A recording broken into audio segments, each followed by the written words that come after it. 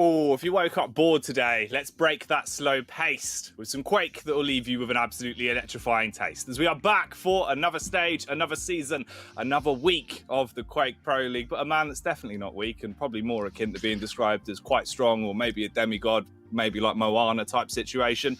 How you doing, ZSX? How you been? It's been a really quite short Christmas actually, so come around quick and I'm glad to be back. Yeah, the thing is, that's the funny thing about Christmas, Dan. Normally always just 24 hours, really, isn't it? So same length every year, to be honest. I know, I get presents every day from all the fans out there, so every day is Christmas for me. I'm not surprised.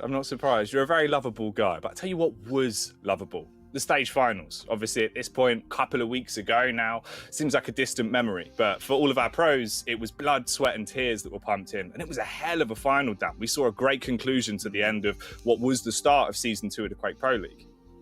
Yeah, it was a really great final, and I think as expected, Rafa walked away with it, and I say as expected, he just fully deserved it. He's just been on another level for going on 18 months. It's just incredible consistency, and to come out on top once again, despite the mixed bracket from the start, shows how powerful he is at the moment. But it's good to see people like Razy coming back to form as well, and some great matchups throughout. So I'm really excited for this stage. No, it was sick. Like, genuinely, as finals go, I think every time we get to them, we say that this is the best final yet, and they kind of beat each other every time. I don't know how it keeps happening, but I'm glad it does.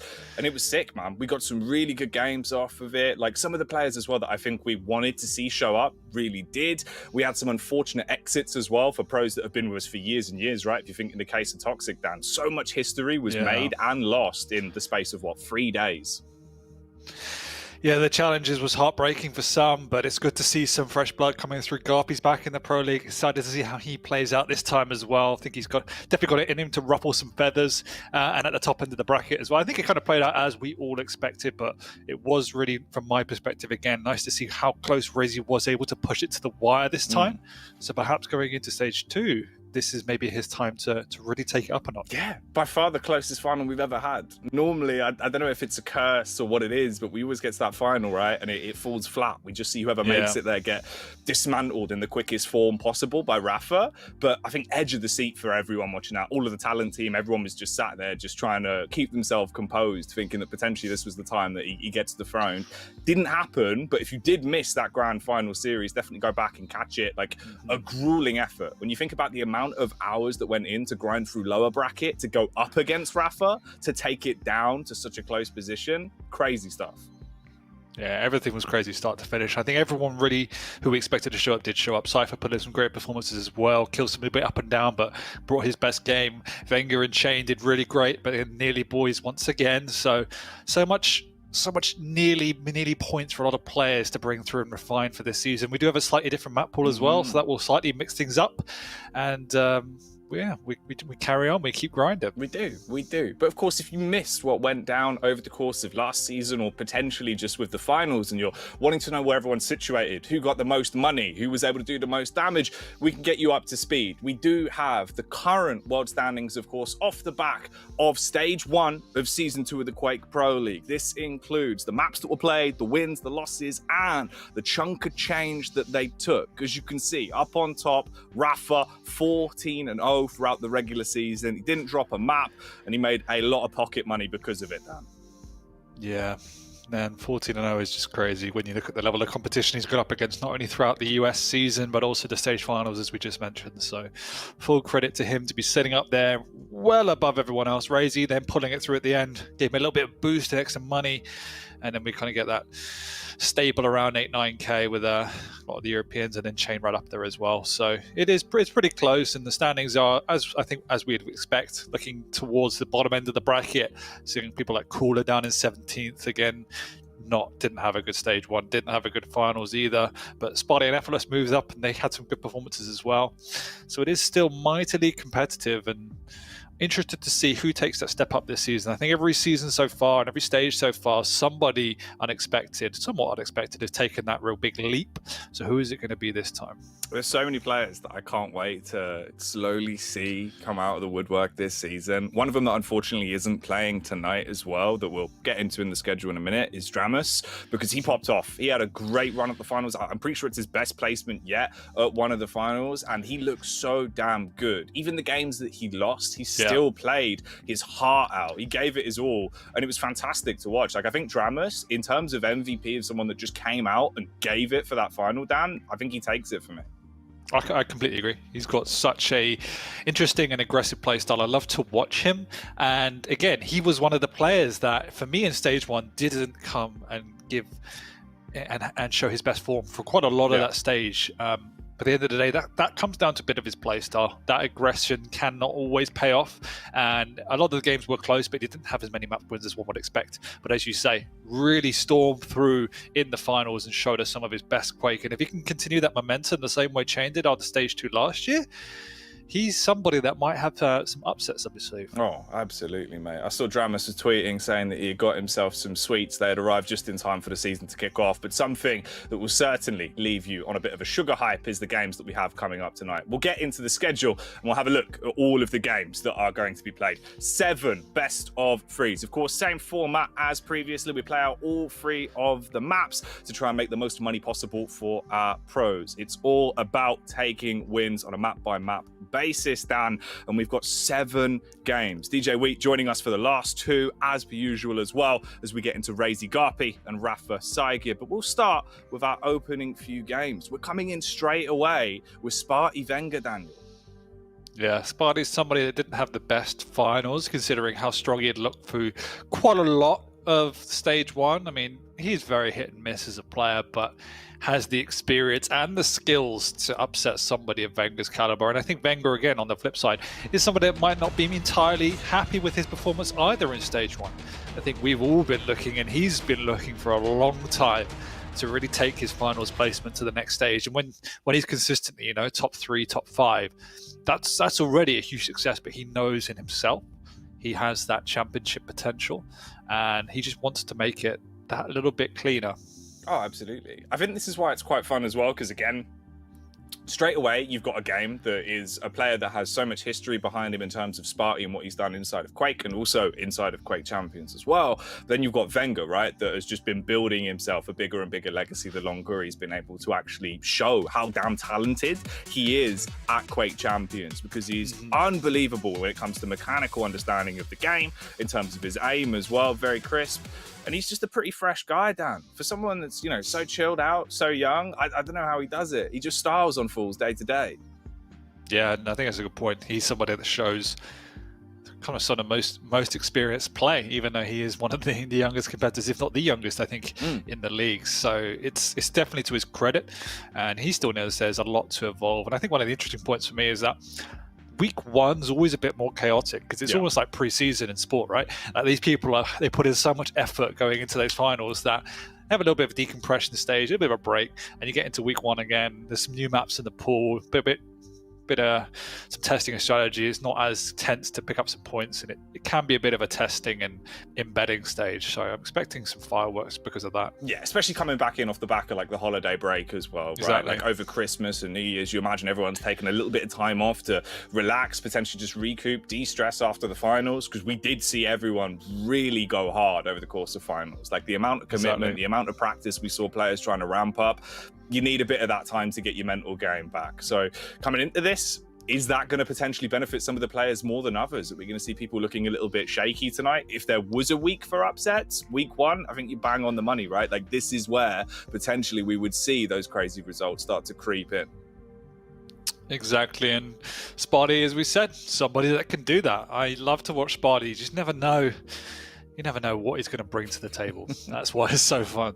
It's true. It's true. He is a bit of a gangster. He is indeed. Let's have a look at the map veto for this one, though, and see what we're working with. First series of Season 2 of the Quake Pro League for Stage 2 here. And we're kicking it off with Ruins of Sarnath, moving swiftly into Awoken after that. And then rounding it out with Vale of Nath. Back in the pool, Dan. Fresh face there. Man, I love Vale. It's such a fun map to watch, and I'm really, really glad it's back in the pool. We have lost Blood Covenant and we have lost Koth, so I'm not sure a lot of players would be upset to see Koth go. Although, saying that, in the finals we did see some pretty fun maps on it. It wasn't a map highly played though, but Vale is a map that a lot of players do like, and I really enjoy watching it. But yeah, starting off from Ruins, We do see the standard meta, Galena, always a big pick on that map, and Ison has a lot of value as well. Obviously, protecting the heavy, both those champions do favour that kind of defensive playstyle down there. Awoken, we got the stroke coming out, a bit more unusual, but Spotty plays it pretty well, and I'm excited to see the Athena out on Venga. It's not a pick he would normally play from my recollection, so interested to see what he brings on that. And then we have Veil. Again, we have Sorlag with such a strong pick on that map because you can isolate both those items, obviously the acid as well, use that air control to really push your opponent, and BJ to kind of counter that heavy stack as well. Yeah, that's the rough part, is although BJ, on Veil, perfect counter in terms of being able to force you out of getting into control with items, I think your job is so much harder. Your opportunity to make mistakes on a Sorlag, way more lenient, right? You can get away with it. But BJ, you mess up, at any point, you leave yourself so susceptible for those attacks to close in. So that could be an interesting way to close out the game. Yeah, BJ also favors mid-range encounters mostly. It can obviously be massively useful at range or in close combat, but Veil, you can definitely avoid a lot of confrontation. So I would definitely favor the stack and speed that Sorlax brings, because then you can pick and choose your encounters a lot better. Playing the BJ does mean you have to be a bit more reserved, really calculate around your positioning, understand what the Sorlag's doing. So it's going to be a tough ask, I think, if we get to that stage, and Spotty needs that map for him to pull that one out. Yeah, and obviously Sorlag just has a tough ass. He's able to take a lot of damage down because of the size of the stack. My bad. Look, first show, we're easing back in, we'll see as it goes. Got to learn the game again, to be fair. That's why you're here, mate. You're going to teach me. This is true. You're like my professor. And we get to see a live workshop for all the audience. Oh, that'd be lovely. That'd be really quite nice. We'll start scribbling it down. I'll get my notebook out, and we will be doing notes at the end. So make sure you keep track of everything me and Dan talk about tonight. There will be a pop quiz before we close out. I would love that. Mate, I think it'd bang. I think it'd be fantastic. We'll do it on your Twitter. We'll do all the little questions. We'll get people to tweet in, see if they get 10 out of 10. If they do, you can send them a prize. Send them a picture of your bicep. Professor Dan. Professor Dan. I like it. It works. I'll tell you what else I like. The fact that we are loading into Ruins of Sana. First map, kicking it off with Ruins is the dream, to be honest, as well. Like, in terms of the actual vertical play on this, I like it. I do enjoy this. I like the veto we've been given as well. I actually do want to pick up on the point you mentioned about Athena coming in, because although it's not too commonly picked for Venga, like it's not super picked out a lot, when it does come into the fray, it is really sick to watch. Like, again, movement's always been a strong suit for Venga, right? He understands how to abuse movement mechanics to a high pedigree. Then you give him a grapple where he can just launch himself into the stratosphere whilst hitting mad rails. You know he's going to perform. He is going to perform, but we have to wait for that, as we have to see him play on the ice to start with up on Ruin. Spotty with the heavy spawn and the rail needs to get out of dodge as Venga's coming in hot. Spotty does get away without taking too much damage. Venga continues to push in, having picked up that lightning gun, and Spotty's in a bit of trouble up here, only the rail to work with and not connecting with anything so far. But he manages to just about get out now. All right, well, here we go. First map, first match, first duel. Stage 2 of Season 2. All the pros had a little bit of downtime off the back of the stage final, but now they are fresh back in the server and ready to do some damage. We're starting off with a life for the party, of course, with Sparty's POV. Already 2 totems down, but a bit of damage being marked up as Venga coming in with a crispy rail to at least chip him somewhat and cause him to fall back. Trying to course correct now, Dan, as these shots are just raining in. That one not actually landing, though. Yeah, he's got the spot exactly where he wants him, trapped down on the low ground. Spotty actually foolishly, if anything, drops. Not expecting Venga to be posturing so aggressively up there. It will be a very easy frag, and it's just in time before both major items spawn. And Spotty actually gets the heavy spawn. He'll be walking into a couple of rockets, and Venga won't be able to clean this up, but he's done enough damage to be happy and content to fall back. Just misses that pixel rail as well. He's on a good position only a minute into this map.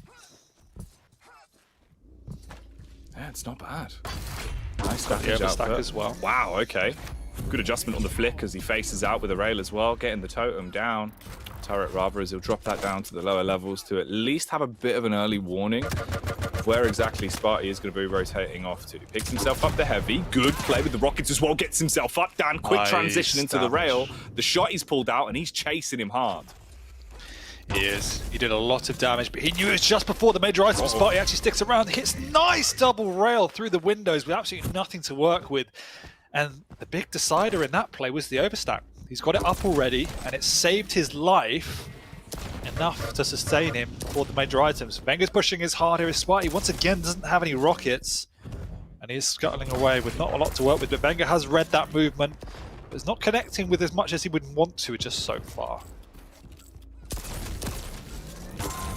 The rail being a gigantic part of this bout so far.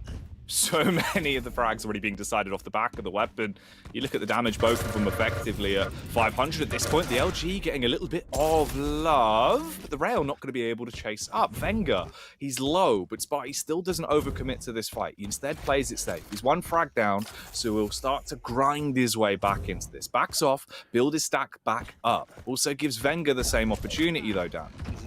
Yeah, up until now, Sparty hadn't really had a rocket to work with. Venga did a great job of keeping the pressure on and keeping Sparty isolated to the side of the map that he wanted him to be.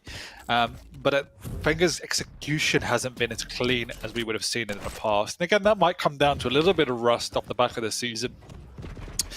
But the decision-making has been on point, and the positioning has been on point. Two key features that we know most often associate with Venga. So that's a good sign. It is. I mean, you could see the confidence was definitely booming in terms of the way he played it out when he was hunting for that first opening frag. Nice tracing with the LG there, actually. And he's able to keep his composure, even on the back foot in terms of stack, where he's been out of control for a little while. He's still making it look like he's got a lot of weight to throw around. That follow-up rail was brilliantly placed. And now you can see Sparty looking a bit bruised, losing HP all over the gaff. Yeah, but Venga needs to get a grip of these totems. Sparty's had the overstack up for the majority of the map. He's managed to find one just now, but Sparty has another totem up, which means he'll be able to reclaim that overstack instantly. And it's been such a big feature of the game. As you say, he should be looking bruised, but because he's got that to work with, he's not been as unhealthy as one would expect. You got to track down those totems. You got to exterminate them. You can't let them take over control of the map. Spots it round the corner and pulls out the shotty to dispatch at least one of them and try and stop Sparty from having so many pocket heals available to him. I believe he has two others up though in position. We see the drop down from Venga. Look how much he's chunking him. The rockets will be able to come in clutch, and he gets the heavy off the back of the pickup. At this point now, 2 frags ahead as we hit 4 minutes and 40 seconds on the clock. But once again, overstacks up. Sparty's healthy enough to push in. You can see the confidence coming out here. He hasn't really got a rocket once again, but has the spam weapons available. And Venga's just respecting the positioning and posturing of Sparty. He pushes in with the rockets, but the damage has been quite significant from Sparty. Stealing away that Mega as well means he's got a chunky stack to work with. This is a bit too aggressive. Ooh. And that's what happens if you are too confident in your aim. Just misses one rail and that cost him. Wow, okay. And we're talking about confidence in aim. Venga, peak after peak with a rail, training them together. Perfect timing, not missing a beat until finally he'll drop the ball as Sparty's able to dash, getting past the corridor, now putting the hurt back onto Venga. As he's got to deviate from the game plan of getting involved in the scrap and instead start to get himself back towards the items. Grabs the Mega, heals himself up, leaving them in a very similar position. We've got 1 second until Heavy's up though. So this is both of those major items now being claimed in that one rotation. Sparty's just running from item to item to item, living off the overstack, working with the rail. He's used more rails than rockets and lightning gun. That's how much he's been using this weapon. But that's also how much Venga's been stopping him from getting onto the rocket. It's been a very bizarre game so far. Man, it's crazy. Like, in terms of the actual damage output we're seeing coming out from Sparty here in some of these really awkward encounters, it feels like he should actually have the upper hand in a lot of these fights. It's rough. Venga, though, taking his toes off. At least from now on, he'll only need 1 shoe. If he loses one, it will be fine, Dan. He's only got a single foot left. And there's been permanent overstack. I would like Venga to venture out to try and find some of these. He must know how much Sparty's working with because he's only found 1 all game, I think. God, this is the battle of the rails at the minute. The LG coming back out, though. And Venga, he was shredded, but the rocket comes in, clutch timing. Allows Tiny Timmy, the turret, to tackle down Sparty. And again, give another frag over to Venga. Now 5-1, but here's the scary part. At this point, you're looking at the clock and you're thinking, all right, we're coming up close towards 7 minutes. Sparty, get a groove on, get into the game here. Venga, not wanting to give him that opportunity, but taking so much damage, he can't do anything else. He's got to slow this one down. He's in a bit of trouble here as well. He's super early for this heavy. Sparty, if he knows the timing, can definitely be pushing in. He might be a little bit late as Venga creeps back towards. He definitely knows the timing. Sparty is a bit late, but he's actually caught Venga down there. The rocket is big, but Venga actually bounces onto the jump pad. Sparty is going to chase as well. Can Venga get away? The wrong weapon choice comes out, but he manages to get the frag anyway. Okay. I'm curious about the actual damage output we've had between these two sides right now as well. It's 2k for Sparty and 3k for Venga. A lot of these fights, Sparty, he's looked like he's done a great job of getting initiation damage off and being able to chip his way through the stack of Venga. Peering down from the elevated angle here, trying to hit him from the high ground, but he bounces in and he's slow and completely held in place by both the LG and the turret that just ruined him, Dan. He was snared. He effectively walked over a tripwire. Yeah, exactly. He went in. He knew exactly where he wanted to dodge to get away from the rockets, but didn't realize he was dodging his ass into a turret and got eaten alive. He's caught Venga here, but it's getting a little bit too late. He's got the overstack though, so he can push in, and Venga actually gets caught off the spawn. He will be going down. He hits a big rail though. It is just before the heavy, so Sparty can restack. He's also got the overstack if he can get another turret up. This is getting close now. Only 2 frags in it, and it's still a minute and a half to go. Venga on the ropes. The next rotation of items should go to Sparty. He needs to get himself a rocket, and then he's in a really good position to go aggressive. Venga's just not connecting. It's doable. I mean, if he's able to chase and actually close down this kill here, take it 5-4, at this point you're giving yourself 60 seconds for a final frag, but he's hiding. It looks like he's actually just set himself up. He's playing a game of hide and seek, and it seems like he's going to get himself a gold star for this one. Sparty completely confused. He's lapped around him twice now, Dan, and hasn't cleared towards the right side. Doesn't know where Venga is. So much time being wasted, but he could catch him. Yeah, he should have a fair idea that he might be hiding at the teleporter now. He's checked all the nooks and crannies, hasn't found it. He slows down to try and bait Venga out, but Venga not falling for it, playing nice and slow. He just dodges at the last moment. The Sparty didn't see him. How unfortunate is that? There is still time, but Venga has done a good job of working his way right the way back around the map. It's a very difficult position to nail down. Sparty hears him though. He knows he's above. You said the classic line, Dan. That means it's got to be over. Even though he's chasing, he's going to miss as the rail will just dent the pillar. And he'll go down. Oh, that's so unlucky. Closed out. And at that point, you look at it, a 6-3 split, potentially going to be a 7 frag as he hits the flashy GG rail. Venga, you cheeky boy. The Venga bus has arrived in full force as he's clearly gassed up and ready for this series. A close back and forth. In terms of the actual map, there was definitely a lot of tight intricacies on that one, but Venga popping off towards the end. Clean plays. It was clean from Venga. I think the strategy was clean from Venga. The execution was a bit iffy at time. I'm going to put that down to a bit of rustiness. Sparty, pretty much the opposite. No strategy whatsoever for about 5 minutes. Just purely relied on insta-gimp, and then decided once he had a bit of control, he actually played it a lot cleaner. But by that point, Venga's lead was sizable enough to go on the defensive. Definitely would like to see Sparty to stick to the basics. I think Venga did a good job of actually stopping him from playing the game he wanted to, but I didn't feel that Sparty put enough effort on getting the right weaponry, getting the right positions. He was just kind of using the overstack really well, in fact, and just relying on rail. So it was an unusual game. It was just a rail fight. Like, it really did just feel like insta-kip for a good, couple of minutes there. I think until, 6 minutes in, then we saw the LG being pulled out a little bit more. Some crazy moves. You also, you take it into consideration. You think about the different outcome here on, 1 or 2 small frags where Sparty went in for these big commits and was effectively just out-DPS'd by the turret. It could have been a whole game changer. Yeah, and that's was such a key feature is the use of the abilities and maximizing the abilities. We saw twice the turret coming out as MVP. Once down here, I think this is actually Zig's exact frag here. The turret behind him, Sparty not realizing he had the good dodge pattern, but wasn't able to realize what was going on. And the second time, right at the very end, there was a bit of turret play up on the mega health area again, just obliterating a 300 stack. On the flip side, it felt like Sparty had permanent overstack. There was barely a moment in the map where I didn't see him with 3 totems up because Venga was unable to get out and find where these totems were. So once again, it was the abilities of both these champions coming out to the fore, but look at Wenger's damage. That just shows how efficient he was, despite not being as crisp as we might have seen him in the past.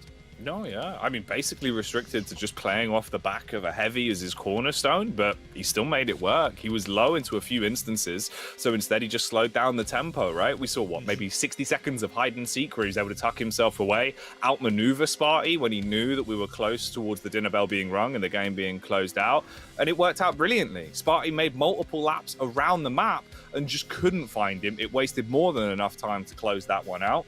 7-3 scoreline, yes, but honestly, it was far closer than that. In terms of how close this actual first map was, I think this could have gone either way. I think so. I think if Sparty had a better strategy for the first few minutes, he could have taken that map. Wenger looked a little bit vulnerable, but at the same time, Wenger controlled the pace. He definitely controlled the game in terms of the way it was playing out. And he looked comfortable. It wasn't particularly challenged. Sparty was hitting a bit more rail than he was, but it wasn't enough to threaten him.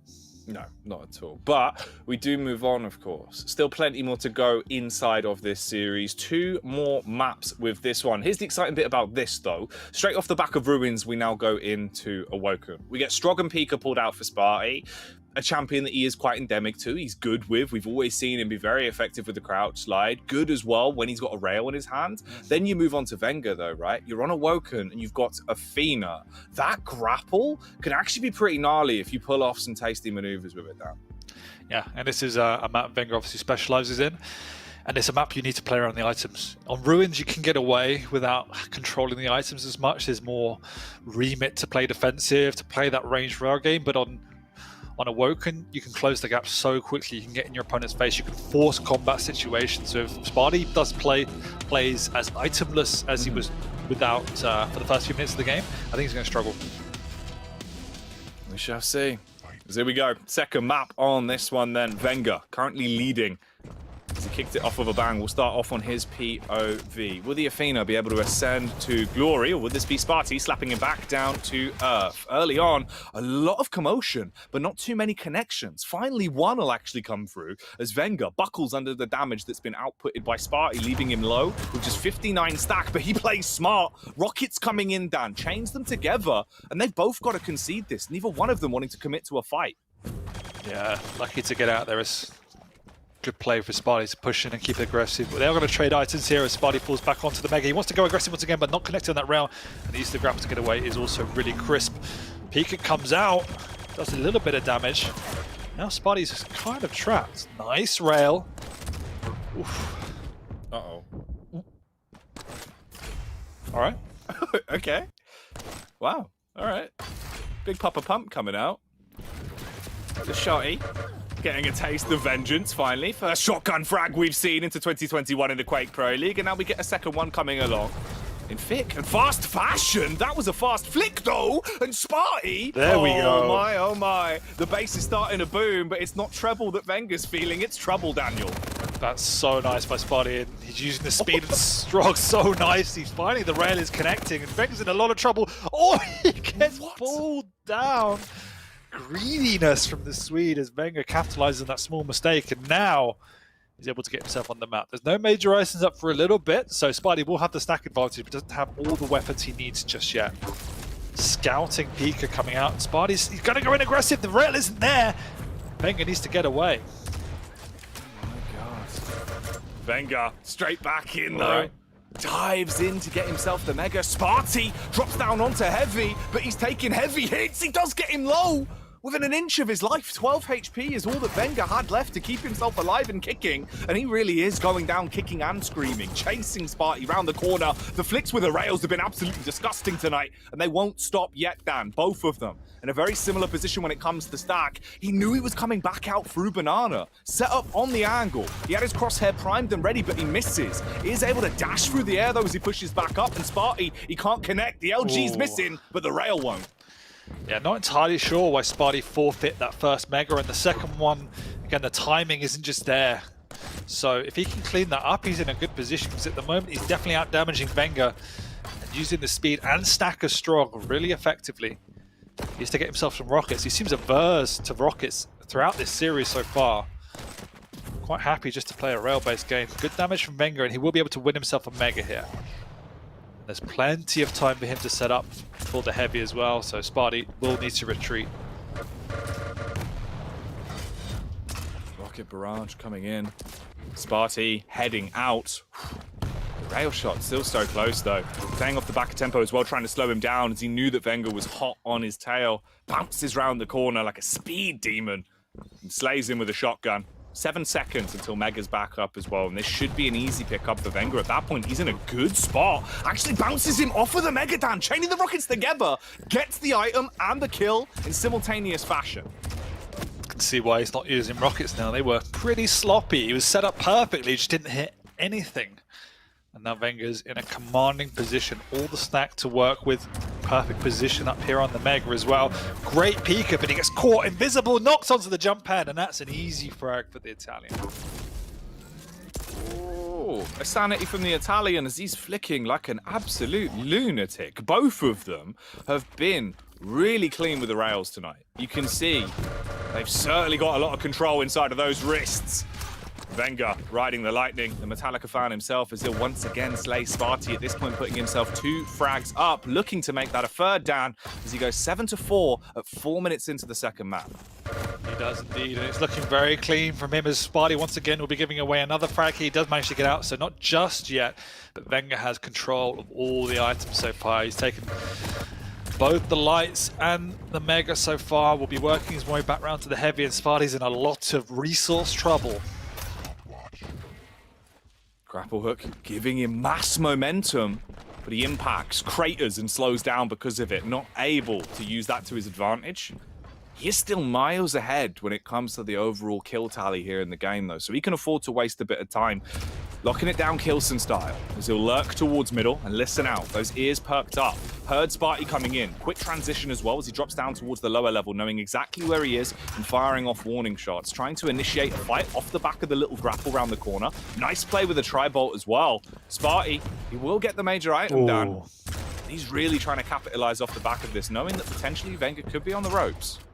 And this is exactly what he needs to do. He's managed to slow down the tempo, play a bit better on his positional game, and hit a couple of good rails. And all it took was one single rail on the Mega pickup, and that stopped Wenger from pushing on the heavy and won himself the item.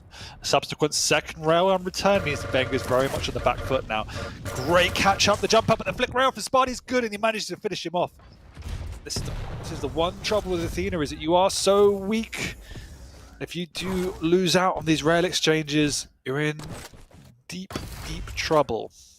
The stack might be small, but the sheer speed is ginormous. She's like a bullet train, just flying all over the gaff. From Manchester to London in under 5 minutes, Dan. It's just not acceptable.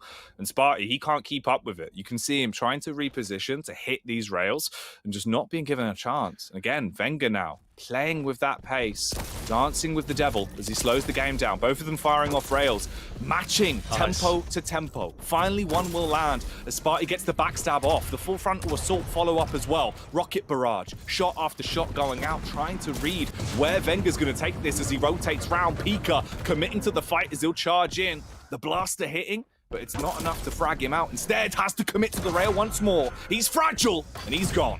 That was a really well-worked frag by Sparty. Felt he had lost the opportunity when he went a bit too aggressive round in Banana. It's quite obvious, but the return rail into shotgun was good. But Wenger once again dives in, steals away the heavy, and gets away with his life for now. Can Sparty get across? He can. Wenger's just going up, trying to do as much damage as he can. He managed to do a lot, in fact. Should set out nicely to push in aggressively. The read from Wenger was fantastic, but the use of the Pika was just as good. Hold on to your horses on this one, Dan. All bets are off. We're 8-8, we're 7 minutes in. It has been the rail show. It has been a display of sheer movement that's coming out from both of these boys with the way they're playing it. And now the entire Arsenal's getting a little bit of love, but the flicks are still certainly the most ferocious part for Wenger. Again, impacting onto Sparty. Longest downtime we've had between the major items as well. 22 seconds for Mega, 14 until Heavy's up. No chance to really buff yourself unless you're just lurking your way around, building the stack back from those light items. It's a big rotation of items. Sparty can get these cleanly. He's in such a good position to go over there to bully Wenger. But again, he misses out on the heavy. Why does he go so aggressive? Instead of doing the basics, he tries to out-meta his opponent, and he's just bamboozled himself. Spotty outworked himself in that position. I mean, Venger's the one that's working up a sweat. Look at him. God damn. Wipe that off your brow. Straight in for another frag, and all of a sudden a cascade of kills coming in, Dan, and it's starting to slip away. Sparty, he's kept this so close the entire time. Wenger, though, running out of ammunition. Reserves are low, but rockets are still there, and they're going to do more than enough damage, but they won't get the kill! The Pika play! The second frag picked up off the back of the droid, this time for Sparty, as again, Wenger goes down. 12-9 on the kill divide. We're close towards the 9-minute mark. Sparty, you got a chance, but it's getting slimmer and slimmer the longer he leaves this. Yeah, but there's such a big split between items now. Wenger's going to have to go full defensive. You can see him here just hiding out over by the Mega, not wanting to make any sort of maneuver. He will be just on the run for the next minute. So Sparty has time to pick up this Mega, but then he needs to go full W mode.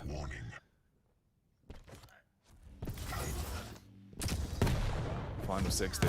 Sparty darting around. God, rockets just impacting onto him, really making this quite uncomfortable. He's trying his best to actually close the gap. Shot coming out with the rail as well through the murder hole, but it won't connect. It does feel like, unfortunately, on this one, the ship has sailed. Wenger's been able to pick it up. Such a back and forth map of Awoken, though. Sparty had a solid lead as well, Dan. It seemed like he actually had a good control of the game, but it's the rail reliance. He's on with the rail today, and it's really paying off for him. Oh. But the issue is Wenger somehow just clutching these frags away by the skin of his teeth. I mean, Sparty played great, and then he played trash for 30 seconds, and that cost him the game. Like, the problem with Sparty is he tries to be too clever sometimes. Either that, or he just loses track of the status of the game. There was multiple times where he could have just taken the easy option, played the item, and then gone aggressive, but instead tries to almost outmaneuver his opponent, chases him down, and then just loses out on the item completely. And there was around 8 minutes where we had that big split on the items. Sparty had the stack advantage, he had positioning on the heavy, and then decides to go ahead and just chase Wenger, and Wenger just jumps onto the heavy and gets away. And I don't know why. I don't know why he felt the need to do that. The game was even. It was 8-8. He had control. Just keep it, play simple, take the stack, and then go aggressive. But, you know, didn't want to do the basics. No. Awoken overall, they're looking like a very, very high-tempo game, though, for the most part. I did want to highlight as well, a lot of the plays that we actually saw coming out from Wenger on that Athena, in terms of the movement, like, not even with the grapple. Yes, the grapple was fantastic for some of the plays he was actually able to pull off, to just waste so much time where Sparty just couldn't get a hit on him. It looked like he was basically a Pikachu using agility, Dan. He was all over the gaff. He just couldn't be hit, right? But it's the fact that some of the actual dodges, the micro maneuvers he was making with his actual just core movement was really sick to watch. Wenger just hitting him with a Texas two-step, back to back. Yeah, I was really impressed with that. And Athena's always fun to watch, but when you put it in the hands of someone like Wenger, we can see how good it is and how difficult it was for Sparty to hit it. But on the flip side, I felt that Sparty was using the Strog really well. There were some really nice peekers that came out as well. The use of the speed, Sparty used it exceptional to create new angles and to keep on top of Wenger. Again, it came down just to, as you say, a bit of exceptional play from Wenger and some unfortunate mistiming / questionable decisions from Sparty. Again, though, if we're going back to actually this series in terms of showing off the best of the abilities when it comes to making the full use of the kit you have available in your champions, I think this has actually been a really good spotlight for it. Both of these maps have been super solid for the plays. We saw great use of both the totems and the turrets in map 1. Here again, some of the Pika plays, you can see how clutch they were, right? You got 2 raw Pika frags off the back of the kamikaze kills with so much damage output being done from the blasters as well. So actually really nice to watch from Sparty. Yeah, I really enjoy watching both these players. Good rails coming out. Look how much Sparty nearly doubling the damage with the rail. Yeah. And that was it. That was like his in for a lot of that map. Like in terms of flicks, he was on point. Both of them nearly at 50% accuracy, but obviously the caveat is the fact that he's got so much more damage. 1.6k with the rail. He was just constantly chipping him to pieces. If he was China, he'd be completely broken down. There wouldn't be anything left. That cup would be shattered. Yeah, but then he did virtually nothing with any other weapon, whereas you can see the damage distribution from Venga fairly even throughout a lot of Lightning Gun. You can see him wanting to close the gap onto Sparty, nearly doubling his damage with the rocket as well. So just maximum efficiency from Venga throughout. Yeah. Really, really solid plays. Now, here's where something gets a little bit spicy as well.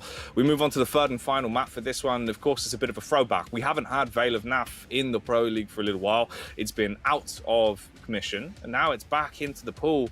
I love a bit of Veil. I think Veil's always been really interesting to watch. For me, Dan, this is the heavy dream. You get two heavy champs just going head to head here. You let them slog them out. It's basically like a boxing ring, right? But obviously, in terms of the matchup we've got, we have BJ against Sorlag. Yeah, I'm not feeling too confident in Spotted Shoe. I think BJ can work, but on a map like Veil, it's a bit more difficult to use and maximize efficiency. Yeah. Whereas I think, as you said in the introduction, you can just make so many mistakes on a Sorlag and still come back swinging. And on a map like Veil, with the tight corridors, with how closely fought it is, you can just keep running at your opponent. So that's what I expect to see from Venga.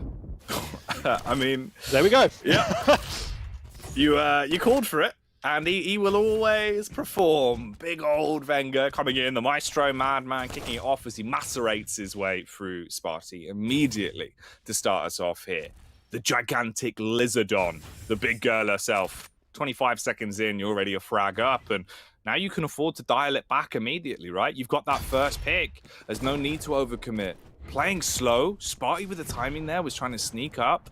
Venga had a bit of a trap set. And the Rockets actually being chained together quite nicely. Sparty, he's broken already at this point, Dan. That's the major item gone. Bit of chip damage goes out, but it's nowhere near enough. Venga trying to commit. Difference maker is that rocket actually causes him to realign his focus. Yeah, he's managed to pull back onto the rail now so he can play the range game against Sparty. That's where Sparty was winning out. Big rocket to the face. And we tied up. Wow. All right. That's tidy. Oh, it's not stopping though. What's going on? And this is the challenge, is that even if you get the frag, you just have to be so wary of where your opponent might spawn and what she's going to be able to do, because she's just so damn quick. Mate, I have missed Veil. It's genuinely just a scrap, isn't it? They just windmill at one another over and over and over again. And obviously it works so well. You're a heavy champ, why not? You come back in with that ginormous starting stack, just sprint at them, headbutt them, and leave them knocked on their buttocks. Sparty, knowing exactly where he is, good rocket to actually open up the fight, but the rail won't land. He does dive down, doesn't get himself anything off the back of it. No heavy, no chance, no kill, as he's gone, buckled by Venga. We go 2-1 at the 2-minute mark. And already, I mean, Sparty struggled to use the dual wield already. It's just not a map that's conducive to using it. They bounce well up into the air. Venga coming out on top of that exchange so far. Also falls back onto the light, so we'll be going in for the kill here with the shotgun. But Sparty, double rail, keeps himself alive. Oh, God. The double rail all across the sky. He's keeping himself in the game now. Oh, the dual wield, the timing on it as well, but Sparty! The self-sustained damage, the turn on from Venga, that's not ideal. That's not either. The head of Venga clipping on the ceiling as he falls down to the lower levels, but he'll still get the kill from the spit as Sparty burnt to a crisp there from that Venom. Yeah, that's a pretty unfortunate frag for Sparty, as now Venga gets full control of the map, both major items and a light to go. All the weapons he needs, hasn't got a lightning gun, but Sparty's in a world of pain now with nothing to work with. And the job for him is trying to slow down this pace, but Venga's now got a 10-second split on the major items, so he's the one that can afford to play positional and just take the items away from Sparty. And this is the time where we need to see Sparty working in that rail magic. It's got to. It's been so crisp throughout the series.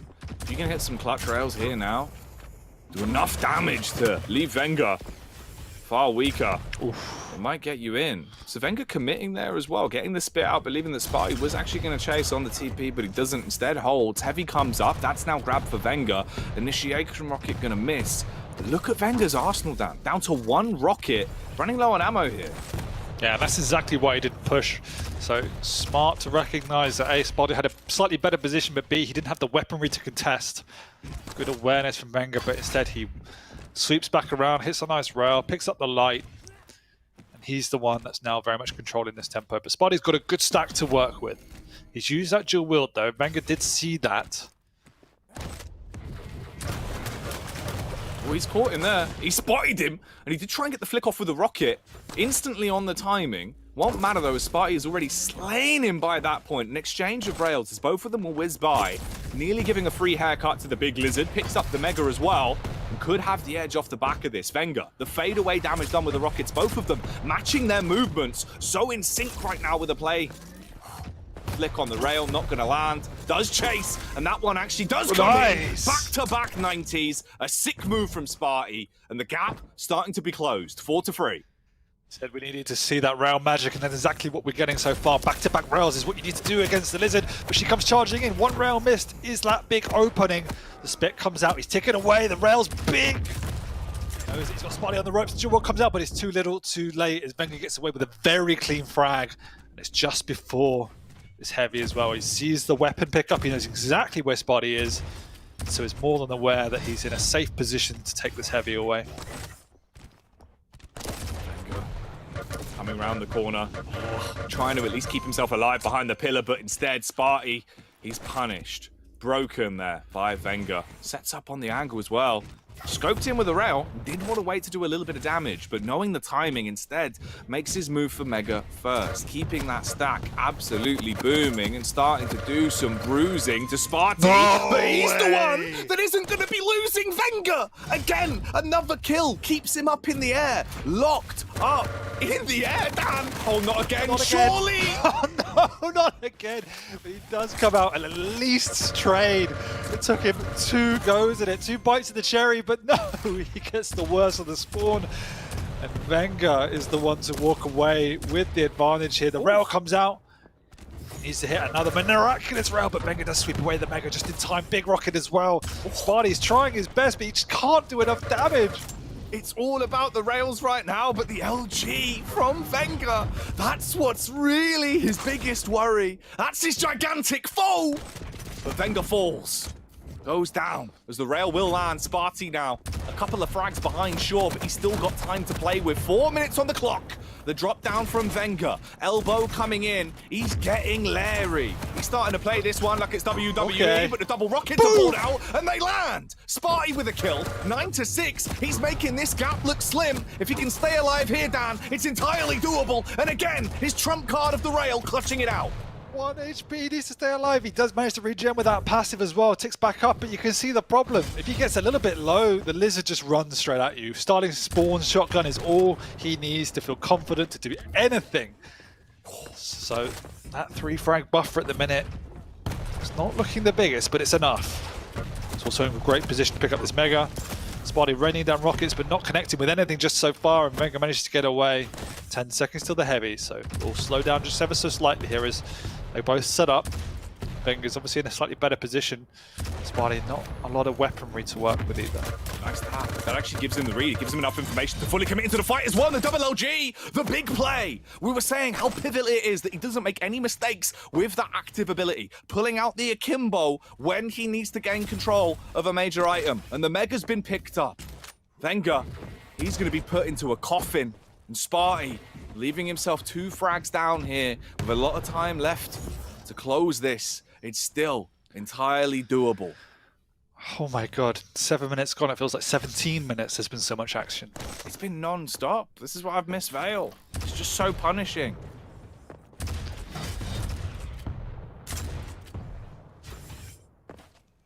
Eight minutes in though, damn. Where's the punishment going to come from next? The play through the porter.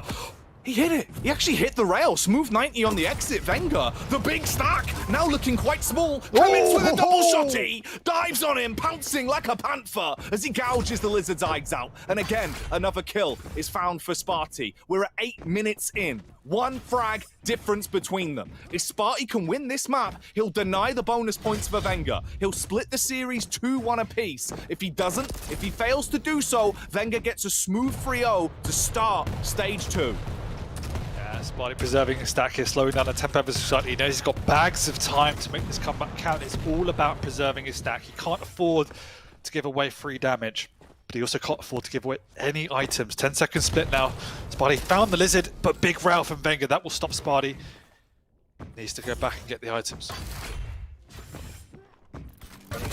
reeks of sudden death territory with the way it's being played out at this point. We're getting so close to the final 60 seconds. Start your stopwatch now and keep your eyes firmly on your monitor as it's all about to kick off. With one frag left to go to decide if this is going to an overtime situation, it's up to Sparty to force the issue. The big issue is he's got 2 guns where Wenger only has 1. But Wenger, he's got a getaway maneuver. He dashes round, takes only 10 damage from the follow-up shots. But those big chain kills coming in, Dan. Back-to-back connection there as the tri-bolt leaves him looking low. The rocket starts to buckle him as well, and the shot he's pulled out, Sparty could close it right now and take it to a tied position if the LG gets him the frag. He knows he's got to fall away though. So much damage done.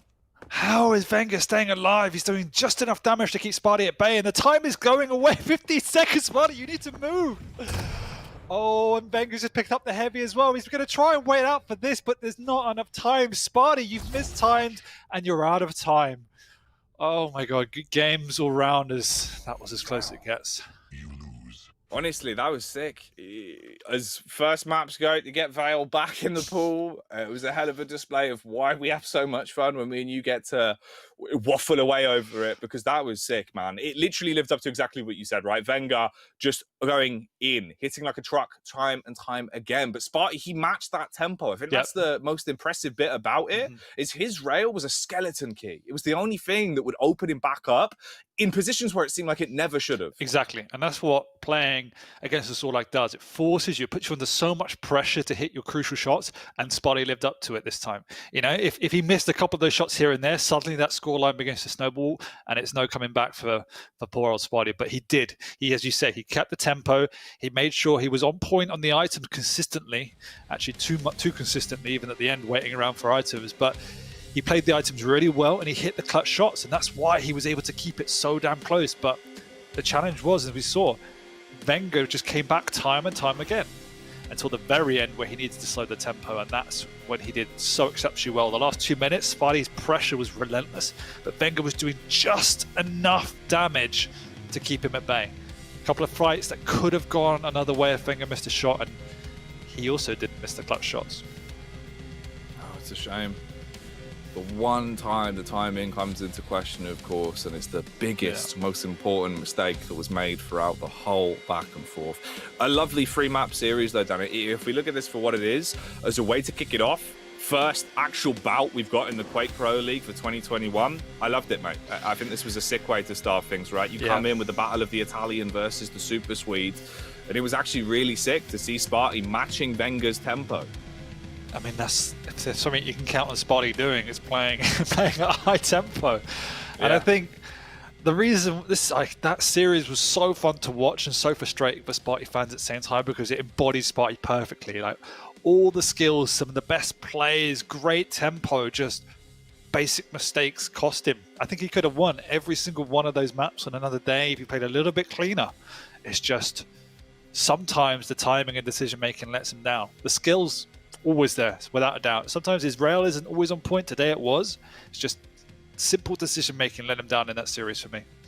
Right. I mean, I hope he's doing some wrist exercises, because the amount of flicks he was pulling out, he needs to give those muscles a rest down. He's going to do some serious damage with that bad boy. Crazy kills on the rail. I think that's like the huge props to it as well, right? Is we have some sick rail players in the QPL, and it's so nice when Sparty gets to show off the level of lethality he has with the weapon. I think, and even though like he's obviously been around the block a number of times, we can still see how reliant he is on that weapon. And when it doesn't work, that's when we see him gets absolutely crushed. There are just days where his rail's not connecting and he doesn't have a chance. So an evolution for him is to move away from being such a heavy-based rail player. I mean, that's a hard task when it's as good as it is, but you know, to take that next level for someone like a Sparty, that's what he needs to do. Wenger, I think, just showed what Wenger's so good at.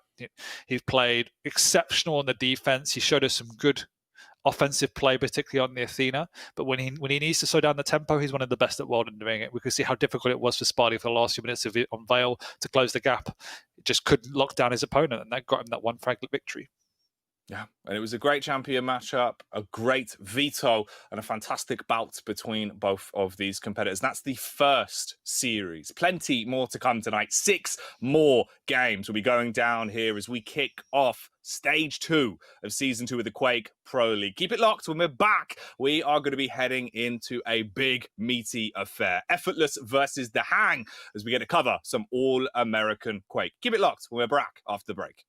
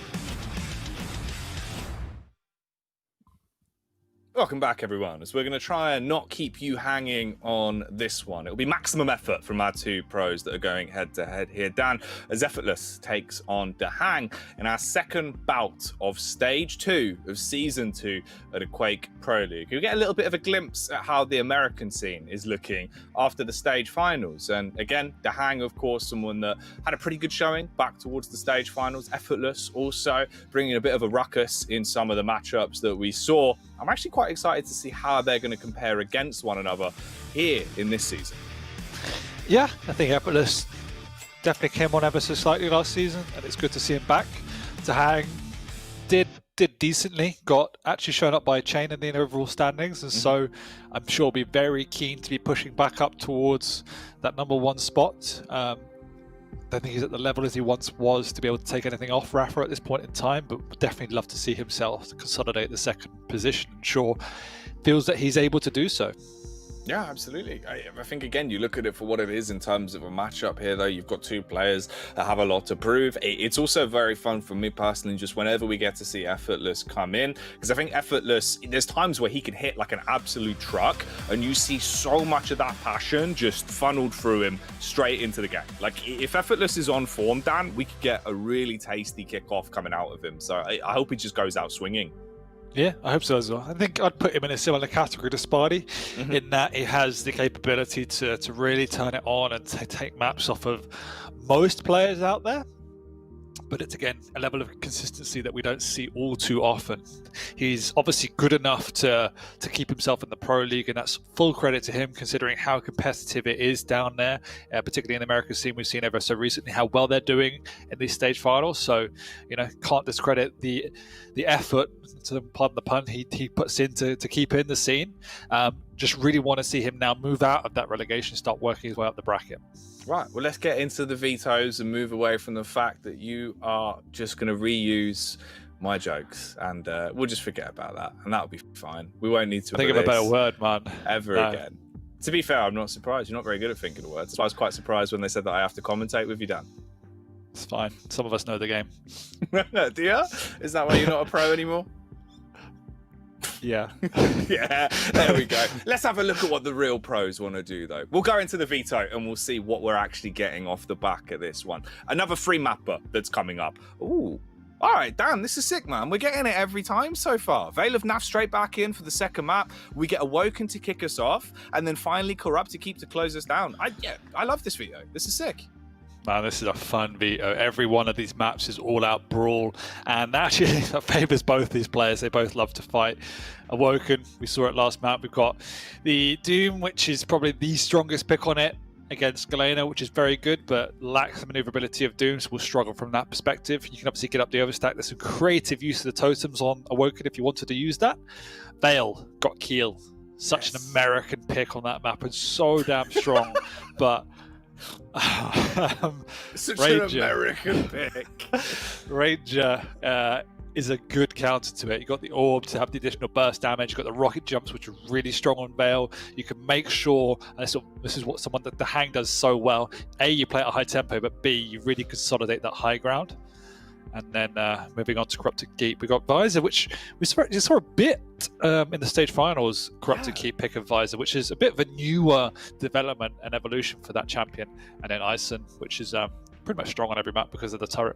God, what an American collection of picks we've got here, Daniel. I can't believe that's the description. Big Keel, what an American pick, man.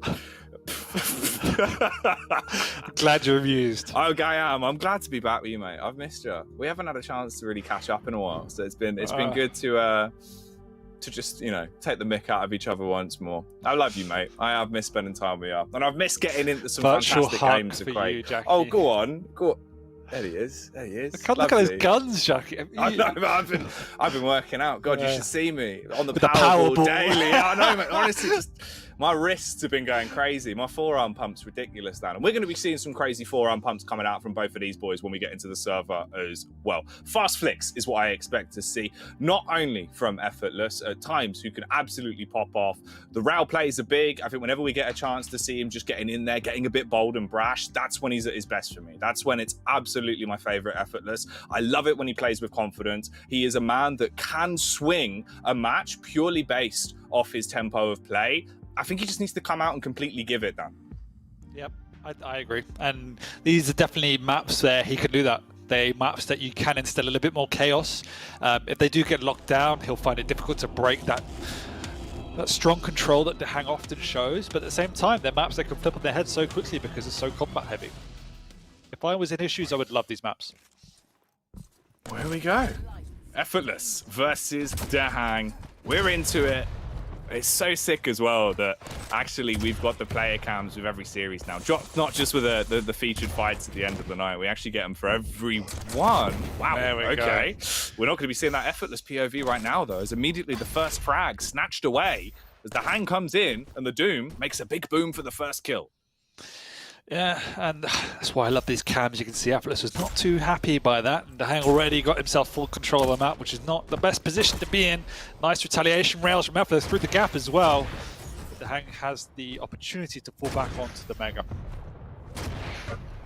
Ooh, that's a nice rocket, actually. A little bit of chip damage on the getaway. I think that was a nice 18 that he was able to pick up. Up the bounce pad, though, the Hang hung in midair, nice. Literally floating and so susceptible. Effortless goes back in for another peek, hits the shot on the rail, and we're tied. One frag, a pop. Oh, the Hang coming around the corner with the LG, looking to do a little bit of tickling damage as he makes his move by.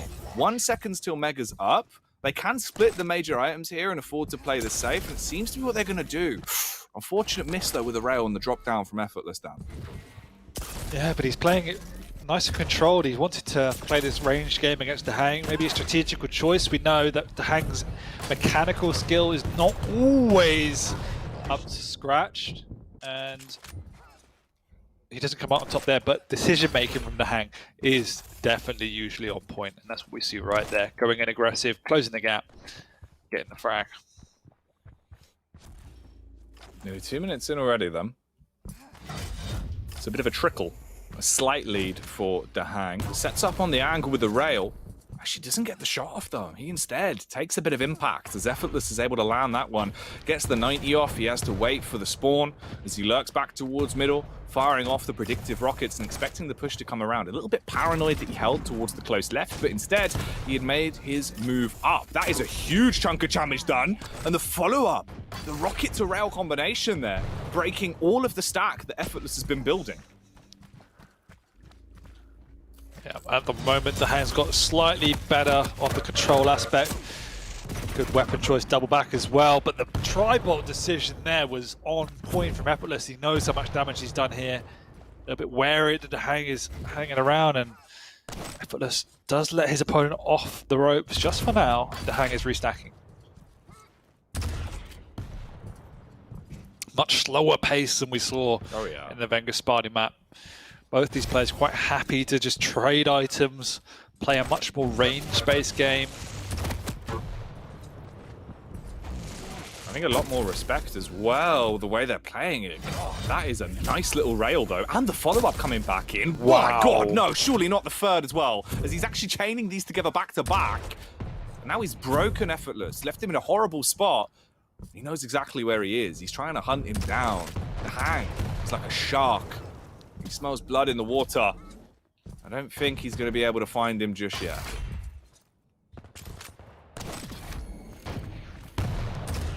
He's actually got him pinned in completely down with the predictive rockets that are going out. He's making this really uncomfortable for Effortless. Yeah, he is. Effortless just trying to play this range game. Living off the rail, he's closing the gap, but the Hang's got such a stack to work with. He's not afraid to be pushing in to get the bully. He's also done a good job of keeping on top of Effortless's totems. Nowhere near an overstack and hanging around, but way too early for that Mega. An easy frag with the Hang. To 2 frags up now. Ooh, big 100, smooth transition into the LG. That's nice. Good hits, but good weapon prioritization as well. Has he knocked him off? I was lucky. Effortless. I thought he was going to go cratering off the side and be left in the swamp looking like Shrek. Instead, he just gets burnt to a crisp with the LG. He lives in a swamp, Dan. That's what he does. He does live in a swamp. Shrek 1, he does. Yeah. Well, I think in general he does live in the swamp. But does he move into a castle? I'm not up to date on my Shrek lore. Maybe. Well, I think you should be before you reference it next time. Tweet us. Let us know. Hashtag Quake Pro League. Does Shrek live in a castle? I'll tell you who's the king of the castle at this point, though. It's the Hang with the damage that's coming out. Oh, Effortless actually holding on by a fine line. It seemed like maybe he was going to be able to bring that down, but no luck for the Shambler Han. Instead, it's just Shambles. There's already the Hang building himself a gigantic lead. He's quite far ahead here, Dan. We've got half of the map left to go, so there's always time for this to be brought back, and that's going to send him flying. Close towards going off, but still holding on strong. Sideswipes him again with the rail. The Hang's rail has been a gigantic part of his arsenal here. The consistent trades between the both of them, though, they're both quite low. Yeah, they are. Effortless in perfect position to pick up this Mega as well, so hopefully this can be the start of his comeback. Needs to be careful. He hasn't got a big enough stack to go in too aggressively as the Hang is here, but he hasn't got a rocket, so the damage output is not going to be bursty.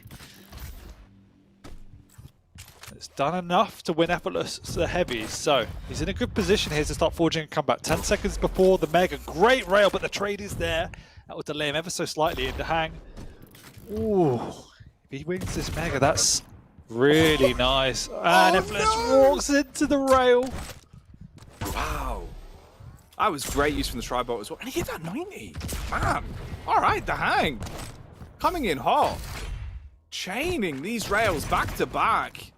Just bullying Effortless here. It's like he's out on the schoolyard. And he is not being a very nice man. He's doing a nice amount of damage, though. And Effortless forced to try and pick up the scraps. Broken and bruised as another rail will impact onto him. Tribot comes back out and he's lucky that he's still alive. The Hang with a quick flick from the rail. That one's not going to shut him down, but he gets the major items. And that heavy's not up for 14 seconds. Effortless. He's so low. There's nothing he can find to help him here. No, the Hang is looking smooth so far. Hitting all the right shots, having some really creative plays. He's got perfect lockdown on the items as well. Nearly a 15-second split gives him so much time to extend out, bully Effortless off the map. You can see Effortless is just on the run. The Hang pushing through. Will be another frag. It was that big rocket. And it's not looking too good for Effortless on map 1. Nails are coming out. He wants to pin Effortless up against the wall like a poster. Right now, the Hang being the poster child in this matchup. He's the one that all eyes are on as he looks towards the sky, expecting another peek to come around from Effortless, but he retreats 10 seconds until Mega's up. So if he lurks towards it, maybe there's a chance he can get himself something to play with, but he's dodging, he's dipping. The Hang, he's ready. He's ready. As he peeks back out, he had the rail prime, but instead commits to the opening engagement with the rockets. Isn't going to make the play onto the Mega just yet either. He was playing smart about it, and these directs are doing so much damage. He can dive down on top of him. The LG's good. It does at least make him a little bit more susceptible to crumbling, but he won't. He holds on strong, gets himself to 10 kills, and puts himself into a fantastic spot. And the way the Hang has been reading Effortless's move, what a shot that was! Oh my word! Oh, the way the Hang has been reading Effortless's movements around the map has been superb. Effortless has played decently around the items, his aim's been on point, but he hasn't been catching the Hang off guard, whereas the Hang consistently dealing more damage from these across the map than Effortless. He's just giving it. He really is just giving it. The snowball's coming towards him, but he doesn't give a damn as he's the one that's too cold to hold. Effortless. Far too hot to handle here, though, as he will actually cause him to course correct and run away, but the rails still impact. Look how low he is. One clean follow-up, one swift swoop from the Hang, and he can again lop the head off of this Galena and make his move onto a 12th frag. Awoken looks to be in the bag, but he's not content with letting it start to slow down. firing out the rockets back towards middle. Effortless. Helter-skelter as he sprints back and forth, dropping in. LG bruising him, dives around the corner. And there it is as Dahang gets himself to 12 kills, outnumbering him by 10 frags on the first map. Yeah, and it's a commanding scoreline. It doesn't feel like it's been as one-sided as it has been, because the way Dahang has played hasn't been all out aggression. It hasn't been going out to bully his opponent. It's just been calculated, controlled the whole way from start to finish. He got good control, never over-committed. He just played a nice, sensible game. Sensible, but also quite sickening. With some of the shots that he's landing, Dahang is doing a dastardly amount of damage. The tri-bolt's been really sick as well. I think that's actually the underrated point, right? Is although his rail has been so obviously impactful, it's his tri-bolt that's actually netted him about 2 frags throughout this that were clean. Like all 3 shots landing for the max damage. It's been so nice on the predictive plays from Dahang. I think his weapon choice in general was on point. Yeah. That goes to show, I mean, that's all often a sign of a player in good form and good confidence, and just an all-round good player is their weapon choice. And Dahang is someone who consistently pulls out the right weapons. I just felt decision-making throughout was pretty superb. No, yeah, he popped off. He actually looked really sick into that one. And you think as well, what, like, first 2 minutes, we were saying that it's a bit of a slower start compared to what we had coming out with Vengus Sparty. Far more aggressive in terms of the form we had in Awoken. Here, a bit of a slow burner, but it went up with a big bang at the end. Yeah, it did. Effortless looked very much in it, obviously, for the first couple of minutes, but as soon as Dahang had a bit of control, Effortless was finding it very difficult to get onto the map. He was taking items that Dahang allowed him to take almost. He didn't feel the need to really suffocate Effortless out the map. He just played a controlled, safe game, and then basically out-thought Effortless. Some of the angles he was making, the damage from range was more effective. And it was a crisp and clean game to start the season for Dahang. No, it was. You know, he came out, he gave it his all, walked away with a huge scoreline there. Big deficit for Effortless. But that's only one map. That's the beautiful bit about this. Although Dahang's able to kick it off and steal it away the first, a reverse sweep is always on the cards. We go into the second map now. And this is the funner part. This is Veil of Naf. We get Naf for the second map, and this is your All-American pick, Dan. We get Kill coming out for Effortless. I mean, yeah, similar to the Sorlag, it's a pick where you can just end up bullying your opponent. You got a lot more latitude to play strong. You haven't got the speed advantage, but you've obviously got those pineapples which cause so much chaos on a map like Veil, where it's closed corridor. You never really know what's coming at you. But I really do like the Ranger. I think if there's a medium champion pick against a Keel on this map, I think Ranger's the one you want to be playing. And Dahang, if you can get that lockdown on the major items, I saw Effortless will find it hard, but I think Keel's incredibly strong. I do think it's a good pick. Yeah, coming straight in as well, you get the starting stack to play with, and we saw that displayed of how beneficial that can be, right? It's so hard sometimes for you to actually win an engagement where you can actually go on to then best a heavy champion again, straight off of spawn. You take too much damage, you leave yourself in a spot where you have to burn like 75% of your stack to get a kill. You could just fold over like a piece of paper when they spawn back in. That's the scary part about those champion matchups. Exactly. Effortless could bend Dahang like a bit of origami if he gets that momentum up, but we'll have to see if he's able to. If there's one player that can lock down the map away from you, it's going to be someone like a Dahang, so he won't find it easy enough to do that. You any good at origami, Dan? God, no. No? Do I look dexterous to you? Yeah, I think so. You think? Yeah. Nimble fingers? I reckon you've got pretty quick fingers. I think you could, make a little swan or two, potentially. Give my best. I'm quite good at padlock origami, Dan. I make loads of swans out of padlocks. It's very easy. You just turn the heads. Turning heads, though, will be what happens here into this series. As we get into the second map, Effortless versus Dahang. We're underway. Keel versus Ranger. We'll see if what we were speculating about comes true throughout this one, or it's all going to be thrown out the window. And it is just going to kick off. They need to protect their necks early on. Both of them actually trading the damage there, as we see both of them hitting the 90s and at least slowing them down. So no engagements off of that opening tag. No, quite happy to trade major items here. Dahang waiting for the shot through the telly, which he gets, but Effortless retreating, delaying the Mega slightly, hitting a good rail as well. Pineapple coming through, just missing his opponent.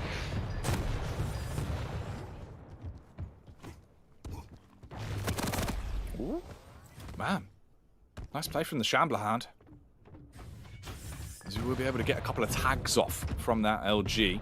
Pineapples go out as well as he TPs up. We hit the minute mark. I mean, this is the first game we've had tonight where there hasn't actually been a kill within the opening 60 seconds, which certainly goes to show something about the sort of tempo we're seeing on the opening play day here for Stage 2 of Season 2 of the Quake Pro League. Wow, good read. Big rocket.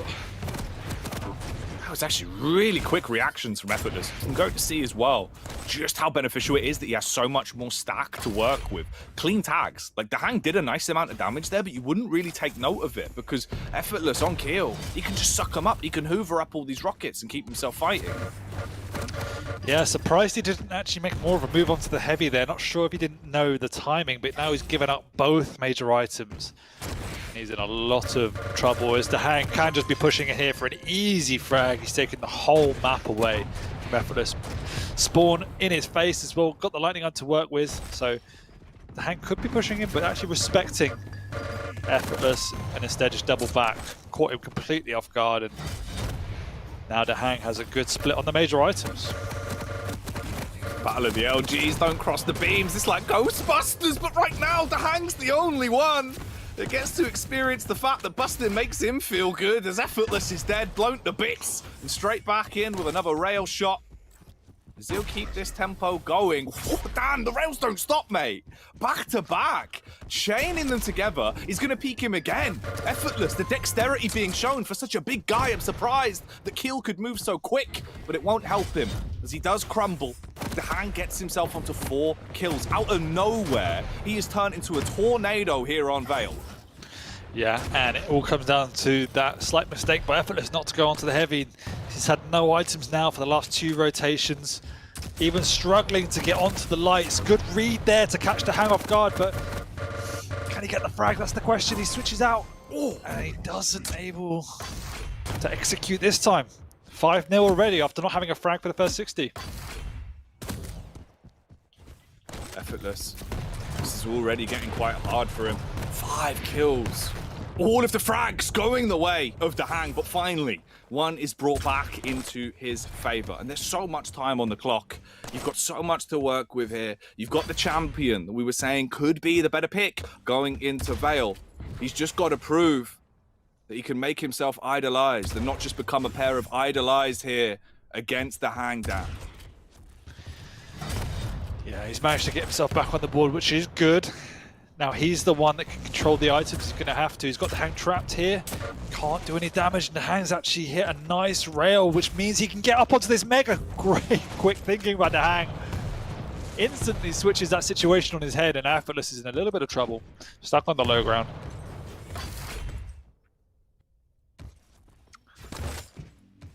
The awareness of the Hang there to not only get out, but hit a rail and steal the item away, and now get full control. In a space of 30 seconds, the map has completely flipped on its head. And all of this time that's being wasted here as well, where they're not actually able to get themselves into a scrap, they're not able to get to a point where Effortless can use that additional stack to do a bit of damage and actually chip away at the big build-up we're seeing from the Hang. This just favors the Ranger. It makes this Dire Orb come back up as well, so you've always got the get out of jail free card if they do get into a fight he's not a fan of. A lot that is starting to stack up against Effortless at this point, Dan. And again, with the heavy being picked up and the follow-up rail not landing, it's looking a little bit worrying. That's at least a nice bit of damage done. The Pineapple goes up behind him as well, trying to fight through the holes in the grates, but none of the shots are actually going to land. He will drop down. The Hang stack is just towering above what Effortless has to work with here. And it's the maneuverability of the Ranger. He's just playing at a higher tempo than Effortless can keep up with at the moment. As soon as Effortless makes even the smallest of mistakes, the Hang's capitalizing upon it. And the item differential is huge. The Hang nearly tripling the pickups of Effortless overall. And once again, he's got another rotation. Effortless is there to deal damage, but the stack is so big from the Hang. he can afford to soak all that damage. What Effortless has done now has made the Hang vulnerable. And there's a lot of time before the next major item round, so Effortless needs to make this next pickup count. Out of nowhere, game of peekaboo being played as Effortless. He shows up. The rocket as well actually lands. The Hang. Yes, it thrusts him further forward and actually gives him a bit of a getaway, but he's got to try and keep himself alive. Fruit salad landing on top of him as well as the pineapples keep coming, and look how low he is. Close to his demise, he could meet his maker, and it's going to be the pineapple that pops him. But the Hang actually wasted enough time that he now spawns and can pick up this mega, so he's back on the board. He needs to get himself a rocket, and Effortless is there, but he's willing to man up as the stack is huge for the Hang. Effortless's HP just dropping out of nowhere there. Suddenly it's gone. Pineapple trade back. Does the frags actually work out to get him away? What? They trade that? I'm not sure who that benefits at this point. Looks like Effortless is able to get on to potentially both major items, which he is. Gets the luckier of the spawns here. The Hang with the weaponry, though, is caught. Effortless through the gap as he doubles back. Effortless misses the rail. This is a big frag. He needs to get it, and he does get it. It's not the cleanest, but he gets the frag. There's the thing about cleaning, though. Normally use bounty, but the only bounty for Effortless is on his head, Dan. He's still in a spot where this game could be snatched away, and the Hang with a shotgun. He's going to dive in and again slay him. Shuts him down. And makes the deficit even bigger. Also has the major items to play with. Effortless. In a game of cat and mouse. He really has to start chipping away at him soon. Time is ticking. And the Hang, he's a mastermind here. He's making so many smooth moves to waste time. Gets on top of him. Able to use the dire orb for the reposition as well. Low on ammo for the rocket, yes, but he's still got other weapons in his arsenal. And he's got his most important factor, his feet, his legs to get away. How is he still alive? I have no idea. He's praying Effortless doesn't turn up for this heavy, and he doesn't. Drops down at the last second. It might cost him, but Effortless doesn't show his face. Well, this is getting close. There is still enough time for Effortless to force his comeback. It's only a 4 frag differential, but he's finding it mightily hard to lock down the Hang at this point. He's so slippery. It's a common misconception that snakes are slippery, Dan. They're not. But right now, the Hang, he is slippery. And he's doing a lot of damage as well, as he's able to really put the feelers out and punish Effortless, keeping him quite low, causing him to have to cascade away, run away, and look for some kind of edge to get back into the game. The issue is the Hang, he is a big hoover, going around sucking up all of the major items and keeping himself so healthy, so sustainable for these fights, and there's not much that can be done. Consistent damage output as well, so even when Effortless thinks he has a chance to peak, he gets hit on the butt with a side of a rail and gets left solo. Dire orb to bait him out, making him believe that he was going to initiate. Instead, he sets up. Oh, it would have been tasty, but it wasn't meant to be. Yeah, Effortless let him get away with murder there. Allowed the Hang to pick up both major items, and yes, he's in a lot of damage, but he's just delaying Effortless now to the point where the comeback looks nearly impossible. The Hang just holding out, able to almost kite his opponent around the map. Not only delaying, but doing significant damage. And it's looking like the Hang will be able to walk away with this one. Orb to reposition. He's still alive. Oh, man. There we go. Pineapple, yeah. Oh, pen, pineapple, pineapple pen. He's dead. 9 minutes and 35 seconds on the clock, Dan. Don't do that one. 7-4. Oh, it's such a shame as well. Like, in terms of how close this was with the back and forth, there were some really tasty moments, but the Hang, I think maneuverability is the big question you've got to bring out here, right? Like, how on earth did he keep himself alive for so long into so many of these encounters, Dan? It felt like there was like 4 instances he should have died. Yeah, the Hang did really well to get away. Slippery, like you said. I felt that there were a couple of moments where Effortless let him off the hook. Could have taken the major items, but instead got caught. Maybe indecisive, maybe chasing, maybe mistiming, I'm not too sure. But there were times where he just didn't turn up to items he should have. And it's just, once again, the decision-making and timing of the hang, impeccable. And you can see how hard, once again, the hang was making Effortless's life for the last few minutes. With the right positions, the right decisions, the right item choices, the right weapon choices. You're going to come out on top against the hang, you've got to play a nigh-on perfect game. And unfortunately, Effortless, that wasn't the case. Oh, it's rough. It's a shame as well. You know, you look at it for what it is. Ranger, yeah, the Dire Orb, like it's no kind of overstatement how powerful the Dire Orb can be for repositioning, for engaging into fights, for getting out of fights when used correctly. And that's the one big caveat, right? You're up against the heavy champ. You need to make the most of that Dire Orb. And the hang did. The bait plays were on point. But all about the repositioning for me. He was so sick at getting himself out of dodge. I just don't know how he did it. To hang things, get yourself gunners. Mate, apparently. Because honestly, I mean, Effortless didn't see this one coming, did he? He maybe needed a pair himself. No. What I have also been impressed with the hang today is that he's looking really crisp. Yeah. Sometimes, I think particularly for last stage, he didn't look as crisp as we've seen him. And already week one, it's kind of some of the best aiming I've seen from the hang in a while. Yeah, no, he really is going above and beyond with some of the shots. Like, the rail was crisp, the rockets were on point, Tri-Bolt as well. You know, not seeing it actually brought out here, but if you missed the first map of Awoken, it was a huge weapon for him. So effective at actually being able to win out on a lot of the mid-range fights. It was one of the difference makers. So his entire arsenal's been looking clean.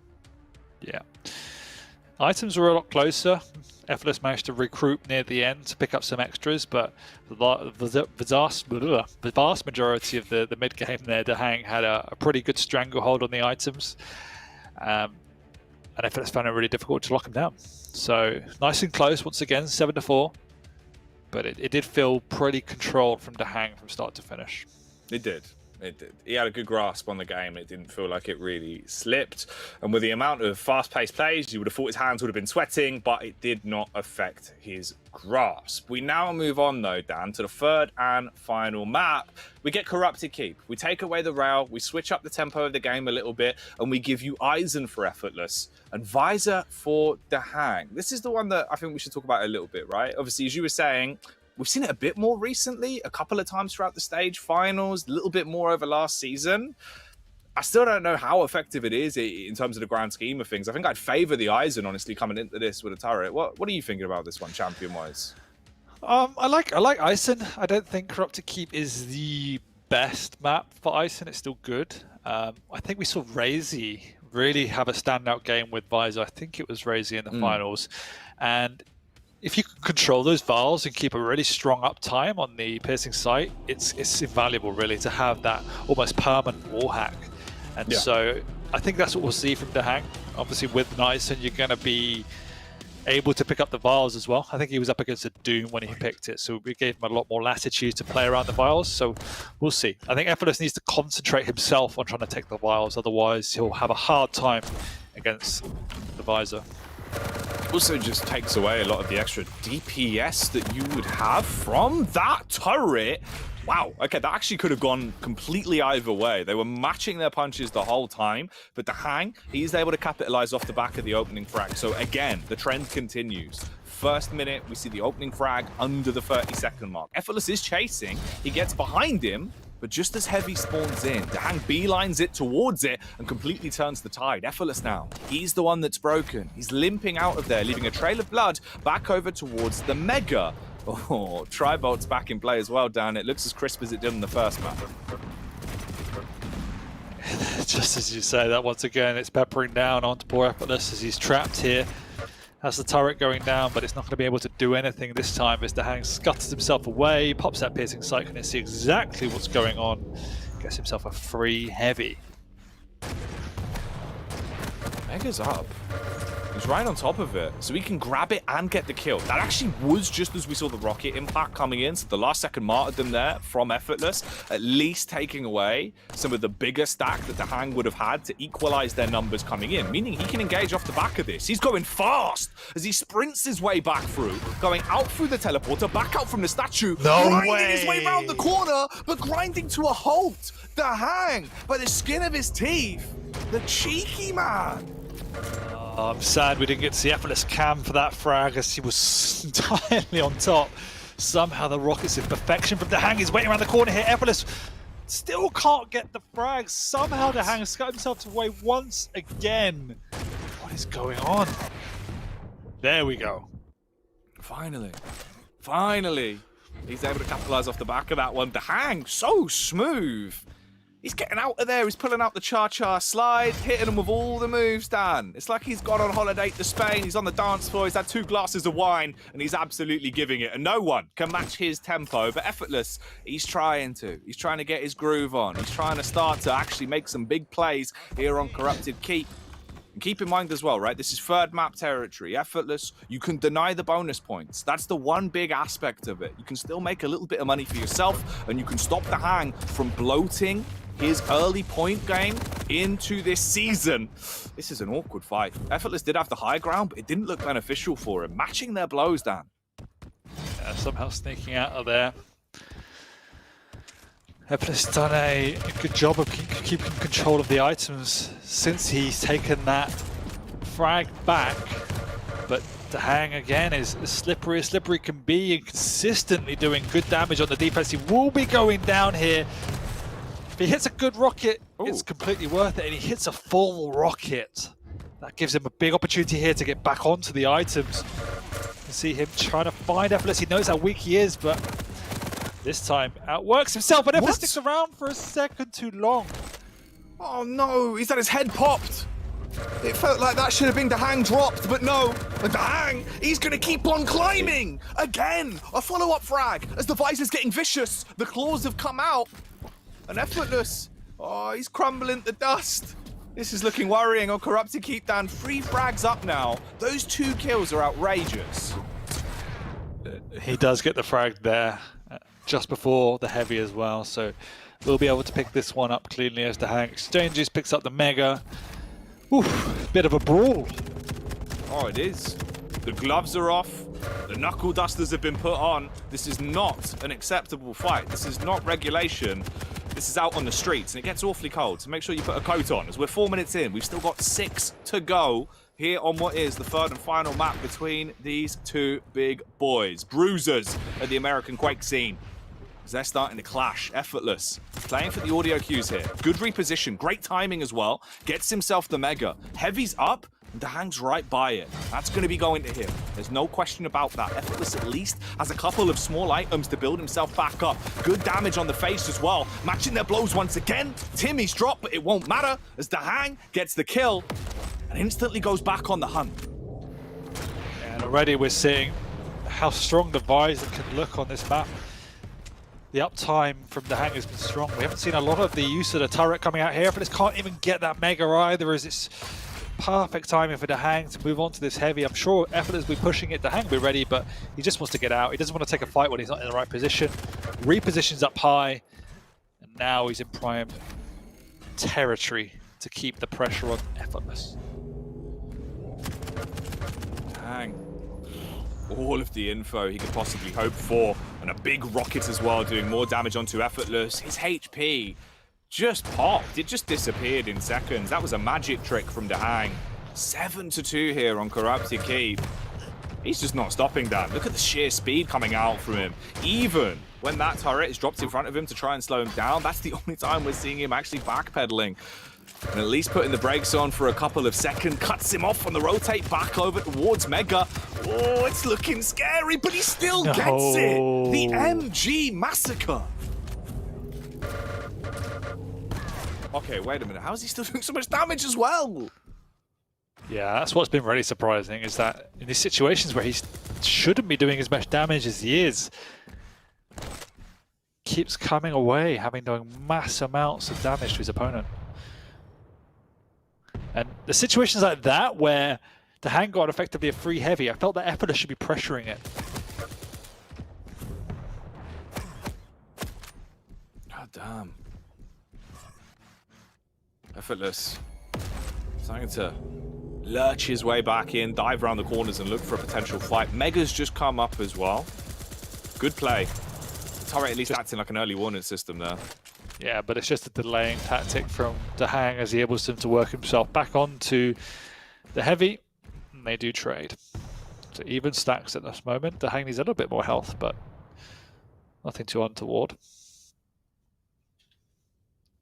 And the clock's obviously very much in Dahang's favour, so quite happy to play this slow tempo.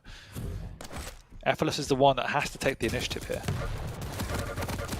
Drop of the LG. Green tags, lots of sixes, but nowhere near enough to be able to capitalize off this one. It's the equal split on the major items as well. They both come up together. They both take one apiece. Dahang, he's been very aggressive whenever he gets this heavy. It fuels him with confidence, and he looks to try and swing. Effortless as he darts his way back over. They trade positions on the map, damn. But he's not really getting much done. Now Dahang's got the lightning gun, he's got lots more confidence to push out. You see it's taken him nearly 2 minutes to go over there to pick up that lightning gun, but he played it so disciplined, nice and slow, didn't push out onto the middle ground where he was vulnerable. Now won himself a Mega as well, and time is slipping away. It's been another minute or so, and Effortless hasn't even found his opponent. No rocket barrage going in. Has a sneaking suspicion of what he's up to, but he can't really do much to actually cause any commotion between the both of them. Dahang, he doesn't give a damn. You think about it from his standpoint, right? He could sit pretty at this point and grind this one out to a map win. The longer Effortless has to play this elaborate game of hide and seek to try and find him, and Dahang can just hide, it's the dream scenario. The level of uptime he's had on Piercing Sight as well has been pretty fantastic. Feels like it's only ever down for 15-20 seconds at a time. One rocket left in reserve. Not much ammo for the LG either. Forced to use the MG. 15's being found, but again, Dahang. Oh, he's the one that actually gets the kill and lops the head off of Effortless. Straight off the back of the spawn, he dives in. The turret does a little bit of damage, but the Mega's there. He's going to pick it up. And he's just so far ahead when it comes to the actual kill divide, right? Like, at this point, it's way too bloated. And that was such a methodical frag as well. Just outplayed him around the map, used the Piercing Sight perfectly, kept chipping away from range, and eventually got to a point where he just whittled him down. Effortless is now making a move, but even if he got the frag, it's obviously too little too late as Dahang does extend the lead. The GG comes out with a minute to go. And that was just a nice, again, I think it was a clean series from Dahang all round. Map 1, he definitely showed us some of the best aim, and then maps 2 and 3 felt very controlled from Dahang. Yeah, no, absolutely. Again, it was a quality series for what we got out of it. We saw some nice plays from Effortless. I think it's just one of those where it genuinely is a matter of Dahang just looks stellar tonight. Like, we haven't seen him looking this mega in a while, but he really played looking, quality down, which is nice to see. Yeah, exactly. I think he just unfortunately got outplayed by someone just playing better today in Dahang. It was clean, his aim looked really solid. I felt that Effortless looked in pretty decent shape. There were times where he perhaps made the wrong decision, could have taken and focused a bit more on the items, but I don't think it would have changed all too much. I just felt that Dahang played a very good game. No, yeah. Overall, fantastic little series there. We saw some fun moments, specifically the second map for me again. I think Vale was the big highlight. I think that's where we got a lot of the crazy plays that came out. But Dahang just looked sick. The entire Arsenal was on point. His aim looked crisp. It felt like he went into it with a very, very headstrong attitude tonight and just played classic Dahang style, right? The focus never breaks. He never overreacts. Just stone cold the entire time. Exactly. Classical Dahang, always working around the items. Every decision he makes leads back to how he's going to be positioned and attacking the next item. So it was, again, methodical play, and I enjoyed watching it. It was really, really nice to see. An enjoyable series, but one that does, again, end in a 3-0 fashion. So both of our series tonight giving up the maximum amount of points. Obviously, Wenger was able to best Sparty and take himself all of the points and get all of the glory. We now see Dahang do the same thing here as well. So in terms of a start coming into stage 2, Dan, that's probably the ideal scenario, right? You get yourself your max amount of points on your opening play day. That's the dream. It is the dream indeed, and it's two, I guess, expected results. I would have said 3-0s either way would have been what I would have called. But as you say, I mean, no one's easy in the QPL, so to come out, to do what you need to do, to play as well as they did, that's all you can ask. It is. It really, really is. It was still at least a very enjoyable series to watch between the both of them. Great bout. Good veto as well. I think that's the one key takeaway that we've had tonight. Both of the matchups so far have had pretty exciting champion picks, but I'd say good map choices. We're getting a little bit of Veil. It's cool to see it back in the pool. It's been out for a little while, so fun to see it go in. Also, well, first keep. Look at the map pool overall now, man. Like they're getting like with Blood Covenant gone, and we've obviously Blood Run gone for a while. Veil's back in the pool. We're going to see a lot more combat-heavy maps. We haven't even seen a Deep Embrace yet, so I'm excited to see that when it comes to fruition. No, yeah, you think about the kind of fights we've seen, because already, right, both series, we've had Awoken twice, we've had Veil twice. Both of them were high octane, very aggressive maps, like the way they're normally played. You think about if we get to a point in terms of like what maps we actually have left in the pool now, you're looking at series where we could start getting like Awoken into Veil and then Deep Embrace to close it. That's gonna really be quite a draining series. Yeah, exactly. It really is. They play at very similar tempos, and it's going to be a fun stage, I think. Yeah, it truly is going to test the steel of a lot of our pros. We'll see who can earn their keep and regulate the situation over the course of stage 2. But, of course, we have a little bit of downtime before we come back in for our third series of the night. The next one, actually looking quite exciting. Zeneku, Master Zeneku himself, will go head-to-head against Dewey. This could be quite an explosive affair. Keep it locked as we come back in. We'll check out how that one's going to go after the break.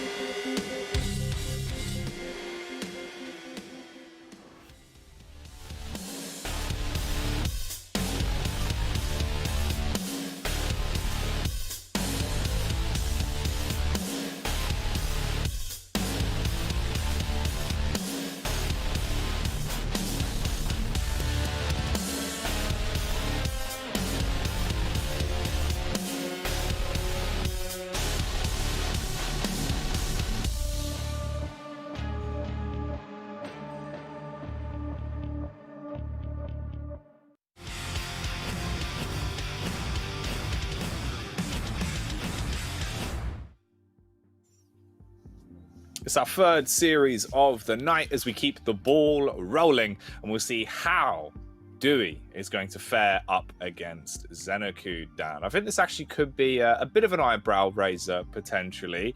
Xenoku, always exciting to watch. Dewey, he can pull out all the stops. He's got that cheeky base-esque style of play with some pretty good aim to back it up as well. Yeah, he's someone blows hot and cold, but when he blows cold, he always finds a way to grind out the results. And as you say, when he's on form, his aim can look pretty damn strong. Xenoku obviously had a very close call to going out of the QPL, scraped through the skin of his teeth in the stage finals, but he is still here, he's still with us, and he's still grinding on. He is indeed. The big Polish Punisher, obviously the Australian All-Star that moved to Poland. God, it must be nearly a year now at this point, right? When you think about it, it was a while ago, back towards March of last year, I think it was, right? I mean, considering 2020, it feels about 4 years ago now. But yeah, I mean, you're not wrong. Yeah, it was. He's committed. He's going the hard road to stay in the QPR, that's for sure. Living in Poland, playing in Americas, but he's somehow making it work, and it's full credit to the dedication he's showing us. Yeah. And obviously he's been super open with like the wealth of experience he's had from being able to practice against a lot of the top European talent and learn so much from different players. It's super sick to see how that story has grown. But his opponent in Dewey, the cowboy himself, the man that certainly knows how to wrangle someone on the server and leave them dazed and confused. He can wrap them around his finger, Dan.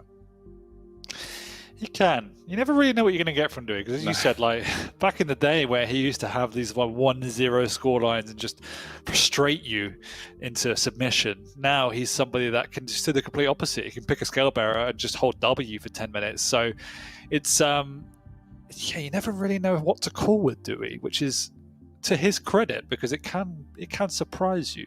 It certainly can be surprising. No surprises, though, in terms of the map veto. Let's get it all out in the open and see what we're going to be working with this series, where we're going and what the champion picks are going to be. All right, so we kick it off with Ruins. Second Ruins of the season so far. Another Awoken in the mix as well. And finally, Molten to close us out this time, Daniel. Yeah, interesting. We've got a big bruise of a matchup on Ruins. Kiel, very American picks once again, up against the elder Sorlag. So that's going to be a bit of a brute fight, I think. Really entertaining nonetheless. Awoken, Ranger versus Doom. Obviously spoke about Doom earlier, but I really do like Ranger on Awoken. I think someone is not used as much as he could be, but offers so much utility. We saw Dehang pulling it out on Bale before. Incredibly strong. And then finishing on Molten. Interesting to see Dewey on the Athena on that map. Haven't seen him pick that for quite a while. We normally see him on a heavier champion there, but has to now use the maneuverability to get around the Strog, who want to play at a slightly higher tempo. Yeah, I like it. I like the way it looks. Ruins could certainly be a bit of a slugfest, and we'll have both of them laying down some punches, and Awoken could be fun. It's always enjoyable to see both Doom and Ranger going head-to-head on that map. If you like mobility, if you like quick repositioning when it comes to being very fast on your feet with using your active ability with a Dire Orb, you get a lot out of that one. Obviously, the double jump as well just trivializes the map, really. It makes it so much easier for the quick rotations. But Molten, I think, is potentially the most impactful map out of all three of these. Molten Falls, man, I'd say you give Dewey the edge in terms of the way he plays it. Plus, it's Athena. He's good on Athena, Dan. Like, Dewey's actually really enjoyable to watch with his movement on Athena. Yeah, that's probably the one I'm looking forward to most. But it's going to be a bludgeoning start with Kiel against the Sorlag. I'm expecting Dewey to want to be playing at a faster pace than Xenoku. So it's going to be up to Xenoku to control that, to try and adjust, to try and restrain the pressure from Dewey. I do think Dewey's going to come out swinging in this series. Yeah, I wouldn't see any other way about it. I think Xenoku, though, that's also something that he needs to do. He's a player that we've seen actually get a really good understanding of tempo, I think. Like, one of the big factors for Xenoku's gameplay now is that he can do what Dewey can do. He can slow down the game. He can make you feel uncomfortable. He can mirror your play style, but he can also really turn up that tempo and go fast, go aggressive when he needs to. And he plays some quality Quake when he does. Like, his aim is really on point. When he hits his shots, he makes some big moves. I think this is actually like a lot of a mirror matchup in some ways, Dan. Yeah, I agree. And I think that's something that has, to his credit, has been one of the players in the QPL that's developed the most in that aspect of his game, moving from fairly one-dimensional to having this really multifaceted, adventurous play style that can be adjusted so quickly. It makes you an incredibly dangerous opponent because you have all kind of strings to your bow. I don't think he's exceptional at any one of them yet, but has them all there and is continually developing them. Wouldn't you have loads of different arrows in the same string for the bow? Because changing the string would take forever. Maybe. You could have like custom arrows. That, you know. What arrows maybe would it's you like have, a Hawkeye type situation. I'd have one of them, you know, like when you get like the cork guns that say bang. It'd be an arrow that just says bang on it. I think that'd be quite funny. Just thinking of some sort of cartoon now. Yeah, basically. That's my life, Dan. I do basically just live in a cartoon. You're a living meme. Mm-hmm. All right, I am indeed. But this is no meme.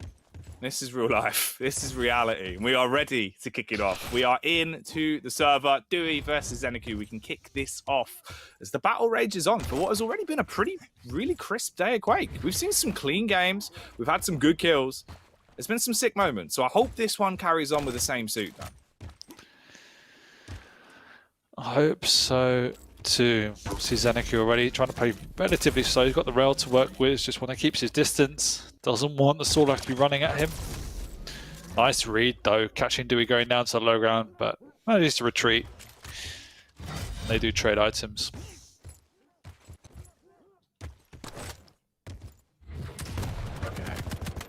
Ooh.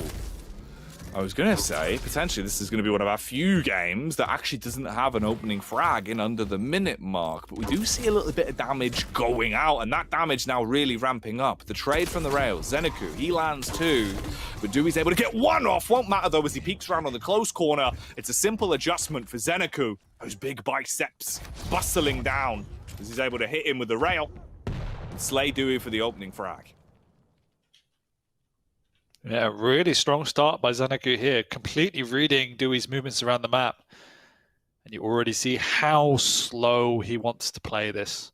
I mean, the item's not up for another 15 seconds, but he's been down here since the pickup. And he's just going to wait around, really.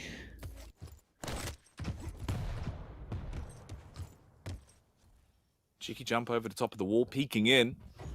Peering in through the window and seeing if anyone is going to be there. Dewey gets close contact. Does actually just skulk his way forward. He's effectively just tiptoeing around the corner, trying to play this so slow and get a bit of a sneak off. He could set himself up a trap here, Dan. I mean, yeah, they could. Both barely moving. He's going to move up the jump. Doesn't get any real damage on either side here, and Dewey does now retreat. The adjustment from Dewey, recognizing how slow Zeneku wants to play this and just respecting that. Ooh. There's the impact. Bit of damage done. As it will crash onto the side of him. Zeneku. Nothing much more established after he found that opening frag. Very slow style of play. Both of these heavy champions. Trying to just tiptoe through the tulips. Dewey not willing to move around the map all too quickly because he doesn't want to run into a stack Zeneku in a choke point, which is exactly where he is waiting. Just holds his ground in time. It's a very, very timid affair. Yeah. Completely different style of game from what we have had throughout today. But it goes to show exactly the point we were talking about in the pre-game, right? Like Dewey, he's a player that definitely likes to manipulate the pace of a game. He's like a boa constrictor. If he can force you out, make you feel uncomfortable, make you have to over-rotate so much, leave yourself susceptible, he will. Zeneku, though, he's been fighting fire with fire, playing that exact same play style against him, matching that slow style of Quake.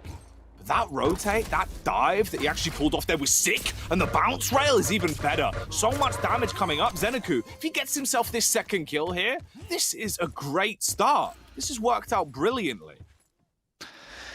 He's looking really composed, Zeneku. Completely reading Dewey all around the map, and Dewey's struggling at this moment.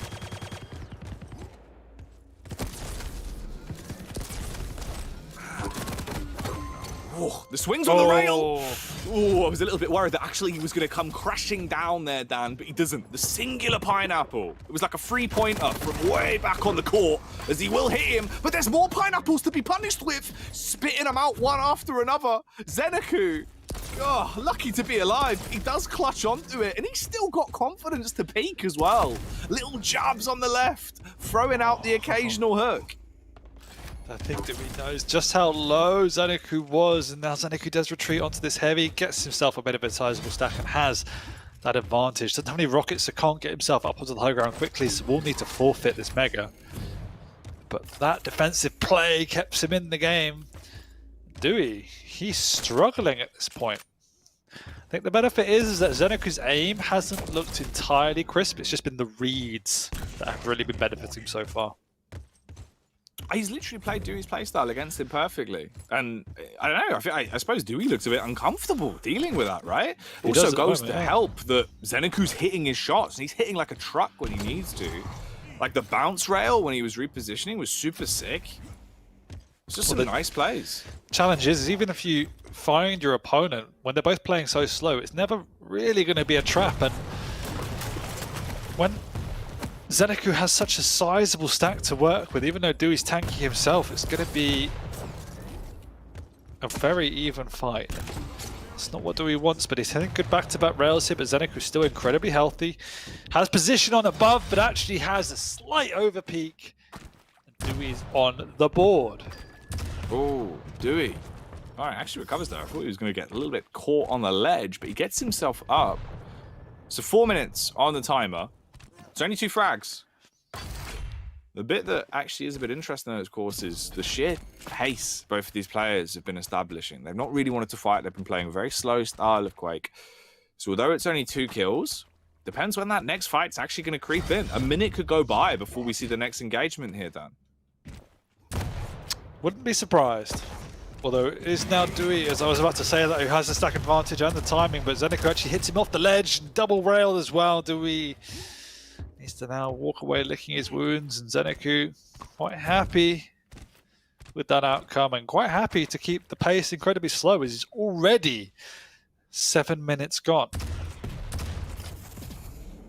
I think Dewey, he needs to be now more proactive. It does seem like you've got to flip that switch and go from defense to offense. Start hitting him with the tenacious plays. He was ready for the face over the top of the ledge, but Zeneku isn't going to go for that. Instead, creeps up. He heard him coming. He turns on him. Good spit, good damage, but it's not enough. Zeneku, yes, his HP is ticking away from the dot, but he can just buff that out with a Mega, and he's going to peak for even more. First round hits, the second will miss. The pineapples go out, but they're not going to do much to puncture Dewey. And this has to be so frustrating for Dewey because he doesn't really feel like he can do anything. Anytime he meets Zeneku, he's always coming off second best and he's not able to catch him in any traps. He's sneaking around here, but I think Zeneku's worked out what's going on. And he misses an open rail and has to push in with only 2.5 minutes to go, and it's not working out. I think storyline-wise as well, we think back to last season, right? Zeneku, it took him a while to actually get his groove on and get into the league standings, you know, get some wins on the board, Dan. So you're looking at this for what it is right now. 4 frags up, time ticking away at 8 minutes. With the style of Quake both of them have been playing, there's a chance here that he could get himself an opening map win immediately. But we won't get ahead of ourselves. With Dewey straight back in with that second kill. Maybe there's a chance. 3 minutes on the timer. Tries to chase him down. Green with envy at the minute, but let's see if he can paint the floor red with the blood of Zeneku. Unfortunately not. It'll be his own blood as he's left in a watery grave, dead by the heavy. Suicide. And you can see now he's trying to pick up the pace, but it's going to be too little too late. Doesn't even get a frag there as Zeneku manages to sneak away once again. Dewey on the chase here, using that speed. He does get it. It is a tall order to ask him to come back now with just over a minute to go. He's trying his damage. Pineapple! Ooh, it was so much damage. The sudden burst damage coming in though off the back of the rail, and Zeneku straight through him like a hole punch, leaving Dewey broken and bruised. Pineapples hitting him, rails doing more as well. Zeneku's running away with this one, Dan. 7-2. Ruins. It seems like it's going to be a Zeneku map victory to start off the season. Yeah, shows you why Kiel is so strong. You manage those choke points, you've not only got a huge stack to work with, you've got the additional burst damage from Pineapples, and against the Sorlag, they're pretty much always going to hit in a choke point. So this is exactly why Dewey was so careful, but you know, giving Zeneku the early lead, and it was well crafted by Zeneku, was all he needed to play the tempo he wanted to, which was just slow and steady. God damn. And this is literally what we were talking about, like the idea that Zeneku's playstyle has evolved so much over the longer and longer time that he's been inside of the Quake Pro League. We've seen him change from being a player that's like super aggressive, really good at playing that fast and furious style of Quake, to being a player that can play your style, match your tempo. And he's done that here. Dewey looked out of sorts. It took him far too long, I think, to actually get into a groove where he could fight back against it, Dan. Yeah, I mean, he respected him almost too much, and there was no real action to speak of for long portions of that game, and that's exactly what Zeneku wanted. Gave him time to regroup, gave him time to pick up the items he needed, and to set himself. He only ever really played the choke points until he felt confident to push out and catch Dewey off guard, and that's what he did exceptionally well from start to finish. Yeah. Overall, pretty sick way to start us off here on Ruins for Zeneku. I'm sure all of the Zeneku zealots, all of the fans that are out in the chat are going to be happy with this one, because that is a hell of a start for the season for him. Coming in swinging for the first map. It is only one map though. Of course, if he wants to take the series, he needs to win one out of the 2 remaining maps left. Otherwise, Dewey always has the chance to reverse sweep into this and just leave it down to a small bit of pocket change and a couple of points thrown to the side. Not an overall series win, which isn't going to be what he wants off the back of a start like this. But it was a very slow game. Really just quite methodical overall, nothing too crazy. Some nice rails from Zeneku though, I will admit. Yeah, no, he was looking good, and some of the reads he made were very smart. I don't think he got caught off guard once by Dewey. So full credit for Zeneku to keeping that level of concentration from start to finish. It is a difficult task to be able to do that effectively. Definitely would have liked to have seen Dewey try to mix up the tempo a little bit. You can see there that the challenge is, even though he's pushing in, he's in a choke point, hit by 2 pineapples in a rail, like instant death. So Zeneku made his life exceptionally hard. He really did. He really did. Awesome plays from the Australian. And now we set our focus onto map 2. Awoken coming back out. Both of the Awoken games were really quality tonight. And I think this one should actually keep to the same style of play. Completely different matchup when you look at it from a champion perspective. We're throwing away the heavies, we're putting them back in the toy box, and we are pulling out both Doom and Ranger. Double jump passive, Dan, trivializes the map. It makes it so much easier for you to rotate, so much easier to chase down kills and be able to pummel your opponent. With the Dire Orb, you get those quick initiates, you get those getaways, you get so much burst damage if you play it right. Yeah, and this is where I expect to see a much more different play style come out from Zeneku. He won't be able to slow the pace anywhere near as much. A, Awoken doesn't lend itself to that, and B, Ranger's not the type of champion you would pick to try and do that. So would love to see more proactivity. Equally with the Doom, you can control that mid ground so effectively. So that's what I expect Dewey to be able to do. No, yeah, I think so. I think Dewey could do it. We'll have to see. There's 2 maps left in this one. If it brings it back with a reverse sweep, there's points to be grabbed. Of course, for Zeneku, though, he's going to be licking his lips. Ideal start. You peel away. You play this style against him and you bested him. You're coming into Awoken now. This is where he has to show that, you know, he isn't a one-trick pony. We were saying that he is a bit of a jack of all trades. Is he going to be a master of none, though? That's the question, Dan, going into Awoken. But you got to think as well, when you're in Zeneku's shoes, he's been in relegation. He's felt that pressure every map, no matter if it's week 1 or week 10. Every single map means the world to him, because it will keep you further and further away from facing that Doom again. So, yeah, I expect to see 100% effort every single game. Yeah, it's got to be. It's got to be coming out. We're getting into it, though. Awoken is kicking off. Dewey versus Zeneku for the second time tonight. We're starting off on a POV of Dewey. Would a man representing Nemesis prove that he can be a bit of a Nemesis? Or will it be Zeneku to get his fists up and shut down Dewey 2 times in a row? Chasing through the teleporter as he actually dives behind him. So much damage sustained. Lethal plays from Zeneku as he sends him off to sleep with a shotgun.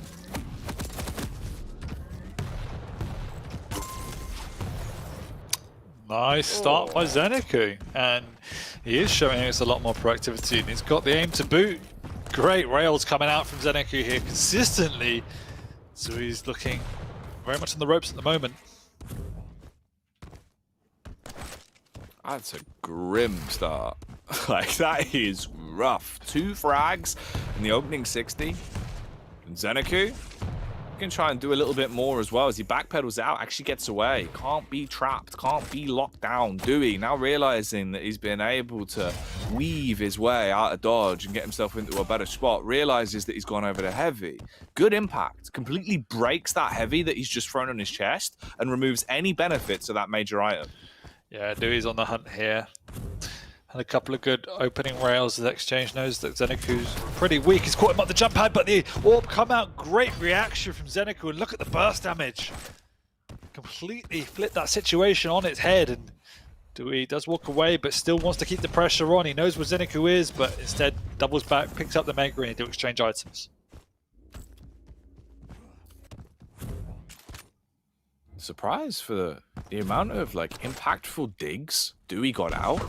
But Zeneku's kind of just walked it off and kept on going. He actually hits a nice rocket there as well. The little flick coming out. Dewey with a double jump tries to bypass him. Zeneku goes flying up into the air, up the bounce pad. He's going to be lagging in the air. He's going to be trapped up there. And it felt like Zeneku should have done so much to smite him. But instead, it's just impact. It's just a couple of holes put into him. Needs to grab the heavy. Will that sustain him? The quick switch to the shotgun. Weapon prioritization 101, Dan. Oh man. No! The punch comes out, but it's not enough. Oh, he's brought a fist to a shotgun fight. That's not good. No, it's not. Unless he's like Jimmy the Reach. I don't think he's going to be able to do enough damage there. Diving over the corner once again as well. Going to hit the rocket. And Zeneku tries to piece out to keep himself alive. He's up towards middle. And he's in a frightening position. Like, he's low. He's not in a great spot. His heart must be pounding. But Dewey can't really overcommit to this. He can't swoop on him.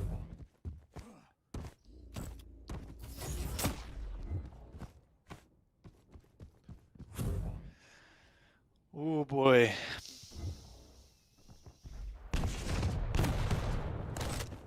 And this is something that Zeneku's added to his game very, very well. Is when he's on the defense, he makes it so incredibly hard for his opponent to actually get a single frag. Wenger-esque in that aspect.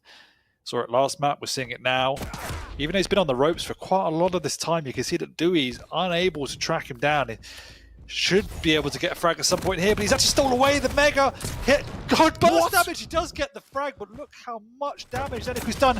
Also, the spawn of champions onto the heavy, and he's taken away the whole map pretty much by accident. Mate, you would be fuming. You'd be livid, Dan. I wouldn't have a mouse right now.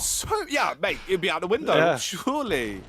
You'd need a Wiimote strap on a mouse to stop that bad boy from going flying, how angry you'd be. And I just don't understand how Zeneku was able to pull it off. The dire or burst damage, he's nearly actually just ground him into a pulp as well. Lucky to be alive, straight off the spawn, makes it awkward, choking him out. Dewey's doing damage though, and Zeneku, he will buckle, he falls.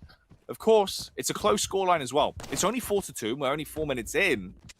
Zeneku was able to find 2 frags in the first 60. That's the crazy bit about this one. That's why we're still so early into the game and the scoreline's building.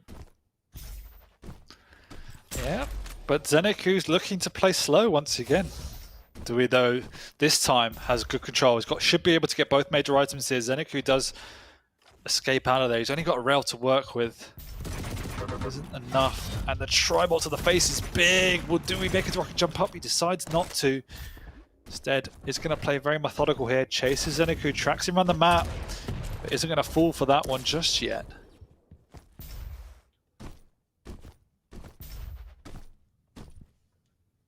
Coming up to 5 minutes, the halfway point. 5-minute warning. This marathon now starting to turn into a sprint. Dewey, though, with a stun. The little tag onto the back. Zeneku very low in stat compared to what Dewey has to work with. Dives around the corner. Rocket for the opening. No way. Panic fires out a couple, but the prioritization's not there, Dan. It seemed like that was going to be his kill. Once again, Zeneku, what a flick rail that was, making life so hard for Dewey. just can't get this frag. He's been working so much. Manages to get it now as he does read that movement, but items spawning at the same time, which means Zeneku will get the trade here.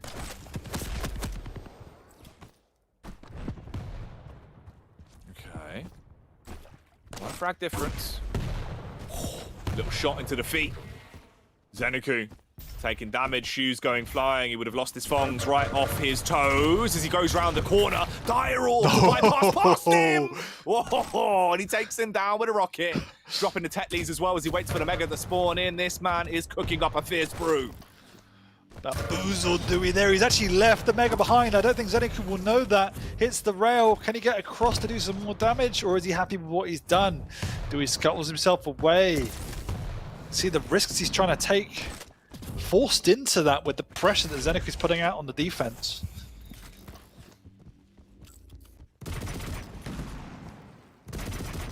Six minutes and 30 seconds have gone by. Zeneku, 2 kills ahead, 1 Dire Orb lurking in the man's back pocket, ready to be pulled out to initiate the getaway, to suddenly drop Dewey's health in a matter of seconds.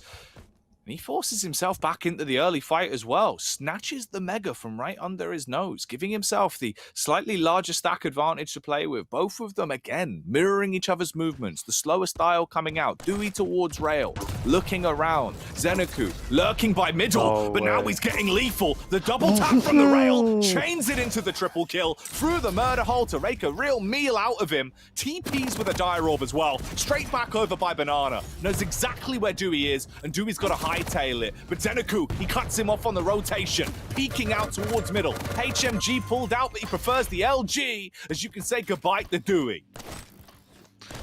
Timing, perfect map control from Zeneku, and 1 frag converted to 2, converted to full map control. Dewey coming in aggressively, but he eats a rocket to the face and that will stop him in his tracks. He's now out of position for this heavy as well. Doesn't get the frag even! What? Oh, he's Zeneku, that's who, as he's giving it right now. The man just doesn't want to stop pummeling him. He looks like a blender, Dan. He's leaving Dewey like some kind of smoothie. Oh, the Dire Orb reposition as well to actually get the rocket off. Again, impacting heavily onto the sustainability of Dewey. And now, here's what comes into the factor.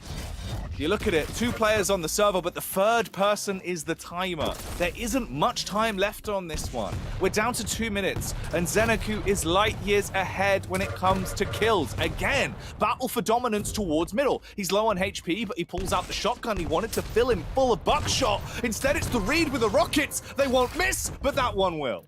Poor Dewey doesn't know which way is up, as Zeneku is breaking his ankles left, right, and center, and just getting the reads and the plays.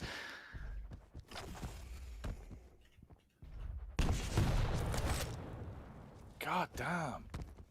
Zeneku's winning the series here tonight. You think? That's the top and bottom of it. That's the raw series. You look at it for what it is, Dan. This is a 2-0, right? Coming straight in. You think of how many weeks went by before he got his first full series win last season. This is happening week 1. Yep, and the points are so crucial. That's what we said. And he's making it count. Master Zeneku. Clearly going to show.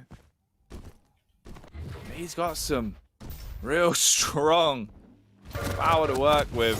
Dewey trying to get back in for the fight. At least we'll hit that one. The point blank rocket to detonate the man, but it's just not enough time. We've only got 30 seconds left. That's the caveat to it.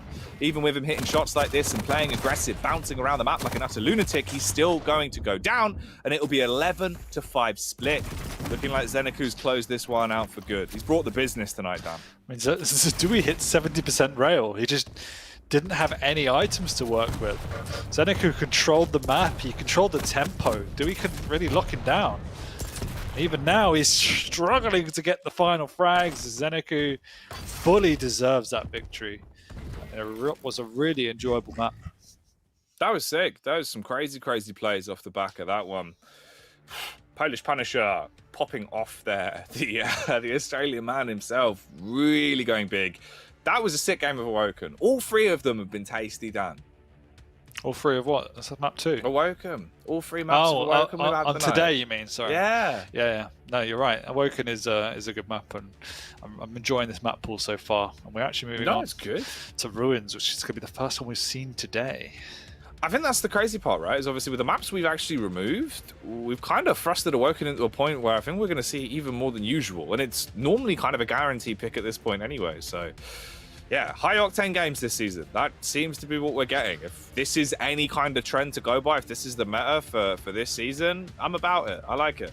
Yeah, and you can look at those stats there. Dewey doing a lot more damage, hitting a lot more shots across the board.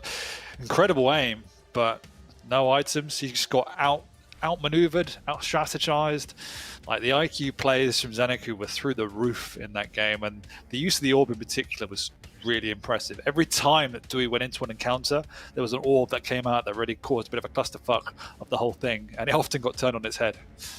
It did indeed. It did indeed, and it's scary stuff, man. But we've got to look at what's coming next. Molten Falls, the last map in the series. I said this is one that I thought Dewey would probably have the edge on, based off champion pick alone, Dan, because he can play that style, right? He can be a slippery boy. He can be quite conniving and avoid fights if he wants to, because the grapple's up so commonly, especially if you're able to farm up some of those hourglasses. You can keep yourself avoiding every single encounter you don't like the look of, and Dewey is good on Athena as well. But after seeing the plays from Zeneku tonight and the way he's matched his tempo, I don't know if it's as clean cut as that anymore. No, I don't think so either. I mean, you have to be favouring Zeneku with the way he's been playing, not just because of how crisp his playstyle is, but just the overall strategy and thoughts that's gone into every single moment of the match. I definitely have to lean with him, and I really do like Strong on this map. I think you can keep the tempo high, or you can play ultra defensive as well. So whatever it is, pressure's on Dewey here. Yeah, definitely. This is your chance to deny points. Stop Zeneku from getting a full 3-0 series win, which is a hell of a feat at any point against any opponent in the Quake Pro League. It does so much for you, especially when you think as well, right, that like he genuinely saw his Quake Pro League life, I think, flash before his eyes at the stage finals. Like, that wasn't an easy matchup. It wasn't clean at all. He had to grind for that one, Dan. And to have the complete turnaround, if you come back into the second season and you knock it out of the park with your first matchup, that's a big result. Yeah, exactly. Like, that would have definitely motivated him to no ends. You know, he was within seconds of essentially going out again to challenges that close. And we all know the story behind Zeneku and how much he puts in. So, as we said, he's going to be fully, even more committed than he was before. Absolutely, absolutely. Molten Falls, though, this is it. This is what it all comes down to. This is where the temperature has reached its highest heat. I think that's how a temperature gauge works, Dan. What I can tell you, though, is that the barometer's way down low because it's raining men, Dan. 2 men, Dewey and Zeneku, and they're ready to kick it off. This is going to be a hailstorm full of fists raining down on one another. Molten Falls, Zeneku. Can he get the series win? Will it be a full 3-0, or can Dewey deny the bonus points? That's the big question mark. You're a lovable simpleton, Jackie. Thank you very much. I try. Me simple, man. Me talk. Although we do see aggression from Dewey here, but he's using rockets. Not the cleanest lightning gun, and Zeneku does get out relatively healthy, speeding himself around. Wants to pick up that rail as well. So does Dewey, and they might even meet down here, but Zeneku slows down just in time.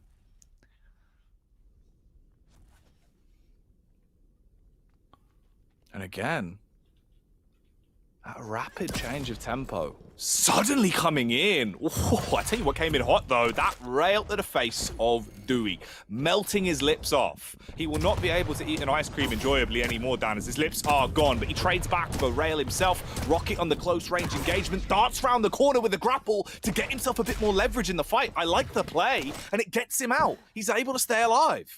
But at what cost? Look how weak he is, and now all the resources from the map has gone as well. Pika coming out just to scout, just to bully him off. Not even able to get a light at the moment. It's still not spawned, and Zeneku has full map control. Oh, big 90. Trade back, though, as the rail will actually impact onto the face of Dewey again. 17 stack. That's all he has in reserve. Sucks up those smaller items to get his sustainability on the go. But you compare that to the enormous stack that Zeneku has to play with. It's all about these impacts. He might get the drive-by rocket off, but the Ferrari peak from Zeneku is more than enough as he bonnets him.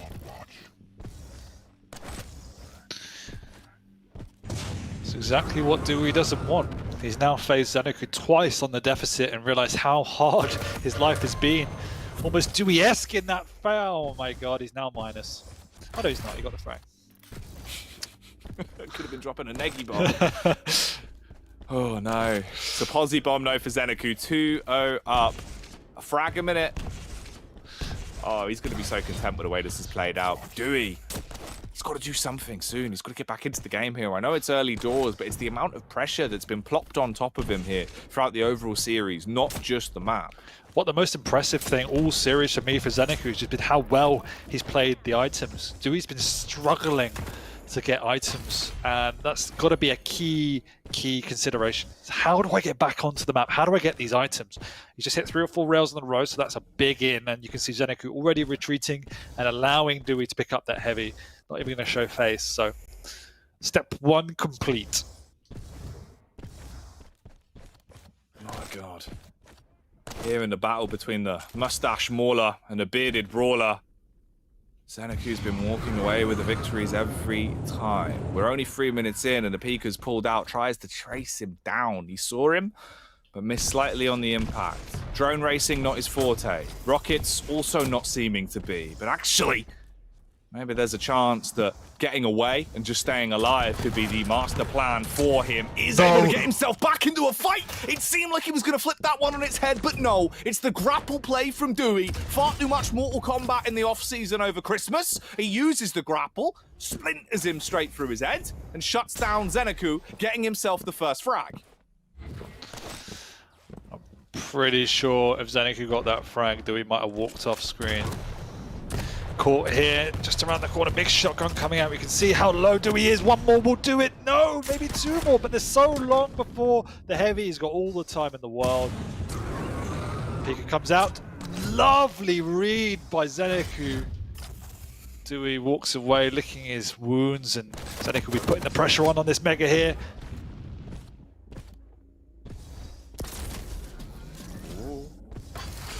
Teetering on a knife's edge as he takes the peak with that rail. Not hitting it, not shutting him down. 4 minutes on the clock. He's got a 2 frag advantage to play with. Pika in reserve. Beautiful flick. That one was really, really nice. Clean control there coming out. Allows him to use the Pika as well. That time it was even better. The slight dodges, the dips and dives to impact into the face and overpower him with a direct hit. The kamikaze killer. Clean connections as well as, again, the rail comes out and he's looking rambunctious, Dan. So clean from Xenoku. Decision making is just on point. The use of the Pikas every single time has worked, either for scouting or for damage. The item control's been exceptional. He's got a decent split between the two now. Dewey's down there, but again, he's very early. Xenoku is actually not even willing to commit, just delaying, getting the information, and he backs off.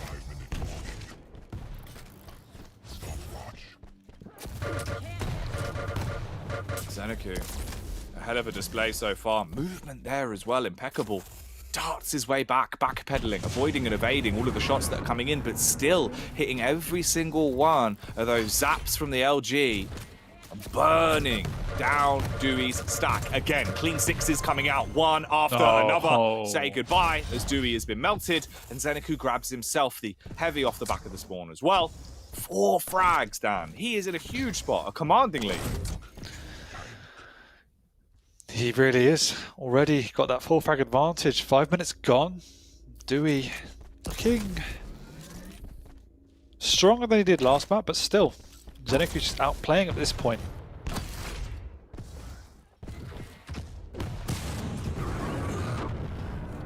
The Pika has worked so well for him as well. Oh, and the shotgun plays, surely. Oh, man. Getting another kill. Pulling out another frag. Just when you think maybe there's a chance for Dewey to put him in the dirt, send him off for a bit of a nap. No. Xenoku, not content, hates the idea of a bedtime. Danny wants to stay up late, and instead he flips the script and kills Dewey. He's just playing high probability plays. Really limiting any sort of risks that he'll make to take damage or lose out. And once again, his timing is on point. Dewey missing out on the items, and he might miss out on the Mega, but once again, Xenoku relatively weak, so doesn't even want to commit. Just pick up the lights and get out of there.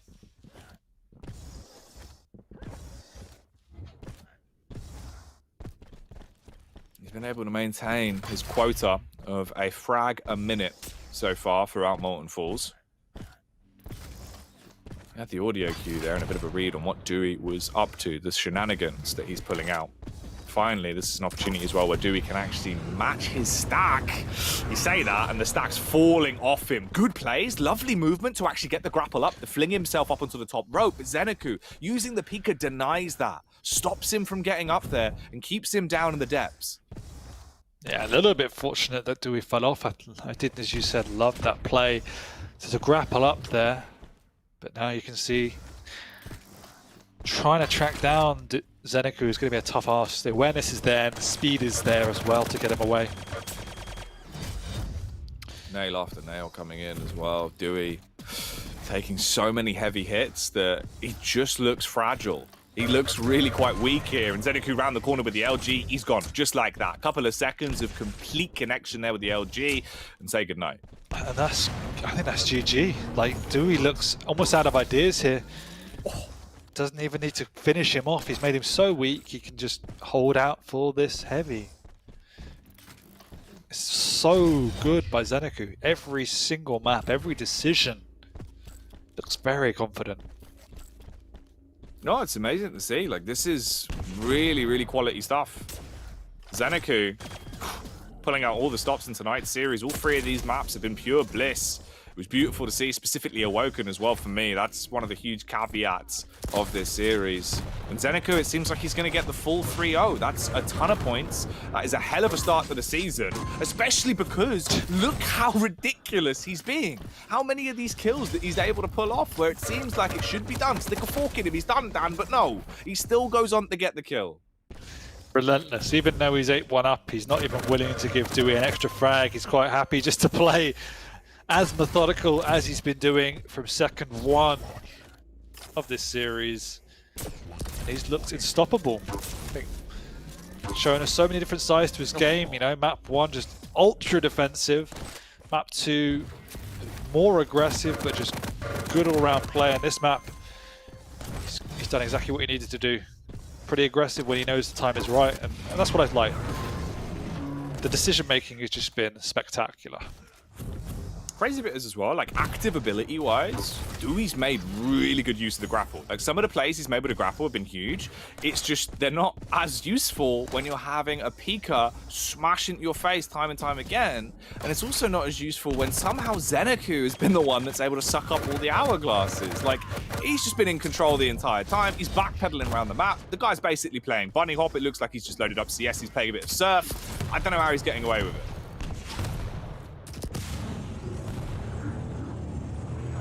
The Pika finale, straight onto himself. The good night spectacular. The GGs are dropped, and rightly so. A hell of a series there, Dan.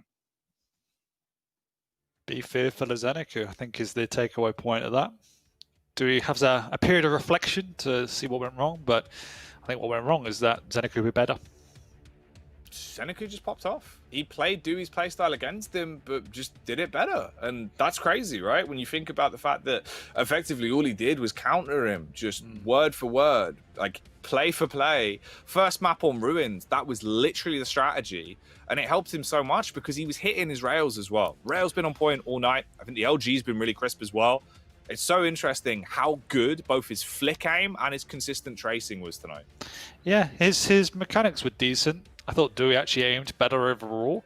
It's just he played the items much, much better, and he only took the high probability plays. He never put himself in a position where he was going to be vulnerable or take a risky play. And that was in part because he always had the lead and always had control, so he was never forced to do so. Dewey, as you said, played into that ever so slightly. So I mean, the kind of moral story there is he needed to go back to basics and try and get hold of the map a bit better. But he was just then caught off guard way too much by Zeneku.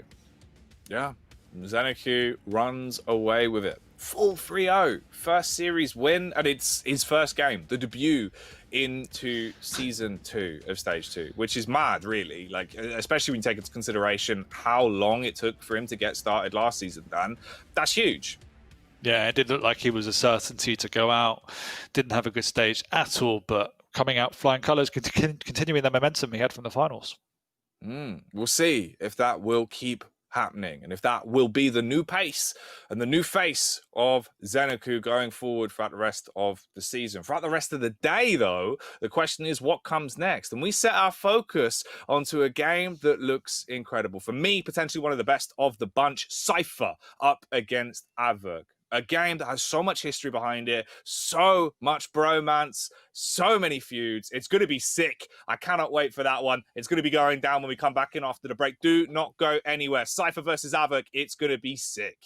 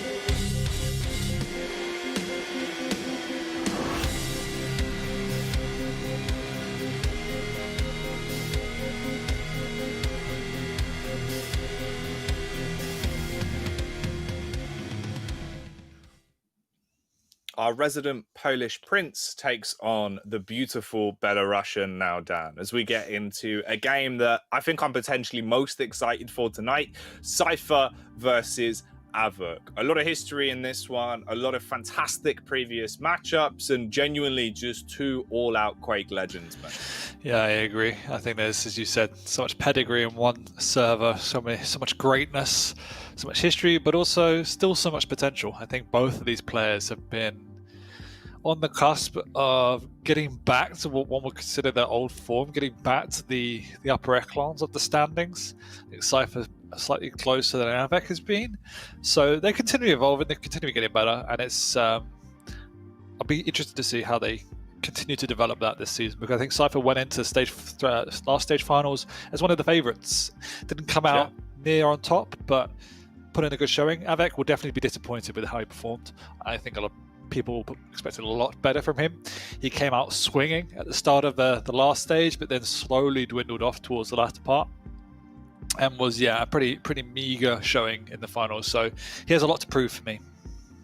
Absolutely. I think coming out here as well, right? If there ever was a matchup that would kind of get you in the right mindset and get you honed in and focused for this season, this would probably be it. Like, the amount of times these two players have gone head to head with a lot on the line, you now put yourself back into an environment where it's your opening Pro League matchup, it's your week one, and we have both of them clashing. Man, like, this is the sort of game that gives you a wake-up call straight away. You know what I mean? Like, this is a splash of water to get you ready for the day. Yeah, I agree.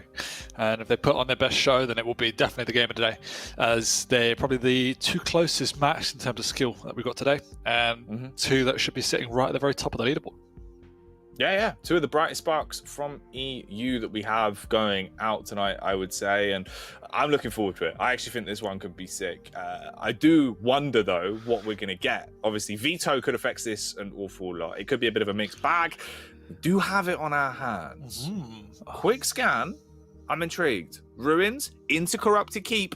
And finally Awoken. We're keeping the Awoken trend going. Champion-wise, what are we working with here, Dan? Ison, Avek's probably much favoured pick. Always seems to play it on Ruins. We saw it earlier today. We saw the turret coming out for Venga, and it was incredibly effective. So we know what that brings to the table. I'm loving the Ranger pick. Gives a lot of versatility for Cypher to work with, to play around that turret if he needs to, and just show us some of that lovely creative skill that he has at his disposal. Corrupted Keep, we've got another two medium picks here with the Strog against the Galena. Strog allows you to bring out a lot more aggression, whereas Galena obviously is more of a favoured pick for Cypher, but also incredibly good on Corrupted nonetheless. A bit more difficult to get up that overstack, but if he can do, we know how powerful that is. And then Awoken, light versus light. That's a pretty unusual matchup. We've got Nyx, which was kind of picked back in the early stages of the map, but faded ever so slightly against the Athena. So that's going to be a really, really interesting play. Yeah, some light on light action could be very exciting. I'm curious about that one. I don't know how I feel about it. I think that's one we're just going to have to wait and see. We'll start off with Ruins, though, as that is our debut map here. So, Eisen for Avok, Ranger for Cypher. Again, Cypher, a player that's very good with using the Dire Orb. I'd say to be a little bit more sneaky, Dan. Like, some of his repositions are really quality, but it's also the bait plays he goes for. Like, a master of manipulation with that Dire Orb for baiting people out. The amount of times I've seen him use it to just waste time and make you second guess, make you effectively have to flick between two different angles out of paranoia. Really, really quality stuff. So if that comes in and he's able to do what he normally does with it, could be a huge caveat. Yeah, I think maps 1 and 2 are relatively even on the pick. Map 3, I would lean towards the Athena. I think you have to play exceptional to make Nyx work, but you also have to play exceptional to make sure you maximize Athena's skill set. So I would definitely lean towards still slightly for the third map, but there's some really interesting picks. It's very off meta from what we've seen today. It is, and I suppose that's probably a good thing, really, considering the two players that we've got here. It means no matter what, this is going to be a bit of an unorthodox series. It'll be a little bit more explosive. Awoken should be a spectacle no matter what happens, right? You're going to have those quick chases that come out from the Athena, the quick getaways as well with the Ghost Walk, plus light on light. You can actually kind of get away with using that Ghost Walk for aggression as well, a little bit more than normal. Yeah, and but you won't have any many vials to work back on because Athena's constantly going to be resnacking on them. And that's why it's a little bit more difficult for Nyx going up against the Athena, but then you're on lights on lights. You're not as vulnerable as you would be going up against a medium or a heavy champion relatively, but you still have to be incredibly careful. So we're going to have to see a positional masterclass from Avec if he's going to take Awoken. The maps 1 and 2, pretty even. It comes down to a playstyle choice.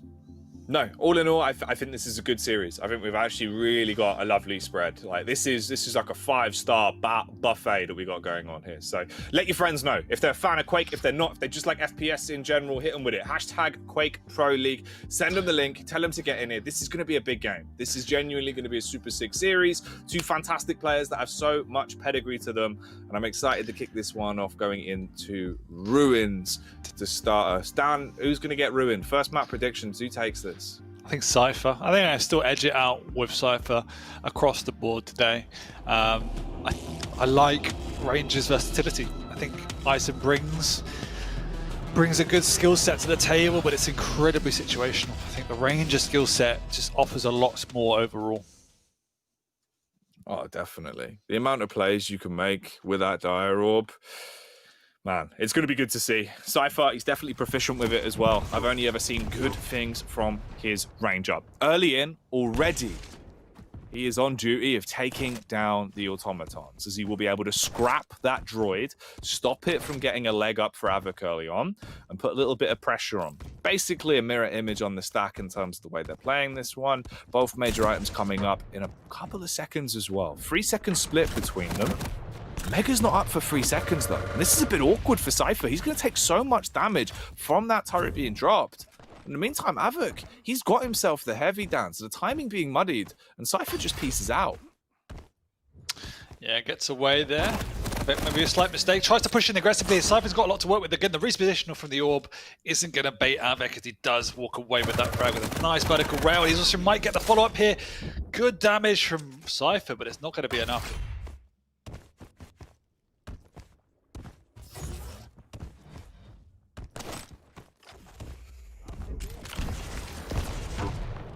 Oof.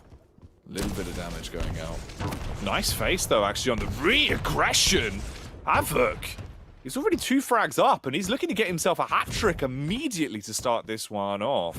Just pummeling his way through him, fist after fist pounding down. We're 1 minute and 30 seconds in.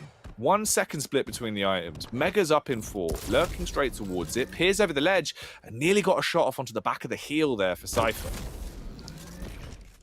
Rail's been on point for Avec so far, but Cypher's responding in kind at every single turn, so good all round. Cypher incredibly weak. Avec got the read, but the rail from Cypher makes Avec railable and has to back out, even though Cypher was incredibly low.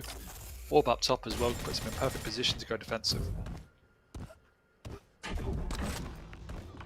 These boys have got the drip as well, Dan. When it comes to the weapon skins, they've got some pretty tasty looking loadouts, I'm not going to lie to you. The styles there, and that pizzazz is what's going to be one of the driving forces behind their plays. Again, that turret making it awkward for Cypher, giving away his positioning and inflicting a lot of damage onto him, allowing the true gangster to rock up towards him. The big Polish man is going to shut him down as he detonates him in mid-air. Again, slays Cypher. Cypher straight back in though with the LG, latching onto him and siphoning his life as he dips down towards Heavy.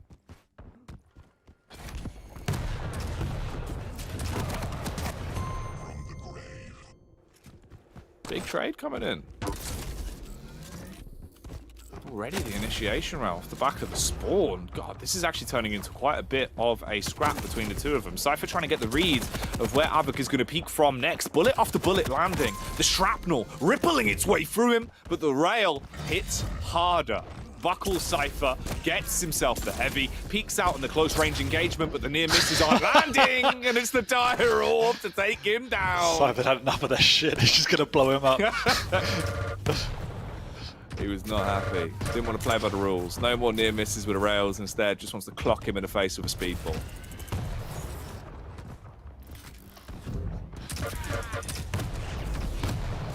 Oof, okay. Okay! The rail was pulled out, Cypher misses on the close peak, but Avec slays himself, skewers himself like a shish kebab. Got quite a scoreline already. Mounting up, the pace is unrelenting. Havoc wanted to keep it quick. You see him pushing in again. He's got the stack. Cypher's incredibly early for the Mega, and it's actually the turret that cleans him up as it's just sitting there in the doorway. What on earth is happening here already, by the way, Dan? Like, this Ruins map has already been so out of the ordinary in terms of the aggression. They're just fighting. It's a bit of a feud on this one. You can see that they're just bringing the punches out. They're not pulling any of them. Havoc, though, might need to pull himself into a bit of a safety net here, as it looked like he was dropping Quick. But instead, he gets the heavy. Quick rocket jump to get back up to get both of the major items as well. Cypher gets away, yes, but he also gets a free rail to the back of the head, dropping 90 HP. The close engagement from Havoc as he chases him. Can't quite get that tag off, but the turret's still putting the feelers out. Oh, the peak as well onto the stairway. Cypher lucky to even be breathing here. Wow. And he won't be anymore. And Cypher cannot find a way to stall Havoc. He cannot find a way to slow the tempo. To put it into context, that is the first heavy armor he's had all game. That's 5 minutes. 10 pickups, it's the first one he's had. Man, pretty wild as well when you look at it for what it is right now. Halfway through this matchup, and Havoc being the one that's just running away with the course of the game. Cypher so low, he's got to get out of there. Has to keep moving. But I think he's toyed with him. He's thrown him off. Yeah, he's used the orb. He's got 30 health. He's going to wait out for the heavy. He does get it, but he's got nothing to work with. Havoc will be able to track him down. You can smell blood on his prey. Cypher here just taking a lot of risk because he knows he can't afford to waste any more time. Even if he has to give up a frag, he's got nothing to work with. He just needs to do as much damage as he can if he's going to go down. He's actually doing it. Coming in. Yeah, he's doing a good job of at least punishing him. Oh, that miss as well could be a bit of a game changer, but the issue is the orb also gets stuck. He wanted to push in aggressively with a shotgun, but he actually miss-orbed.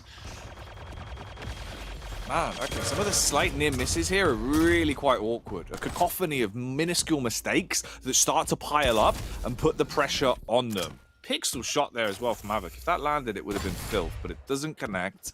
He's also doing a good job of keeping his stack in close nick, but that shot from the rail will burn its way through his armor and leave him just down to the fleshy bits. Finally, Cypher managed to get himself into a position to become competitive. Havoc's setting up early. Well, the heavy does take it, but eats the rail for his troubles as well. But he's actually might be able to just get a lick of damage here. Cypher reading the movement though. Nice double back from Havoc as well.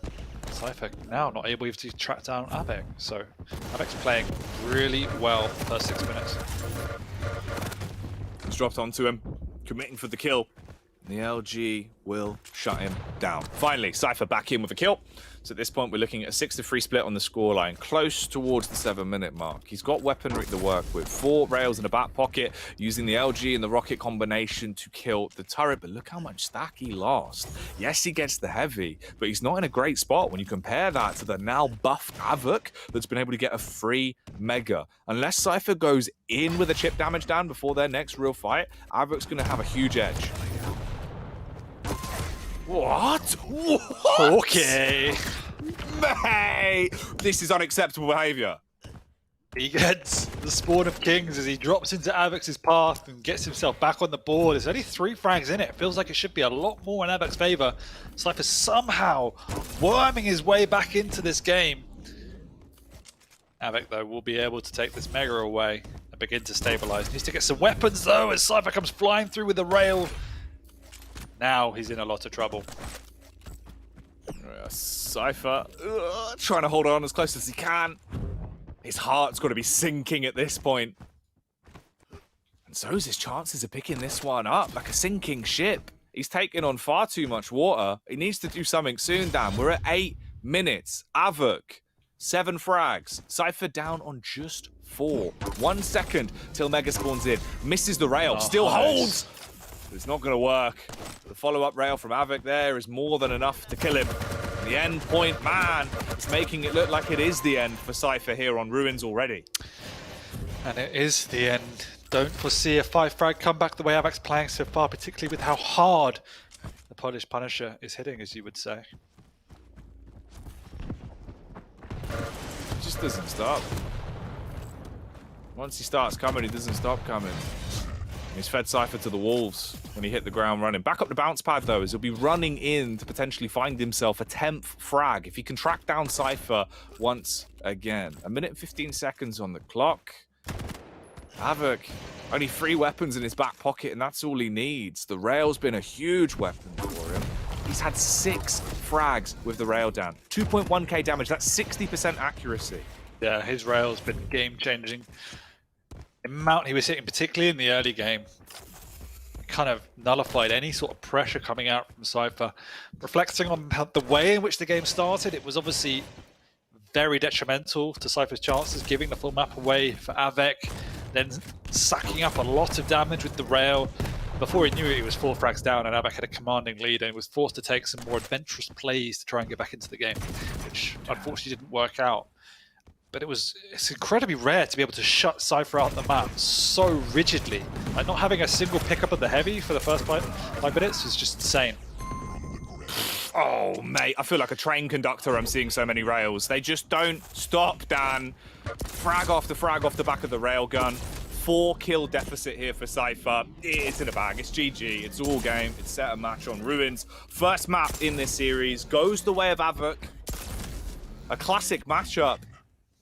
And an interesting result as Eisen bests the Ranger there. That's quite a tasty one. Yeah, classic matchup, but not classically played. Very chaotic for the first few minutes. Good lockdown by Avec. Nice aim coming out. This is how he started the last stage. Really strong. And if he can continue that momentum we did last time, that's when it becomes, you know, one of those challenges we put up there as a contender for the title. Oh, absolutely. I think all in all, there was some really crisp plays that came out. Like, if that's the way they're going to play it, if it is going to be a chaotic game of Quake, Havoc certainly took the reins and realized what he could get away with. Like, the chain kills that came back to back, some of the awkward encounters that went on. There was like 1 or 2 misplays as well, where it felt like Cypher kind of got himself into an unfortunate spot where there were major items that could have been his, and he just looked, I don't know, Dan, a little bit unconfident. Yeah, there was some uncharacteristic plays by Cypher, and it took him a while to begin to find his groove, and even towards the end there's some plays you would just not expect. A bit sloppy at times, but you know, we did say at the very start of the day that some players might have to take an extended break, and this is their kind of pre-season for the season, you know? Yeah. Getting back into the groove of things, and maybe that's something we're seeing from Cypher just now. A bit of rustiness that he needs to shake off, and map 1 definitely would have a bit of a wake-up call for him. It was a rough road for a lot of that map. Yeah, you've got a couple of minutes. Squirt some WD-40 on your chains, get yourself moving, and get back into the series. There's still 2 maps. Obviously, the one that was the big kind of perplexing game as well was the 3rd and final matchup, right? The double light over on Awoken. That's the one that, for me, I thought was going to be carnage and was going to be chaotic and be a lot more like what we actually got here with Ruins.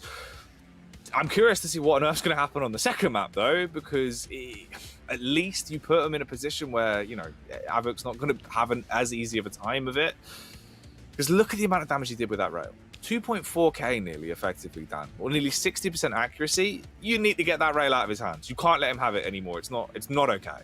He was sitting at 70 plus rail for the first 3 or 4 minutes when the frags really began to mount up again to slide away towards the latter part of the map, but he was hitting so hard. 6 frags with that weapon alone shows how instrumental it was to his victory. Cypher again, lower stats than one would expect coming out from him, just not an awful lot of damage, and full credit to Avec because he was playing ultra aggressive. Cypher couldn't deal with the tempo. No, he couldn't at all. Like, here's the only blessing, right? You go into Corrupted Keep now, so there is no rail. Like, at least in that front, you don't have to worry about the fact that if that's the weapon that Avic's popping off with, you can't match that. Normally, though, Cypher's like sick with the rail. It's always been a weapon that he's had a big boom with. He's confident with it. But at the minute, it didn't seem like it was hitting. It didn't seem like it was anywhere near as impactful. We have had times where we've spoke to him in interviews, right? And he said, like, sometimes it just doesn't work. And he focuses more on his rockets and his LG. If his rail's not on ball, like on the ball, at least on Corrupted Keep, this is where both of you are on a level playing field. There is no rail opportunity. So we can't use that as a leg up against you. Yeah, Corrupted Keep will push you much towards to big brain plays, playing strategy, playing positioning, being efficient in the mid-range damage. And that will give Cypher a bit more of a springboard to get back into the game, because as you say, it doesn't matter if you're not aiming as hot on a map like Corrupted Keep. You can work around that a lot easier than if you're just pure on a rail-based game. Well, here we go then. Corrupted Keep, second map in the series. After this, we get Awoken, which is both Athena and Nyx. At that point, nothing is set in stone, especially not with the way the first map has gone. It feels like this could go either way, but we're getting into it. Who owns the lease for this keep? Only time will tell. Cypher taking on Avok. Na'Vi versus Endpoint. The battle. The champions. With Avok being a map up, can he get himself the 2-0 in the series right here, right now? Cypher delaying quite a lot the heavy though. Avok will realise that. Not sure if he heard it, but he definitely would have realised what's going on. He's caught Cypher here. He's got no weapons. The big shotgun, but it's not enough. The big shotgun, but it ain't no fun when you're getting licked up by lightning. There's Avok hitting him quite hard and causing some havoc, especially with the Pika plays, as it will crash into the back of Cypher's spine. Peers over the top of the ledge as well. Bullets raining down on top of him. The totems drop to try and stop him on the close corner. It would have done a lot of damage if he went straight into it.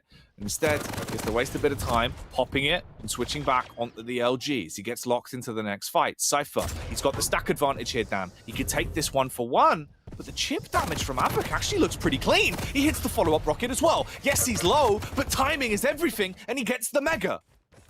Exceptional play by Avok. Even though he's out of position, he uses the speed of the Strog and the perfect timing to swoop in. Great rockets as well. Got Cypher rattled just a little bit there, but nevertheless, Cypher comes out very healthy, having picked up that heavy armor relatively uncontested. So Avok needs to reposition, perhaps just do some range damage over by this mega. Trying to check for the totems as he scuttles around the map as well. Coming straight in, hit by the lightning bit by bit. Pika as well, going to hit him very hard. Avok though, booped, knocked up in the air as the rocket gives him a bit more thrust. He responds with a rocket of his own that will land, misses out on that one, and he's down to 24 stack. Fully commits for the swing though, doesn't back off, doesn't play it safe. He goes in there, it doesn't work. No, praying that Cypher had the wrong weapon choice there, but Cypher switching to the lightning up at the right time, gets a nice little frag, very cleanly as well, just before the mega. Now has a perfect opportunity to take this map away as he's able to pick up the heavy as well. Just waiting to get some information onto Avok before he does so. Again, dropping the totem down. Clean use of the tri-bolt there from Cypher. Avok actually being kept in check a lot more here on Corrupted Keep so far. Darts back across, 2 ticks from the LG is all that he hits. Good use of the rocket jump. Lovely trigonometry as he lines that one up to get himself into position. Grabs the mega as well. We're close towards the 3-minute mark. But who's going to get the second kill? Nice impact. 65 damage done. Avok low. He will get the heavy. And he's actually chunking back against Cypher. How is he alive, Dan? Full rocket into a totem. Inadvertent but effective. And Avok needs to be wary here. Cypher's not the healthiest, but having picked up that light is more than healthy enough to contest for this mega. Pika instantly crashes as he knows he needs to get out of there. Still able to do some damage. Lovely movement by Cypher. He jumps onto a totem. He's low and he's gonna die. He's left brown bread. Ooh, and the rockets. They're connected into the head of Avok, peeking back over with the LG as well, dropping the totem. So if he comes out from behind the statue, he would have been trapped. Instead, he stays on the lower levels. The high ground helps out as Cypher will clutch it, gets the kill, pocket heal as well as he's able to walk over his totem. Mega's back up. He actually beats him out on the timing. He doesn't go for it, doesn't rotate round, instead deviates back and makes the play for his heavy, giving up that mega for Avok when it potentially could have been contested for. 3 totems down now. That's the 3 overstack coming out, but one of them gets eradicated.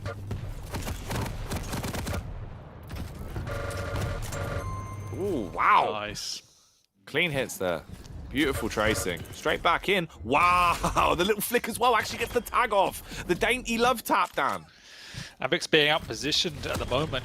Cypher's continually catching him off guard, and Havoc's finding it quite tough, but he's now managed to work himself into a position where he's taken both major items, so it's a huge opening for him. He needs to get himself rockets. He's got no weapons to work with, but the Pika is big.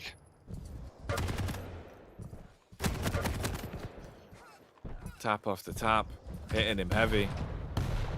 Good read from the rockets to force him back. We've got 3 seconds till Mega's up. He can lurk around it. He'll be able to grab that one. Stack now, starting to get stark contrastly different compared to what Cypher has to work with. We're almost at 5 minutes. No, Cypher fully commits! The shotty! Oh, get out. Havoc. Oh my god. He's done. He's just been absolutely slaughtered. Unacceptable behavior. It really is. It's quite disgusting. You can't be pulling out plays like that with a shotgun, Dan. It is not allowed.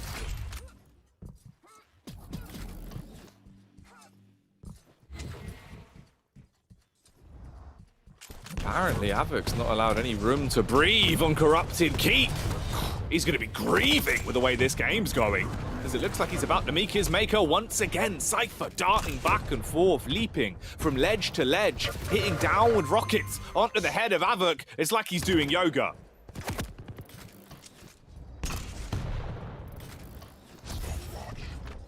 Cypher's just been more efficient with damage in between encounters. He's often going into these engagements on pretty much a full stack, whereas Havoc is significantly weak, and the defensive rockets in particular have been such a highlight for me, as Havoc, as he tries to push, is always eating these amazingly placed rockets. Oh, good Pika. Plucking it out of the sky, though. It's easy pickings for him. It's like a game of duck hunt. Ooh, Cypher retrieving that kill quite easily. Clearly not happy about what happened on the first map, was not content with the way Ruins has gone. He wants to take this series 1 map apiece and put it all on the line for the 3rd and final map. Awoken could be the decider if he keeps this pace.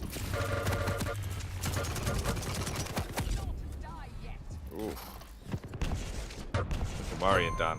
You can see his arsenal basically had nothing left. It was just the rockets. He had to hit them. He had no LG, no ammo for anything else, but he does. Of course, he'll be able to land those. He is a bit of a rocket man, and right now he's burning his fuse out, as it seems like time is up for Havoc. 11 frags on the board, dives back in, trying his luck once again, but they trade. They trade, but Cypher gets the better spawn, picks up the heavy. Havoc's moved over, but he doesn't realize it's gone, and now the full map has also gone. And so have the last slim chances that he would have to come back into this game. Oh, I was on the wrong POV. That's actually Havoc picking everything up. My bad. Nevertheless, the defensive rockets work either way. Yeah, I mean, at least they were able to do summit. Havoc nearly down by 10 frags here. Not really much time left. Clean aim, at least. Like, he locks onto him, basically coming in like a human aimbot, but the issue is his software is failing, and it seems like it's going to be a hard reset. No, stays alive, actually. Firewall holds up. Cypher's the one that crumbles away to dust. Does get himself a 4th kill. Pika play coming out to try and punish. Shot after shot landing. Beautiful work with the plasma. It's normally the kamikaze that does all the work, but instead, it's the bullets that ripple their way through Cypher. Havoc trying to go sicko mode, but he's no Travis Scott, as instead he's dead.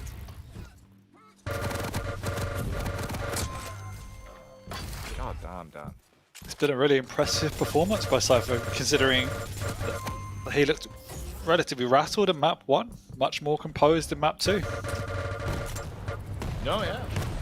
Entirely different style of play, really, with the way they played it. I think as well. He's Goomba stomped him. Goomba stomped him. he's done him, Dan. He's hit him with the Mario moves. Yeah, you take into consideration, right, though, like, Havoc, I'm going to go out on a whim and say as well, like, with Ruins, it was the rail. The rail was the game changer. Like, Cypher just could not alleviate the amount of stress that was put onto him from the rail. You go into Corrupted Keep, and Cypher just has, like, free reign to play it his way. It looks way better for him. Yeah, and as we said, this map kind of takes you back to basics, forces you to play much more positional, to play a more conceptual game, and definitely Gave Cypher that boost. He needed what a rocket that was, but Avec got a little bit too much. Always nice to see nice plays, even though the scoreline doesn't matter at this point. Command indeed. Sure, Avec will be now thinking about moving into the final map. Nyx on Awoken. Ooh. And he's been skewered on a totem. It's not ideal. Not for the first time. Hurt. No. Pretty used to it not by at now. all. Loose You would enough really for have it. to. Loose enough? Impaled by it. It's like a sponge, damn the amount of holes in him. Oh, I'll tell you what, I'm soaking up all the action with this series as we do go 1-1. Meaning, of course, as you said, we go into Awoken as a decider, not even just as an exciting prospect, but now actually as a full-on blown decider for who's going to take the series. This is the one that I think we were both a little bit perplexed about in terms of the champion picks, is it's not too common. It's not something that you see that often, right? Athena on Awoken, always interesting when you see it. Nyx on Awoken, always interesting when you see it. Both of them at the same time, in the same place, in this kitchen, Dan. I'm excited to see it. Yeah, you normally see these two picked against each other on something like a Blood Covenant, a much bigger map where you've got time to retreat, set up, play defensive, but when you're on a bit of Awoken, where it is more aggressive, a faster tempo, that's where it's a bit more unusual. But light versus light is always fun to watch. As I said in the intro, I would put my favouring towards the Athena, just the additional manoeuvrability you get from those grapples, got more uptime on them, have to be calculated with how you use that Ghost Walk.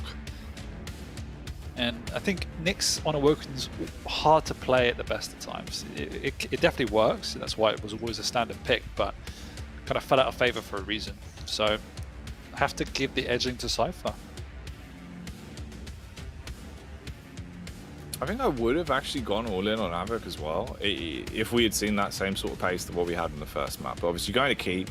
You kind of pull the rug out from under his feet because he didn't have the rail, but he wasn't able to adapt anywhere near as quick as what we saw from Cypher. Cypher as well looked way more like his usual self. He didn't look that confident on Ruins. Like, they played very aggressive, yes, but it wasn't the most confident Cypher we've seen. Like, he was making a couple of like weird moves where it felt like maybe if he did commit to a fight, he would have got it. Coming Corrupt to Keep, though, game changing. You could see that obviously like the pace had changed entirely. He looked completely refreshed and just played a lot more aggressive.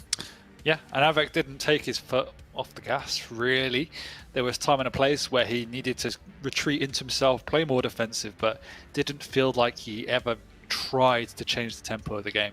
And that worked for Cypher, as he was in control for quite a lot of it. You can see the items firmly in his favor, hugely high damaging game throughout. And Cypher was continuously catching Avok off guard, played the mid-range game a lot better, set up better traps. So Avok wanted to fight, and Cypher wanted to fight, but he was doing a better job in between the fights to whittle Avok's stack. Yeah, that is true. A beautiful game of Quake from two very beautiful men, but finally, we get to the point we have been building up to. Awoken is the third and final map for this one. It looked very exciting on paper. I think once we get into it in the flesh as well, it should live up to that level of hype. You've got the Nyx pick for Avok. You've got Athena in play for Cypher. And of course, this does decide who actually gets the edge standings-wise coming off the back of the first week here for Season 2 of Stage 2 of the Quake Pro League. This is the debut for both of these players this time around. You had to prove it. You had to really give your A game. I think especially for Avok as well, right? Like, the unfortunate factor is the way he went out back at the stage finals, obviously. What was it? The head-to-head versus Xenoku, right? You play against literally the guy that you've basically been spending loads of time with and we're literally landing with for that final, right? Inside of your house. That's rough. That's a rough way to have to actually lose out and get knocked out of the bracket play. So obviously coming back in and just giving it as one to that first map, it was cool to see. Definitely a different style of tempo. It looked way more like his usual self. And Avok can be sick. I think that's why this series looks so exciting just as a standpoint. Both of these players, when they're on form, Dan, are just unbelievably sick at the game. So I just hope we get to see both of them full power now. We've seen 100% Cypher on Corrupted Keep. We saw 100% Avok back on Ruins. I want both of them giving it here on the third and final. Yeah, I think it's completely fair. And when Avok's on form, he might be my favourite player to watch. Always plays at high speed, can hit like a truck. And he's such a fun character anyway. And moving into Awoken, we will see obviously the return of the rail and how strong that was. Particularly on a Nyx, you're wanting to base your game heavily around that weaponry. So if Avok can click with the weapon like he did on map 1, Cypher's life will be difficult. However, Cypher seems to have found his groove a little bit more. And if he begins to retaliate, this is where it becomes different because they're both got light stacks, so it can be quite cagey on that aspect. Yeah, that's true. We might see a bit of a slower start. Potentially, we're going to see some aggression. I think at this point, I really don't know how this is going to go. I feel like it could just go either way. It's a matter of time, though. We're loading into the map. Awoken here for this one. This should be a big, big bust up. Two fantastic players. They've played a hell of a series so far, and we are loading into Awoken to decide who's going to take it. If this is going to be a win for Na'Vi or a win for Team Endpoint, Dan. A lot going into this, and it seems like we're ready to kick it off. We are indeed. Is it our first 1-on-1 of the day? No, I don't think it is, right? Didn't we get that in... No, actually, yeah, you're right. Every series has been a 3-0 to this point. We had Venga 3-0, we had the Hang 3-0, we had Zeneku 3-0, and now we finally got a 1-1. Yeah, no, you're absolutely right. So yeah, there we go. There you go. Back to the Here we go. Aggression coming out, but the retaliation to the rail once again. Very similar to map 1, and Avic's got the first frag. Avok straight in, giving it. Once again, he gets both major items off the spawn. That shouldn't be happening. It shouldn't, but it has. And that's the scary prospect about it. That would have been very scary, though. If he actually got that love tap off onto the back side of Cypher as he darted towards the Mega, it could have been deadly. Again, though, bullying him for both of the major items. Heavy, straight into Mega. Cypher, yes, he does some damage, but it's still not enough when you look at the overall stack for the way this has been played so far. Avok's coming in and ruling with an iron fist in minutes here now. Yep, we could already see that Cypher's retreated to a defensive position up high.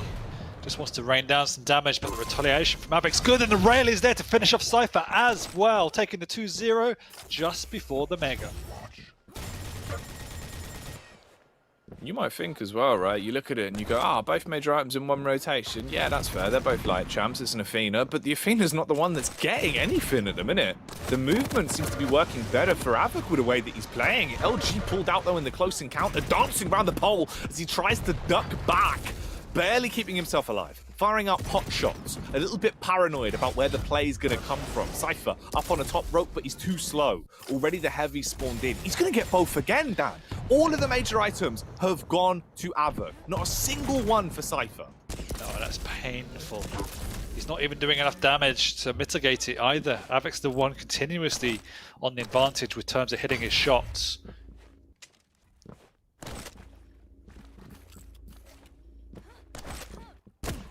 Boy, oh boy. Both of them mirroring the damage. But Avok, again, gets the added benefit of being able to snatch onto that item. Surely he's not going to keep this up. Cypher is so far out of control. He's still in the lobby, Dan. Avok at this point has had 5 heavies and 5 megas. Every item has his name on it. Cypher, though, is racking up a couple of rails back to back, so you can see the stacks are beginning to equalize, but because Avik did hit a rail of his own, he's doing meeting the engagement here. Good read by Cypher to go in, but a full rocket to the face of the Athena. That one stings. Drops down, but the Ghost Walk is there. Can he get onto the Mega? Cypher retreats. He doesn't even show face. And that's 6 for 6. Cypher still unable to pick up a single major item. Avok's even been stealing a couple of the lights here and there. He's had 3 of them. He's being such a nuisance maker of making this uncomfortable for Cypher to ever have an opportunity to get into a fight, especially being on light champions as well. This is just a sleeper hold of a game. Oh, he's just strangling him. And he's going to smite him with a railgun. Say goodnight to Cypher as he has been slain. Avok, 3 kills into the game. 1 a minute so far, Dan. And still maintaining perfect control of the items, reading Cypher consistently. To Cypher's credit, he is keeping the score. How did he die? I killed himself. He's keeping the score, I was about to say, manageable. But that's a painful death. He needs to just commit himself for a major item. It does feel like this is the one he can get. And it finally gets his first item of the game, 4 minutes into the game. Thing is, though, you look at his stack, you wouldn't even realize it from glimpsing at him, right? Like, he's taking so much damage. Again, there towards middle as well. The play coming out as he takes a heavy hit. Avok realizing from the click that he's low on ammo. No tri-bolt to work with, so he couldn't get a sudden bit of burst damage off. Tries it again, actually, Dan. That's 2 times it's been pulled out. Surely this time he'll take the mental note of it. So that could have got a little bit sticky. If that was a close engagement, could have made it awkward, but at least for now, it's not going to matter too much. Cypher again reveals himself as he charges his way back around. LG is on display for Avok, but the rails will be traded. Not connecting, though. Actually getting a bit more momentum in. Finally, he's had one of each major item for the first time in the game. 2 major items in 4.5 minutes. Feels bad, man. Oof. Okay, Avok's actually starting to get a bit bruised. He's not looking great. It's like when you get a banana that goes a bit old and it's got all the bruise marks on it. Cypher is hitting him over and over again, trying to go for the peek back out and actually capitalize to get a kill here. Put himself back on to 0 kills. He needs to. As right now, he's down by a -1 deficit. Negative KD to work with as Avok. He's getting low, but he's still standing tall. And of course, he always had the get out of jail free card, the ghost walk, to dart his way out. But all it does is burn a couple seconds off the clock. He still eventually dies, and Cypher will put himself back on 0 kills. He is on the board. He's gone straight to the lightning gun, but he's got enough of a stack to bully his way through. So Avok's coming in for more. The big rocket chips away. The mega spawns in time. Wants to win himself this heavy.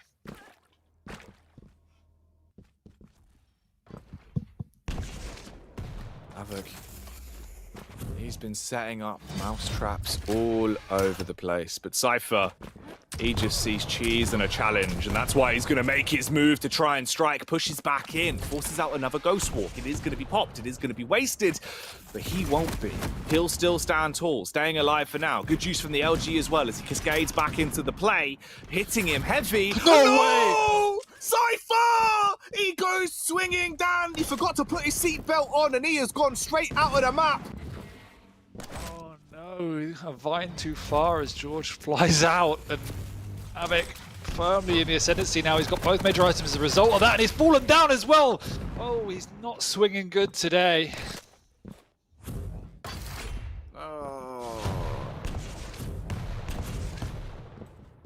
If that was a Spider-Man impression, Dan, he's been squished by a gigantic roll of newspaper, but that newspaper has a name, and it's Avok. 3 kills on the board. 6 minutes and 45 seconds have passed. Cypher, this play's coming out, at least forcing out the ghost walk once again, but that's been the name of the game. Every time it seems like he could finally get a kill, he forces out the ghost walk and Avok gets away, but this time, all he gets is slain.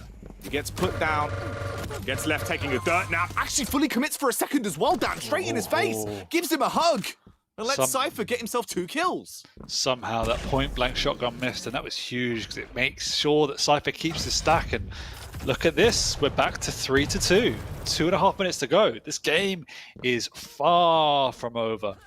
Cypher has clawed his way back from the depths. Might rethink when he should be using that hook. Aggressive ghost walk comes out. Cypher has no idea what's going on.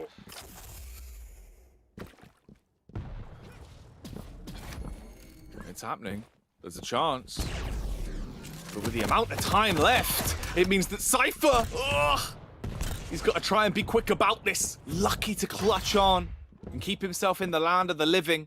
7 seconds till Mega's up. Good read on the placement. Hits the shot on Avok. 1 HP. A singular hit point is all he has. Literally limping round corners, and the tickle from the LG will tackle him. 4-2 once again. The scoreline stays edged slightly further ahead for Avok. Nice. Avok's hit clutch shots so consistently throughout, and every one of those rails is so incredibly crippling for a light champion like Athena. It just sets Cypher back so far, and there's just not that many resources to work with. Nice back-to-back rails, but look how healthy Avok is. Cypher has to stick around. He's running out of time here. He knows how much damage he's done, but he himself is railable. This is why he's being so cautious. I mean, Ghost Walk getaway. Straight into a heavy. Yeah. 60 seconds done. Warning. 30 seconds per frag. That's basically what Cypher has been divvied up. If he doesn't hit his shots, if he doesn't pop off soon, it's going to be over and the dream will be done. It will be a 2-1 victory for Avok, and it's not looking good for the chances of Cypher.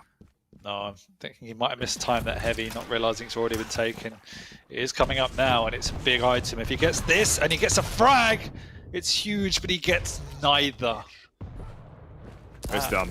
Will be done for Avok. It's done. Game, set, and match. A 2-1 victory here for Avok there. No chance for the comeback for Cypher. Just doesn't have the time available to him, and it is going to be set. The Belarusian bruiser left broken and bruised by the Polish Prince, who at this point is reigning in the series, Dan. He will get the overall victory, make the majority of money, and take the majority of the points. Yeah, I mean, memeing aside for Cypher, he managed to keep that so close despite being on the back foot almost the entire map, Two suicides as well. Plus having no items for 5 minutes, literally no items. So you got to credit him for that. But Avok kept that split up. He kept his timing to perfection. He didn't overcommit. Any one of those times, if Avok had overcommitted on a light champion, suddenly the map flips on his head. But he made sure he played safe and steady, just kept the item rotation up and kept the pressure on Cypher. So it wasn't a high-scoring game, it was just a clinical game. Yeah, well, I mean, you as you said, right, you have to factor in on the fact that Cypher's first mega was at what, just before the 4-minute mark? First time he gets a heavy was at 4 minutes and 40 seconds. Like, it's rough. At that point, Avok had nearly pushed himself to double digits. It's wild how much control he had, and he wasn't on the Athena. Like, the roles were completely reversed in terms of the way I would have thought the control game would have gone, honestly. Yeah, it comes down to the start, in all honesty. The fact that Cypher missed out on both major items at the start, again, was criminal. He then gave up a frag, and Avok was incredibly healthy, so I don't know. I think he got tickled by the tri-bolt on his bum, and that threw him the momentum off the map. Unfortunate, because it's a pretty pivotal time in the game when he got thrown off the map there. Yeah, I'm guessing that's the POV there as well. That must be the actual full reaction. You can see the frustration from Cypher, and you would be rightly so, right? Like, it's one of those plays where it seemed like he was starting to get back into the groove. It felt like this is where potentially that gap's going to be closed, and then he's gone. He's just deep. He's sleeping with the fishes. He was gone like Stuart Little. Yeah, it was a rough game for Cypher. So again, credit for him to staying in and keeping it at 5-3, but credit for Avok for keeping his composure and his concentration from start to finish. No, absolutely. Overall, again though, for what it was, hell of a series. It's always really, really cool when we actually get to see Cypher and Avok go head to head. Like, the pedigree, the history, the amount of times that we've had this matchup be a grand final, right? Like, throughout Quake's legacy, it's really, really cool. A lot of prestige to this. But tonight, it was more of an unorthodox affair. Ruins was very aggressive. Awoken had a couple of mistakes thrown into the mix. Corrupted Keep was sick, just through and through. A good series, Dan, but one that nonetheless has come to a conclusion. But there is still more. We still have a lot more to go tonight. And the fun fact is, we're not even into the featured fights yet. We're not even pushing ourselves into the point where we get to start speculating about Razy Garpy, Rafa Saigib, because you know what's next, Dan? Nosfa versus Chain. Chain, the Canadian All-Star that has really been building himself a legacy in the North American scene. And Nosfa, for me, one of my favorite North American players to watch. He can be outrageous when he's fueled up with confidence. I think this is going to be actually really fun to watch, and we'll be getting into it when we come back after the break.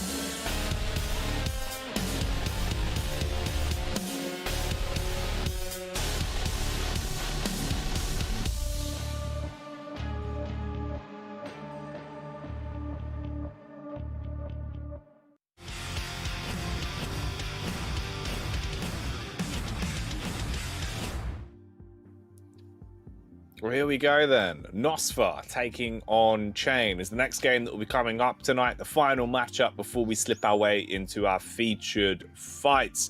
Dan, this should be quite an exciting one. Chain certainly been kicking up a fuss. I think he's been going to prove, right, that he's grown exponentially. A meteoric rise over the course of every stage of the QPL. He's pushed himself to new heights every time he gets an opportunity to. Yeah, definitely. He just keeps on getting better. I think he found his level now, and so it's interesting to see how he now develops. I think he's realised and accepts, and is the first person to point out there's still so much he can build upon. And I want to see him do it, and I want to see him do it this stage because he's definitely got so much potential and has such a distinct and unique playstyle. So if he can take that to another level and become even more aggressive for me, I think that's the next step for him. Then that's when he becomes even more scary. Yeah, definitely. I think it would be super sick to see how he goes, especially when you think about the fact that over the course of this season, right, it's a little bit longer. We're going to get quite a few weeks to watch him grow this season. With the performance he had in the bracket play, I think there's a lot that he could be displaying to us. We do have to talk about, of course, his opponent as well, though. Nosfer, someone that at times can take maps off the best. He's quite an aggressive player in terms of his play style, was always really explosive to watch. You get him on a map like Awoken, you just wind him up and you let him go. And it's fun to see some of the plays that he can pull out. In terms of these two going head-to-head, what are we thinking? I think you have to favour Chain. He's the guy with the more pedigree now. He's shown more consistent results over the course of the past 2 or 3 stages at the very least. And he's the one that's been impressing. I think Nosfer, as you said, has it in him when he finds his day and has his groove to really take maps away. And there's nothing to say he wouldn't be able to take at least one map away. But I think that's where I would leave it for now. I think this will probably end up a 3-0 for Chain, but I would not be surprised if Nosfer did take a map off him. We'll see if maybe there's anything in the veto that could potentially swing you slightly. We'll have a look and we'll get into it and see what that is saying about the situation. All right. Actually, again, Ruins being the one consistent we've had all day. We've had it in every single series, and Ruins is going to continue to be that, being the opening map for this one. We then get Veil once again, and finally Corrupted Keep that. Mm-hmm. Yeah, my first thought when I saw Veil coming back into the pool was Chain's going to love this, because I remember him back in last season consistently picking Veil, and it was his effectively home territory, and he loves a keel. Again, North Americans bringing out the keel, and we'll be interested to see how this matchup differs to the one we saw earlier in the day, because we saw this exact matchup, Ranger versus Keel, and it was Dahang picking out the Ranger, coming out on top. So keen to see how Chain plays the Keel differently. Ruins, Strog versus Galena, we've seen that a few times today, not on Ruins per se, but we have seen that matchup, so we know how it plays out. Strog, Ruins is a very good map for Strog, but you can then use that Galena incredibly defensively, particularly down in the heavy, and really isolate that particular item and build your stack from there. Also a good map to use the totems and get that overstack up, so I expect Chain to be able to do that. And then we end up on Corrupted Keep, a very, very meta matchup there with the BJ versus the Doom, both very strong in their own right. Oh, absolutely. I think that's the dream. For me, I think that's the gem at the end. I think that's the big shining matchup that we get at the end of the series. Corrupted Keep, both of those players on champions that I think they are quite flamboyant with. I think that's going to be really fun. We talk about kicking it off though, right? You get Strog and Pika coming out for Nosfer as well. Another champion that he is proficient with. He gets some good Pika plays at times, but it's more so the fact that the way he plays Strog just allows him to be a bit more aggressive with his rail. And any opportunity for Nosfer to get aggressive, that for me is, that's the dream. That's what you want to see him in a position where he can play with speed, he can play with tempo. He's such a good player at being able to set the pace of the game when he can come out swinging. You put him on Strog and Pika, he can crouch slide into your face and just kick off that. Yeah, and I agree with that. If he can find his tempo and raise the pace of the game and begins to hit his rail, that's when it becomes really scary. Yeah. But Chain is the master of being able to prevent that, to withhold the map and keep it manageable. He plays so well positionally. He's the one often taking the initiative with the rail and then picks and chooses when to capitalize upon that. So I think Nosfer, because of that, is going to find it incredibly hard. We'll see how it goes. It looks like we're starting to load our way into it. First map being Ruins here. We've had it in every single series tonight, and it's been sick. We've had some great games of Ruins. Again, this could be one of them. Nosfa taking on Chain. It's a best of 3. To start it off, we get Strog and Pika going head-to-head versus Galena. The good luck, have funs are dropped, and we start to make our move. Starting off on the POV of the Brazilian man himself, as the Strog and Pika is out on parade. Shotgun from a substantial distance, doing 4 damage. Not optimal. Any little helps, Dan? This is true. Take it. You never know. You never know when you might need that 4 damage to close out a kill. So hugely delayed the Mega as well. So Chain has a massive upper hand, exchanging the rail early. Now he's in position for the heavy. Not the start you want if you're a Brazilian fan. Oh, a very yellow railgun. There's Nosfa. He's floating a little bit like a bumblebee. He's certainly stinging like one as well, as he will be able to hit him quite hard. Doesn't matter too much though. Chain with the antiseptic wipes, buffing out the damage and getting himself straight back into the game with a Mega immediately. Both of them pulling out the LG at the same time. Ooh, their HP bars were in tandem in the way they were falling down. Yeah, not bad. 78% lightning gun from Nosfa, but again, the stack advantage was not there. The 4 damage from earlier not doing enough. And now Chain is in prime position. Big old split between the 2 major items. This is troublesome for Nosfa. He needs to break this stranglehold that Chain already has on Ruins.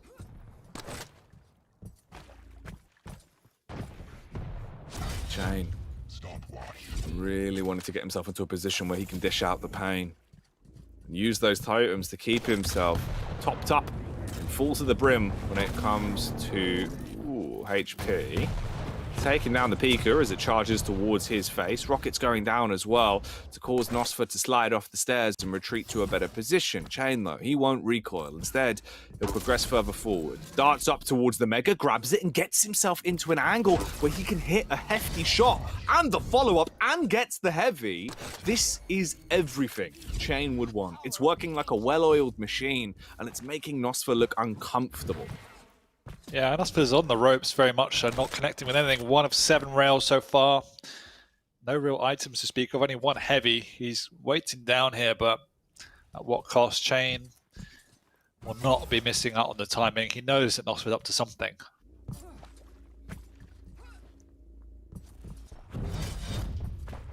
The shenanigans from Chain. Again, getting himself the heavy. Ooh. Timing on that as well. That could have been a rocket straight to the side of the edge, but luckily it doesn't actually connect, and he's able to rocket jump himself up to peek, seeing if Nosfa was lurking around towards the Mega Spawn, which for now he's not. He's down in the depths, but he's certainly starting to come out from the dumps as he hits Chain with a rail and equalizes their overall stack, putting them in close proximity for now. Very slow game, but this is the way Chain generally plays. Nosfa quite happy for it to be slow because he's got nothing to work with, so he doesn't want to be contesting, just wants to hit some rails.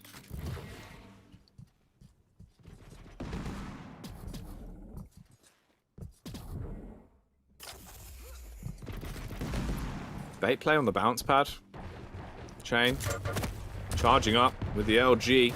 A couple of tags, little love taps before he fully commits to using the weapon once again. Rocket barrage coming in. There's the rail, leaves him so low. Nosfa trades back with one of his own and nearly slays him, almost lopping his head off. But Chain holds on, barely, but enough to get the kill and put himself 2-0 and heal himself back up as well. Taking another side swipe though as the Pika crashes into him. Chain actually being able to take it down at the last possible second with 46 stack left.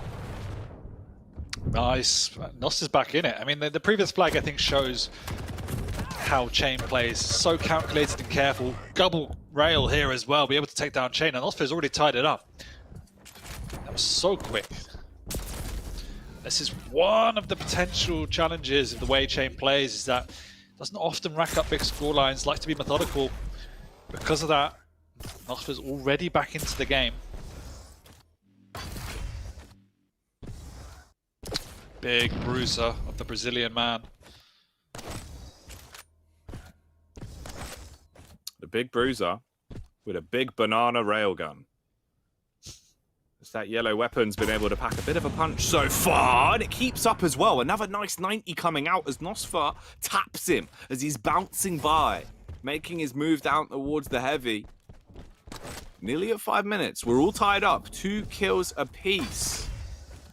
The map finish on Nosfer's weapon, as he wants to leave him with some red decals, some blood painted on top if he can find an opportunity to hit Chain in the face. Catches him on the drop down, clean connection, goes in on turret hunting duty as well, takes down both of the totems on close proximity towards the stairwell. This means that he'll win out for the heavy. Finally an opportunity where his stack is starting to build. Chain peering over the ledge. He was lucky to not get uppercutted under the chin. Yeah, and this game is very much in the balance now as Nosfer's clawing his way back into it. Got a decent stack, they're trading items. And his rail's beginning to connect as well.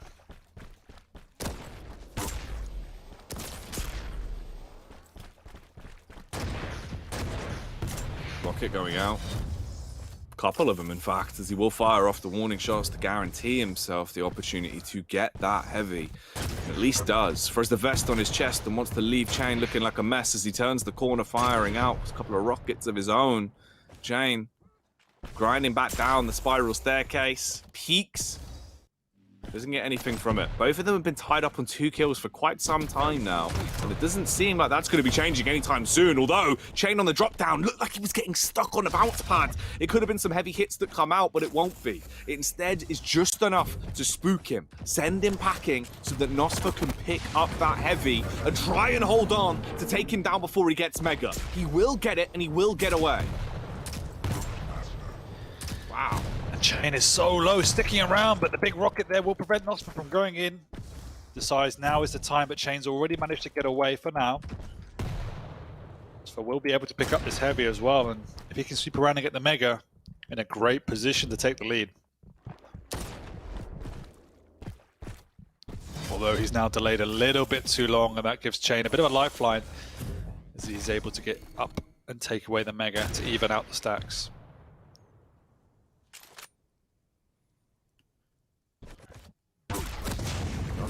Oh, the rail peak on top of the ledge. Clean play. Nice use of the peeker as well. As he charges round the corner trying to take down the totem, didn't realise that right behind him, that's where Chain was. If he had eyes in the back of his head, he would have been completely starstruck. Look how low he is, Dan. And he will get it. Grasps on. As he'll somehow get the kill. Finally, a frag is established. Finally. We see the scoreline go 3-2 in favour of Nosfer, the big Brazilian packing a punch, but being imploded by the rockets beating down on top of him. That was so risky, but so smart from Chain to drop down before he gets to Mega. Surprise attack from above. Nosfer did expect it the last second, but it wasn't enough, and Chain ties it up. Good job, but Nosfer here found his opponent. Doesn't get the totem help, and he will be going down.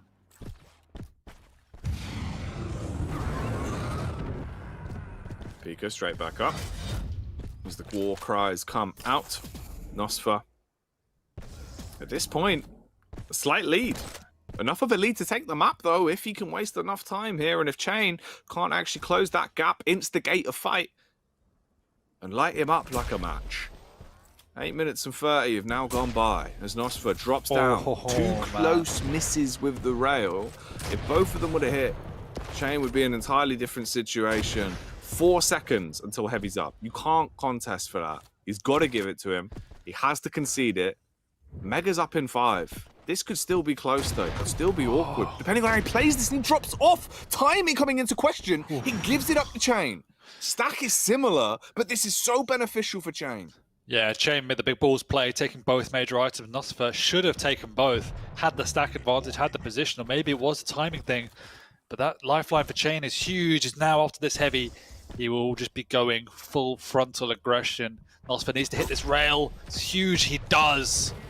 That evens out the stacks. Now needs to just play super defensive. Keep those audio cues up. Know where he is. Now positioning. Rocket jumps up. He does take the Mega, but what goes? Rockets aren't hitting. That one does. Knocks Nosfer down low. They're both railable. So they both retreat for now, and there's still 30 seconds to go. The final 30, this is it, your last chance to get into the scrap. Chain has to make a big play. He's got to slay Nosfer and leave him breathing no more. Laid out on the ground. That's the only way as he pushes back in. 15 seconds, chasing him down the stairway. The rocket's keeping him at bay. He's so close to death. And that will be the final hit as Nosfer clutches it out 5-3. He takes down Chain. Wow. I said I could see him getting a single game, and maybe he'll prove me wrong and get more than one, but yeah, that was so well deserved considering how bad of a start he had. It looked like Chain had a firm iron grip on that map. It was played at his tempo. That's the way he likes to play. But a common theme I say with Chain when he loses maps is that he has the opportunity to really take them away from his opponent, and I don't think he puts his foot on the throttle enough. He just allows them back into the game sometimes. And that's exactly what he did. Nosfer didn't overcommit when he was on the back foot. He played slow and steady. He played to Chain's tempo. And then when he got control, he pressed the advantage. And Chain didn't have big enough of a lead to sustain that. Damn. Chain feeling the pain on that one. Unfortunate for him as he will give up the Ghost on the first map. Concede that. Give it away for Nosfer. So Ruins being picked up. It's crazy as well. This long stint where this was finally how that third frag was capitalized upon after what, maybe like 4 minutes, then being tied up 2-2. Just balmy there. Really, really was quite balmy. It was quite an unorthodox style of Quake that we saw coming out from both of them. Now we at least move on to something that Chain would probably be a little bit more happier to see, right? We're going into Vale. We're going into Vale where he is on keel. He used to do this all the time. This was like his go-to play. Yeah, Vale is his map. I would definitely expect him to take this and see a very strong kill performance. But we saw Ranger take it away earlier by playing a high tempo, using the orb aggressively. And if Nosfer can take those learnings from the hang, you never know. I mean, his rail, he grew into that game. His rail was shaky to start with. And by the end of it, he had like nearly 50%. So he definitely grew into it and got stronger and stronger. You know, he's got a bit of momentum to take it to map 2. Yeah, we'll see. Hopefully Nosfer should actually be pretty ecstatic off the back of that one. You'd hope that the momentum would be able to benefit him and at least give him a bit of oomph going into this. Ranger on Vale, it can still make some big plays. The Dire Orb can be huge if you can use it to your advantage. But kill with the pineapples, we've already seen it multiple times tonight, how effective those pineapples are on this map, how much impact you can have with them. Chaining them together with use of a rail, LG, or rocket to get that extra bit of burst damage off, yeah, you can take down some of the strongest opponents. And being up against the champion like Granger, he's not going to be as sustainable, right? Like, you're able to hit a couple of shots here, take down with a pineapple, easy that. Easy. That's the theory, right? In theory, yeah. We've seen it in practice, but, you know, is that going to carry on? That's the question. It's to see what Nosfer can do. I think, well, again, once again, Rail will be a huge part of this game, no matter what. Chain's favourite weapon uses it so effectively, but also Nosfer's. So whoever hits more rails will definitely have a good standing to continue their dominance on the map. Well, here we go then. Vale of Naf coming up as we go into the second map in this series. At this point, Nosfer leads with 1. Of course, it's a best of 3 if you want to make the most dosh. You want to get your readies, get your Wonga. You got to make sure you capitalize on all 3 of these maps to give yourself the most points as well. This is week 1 of stage 2 of season 2. So points mean an awful lot right now. This is where you're really going to give yourself a great leg up throughout the course of the competition. But here we go then.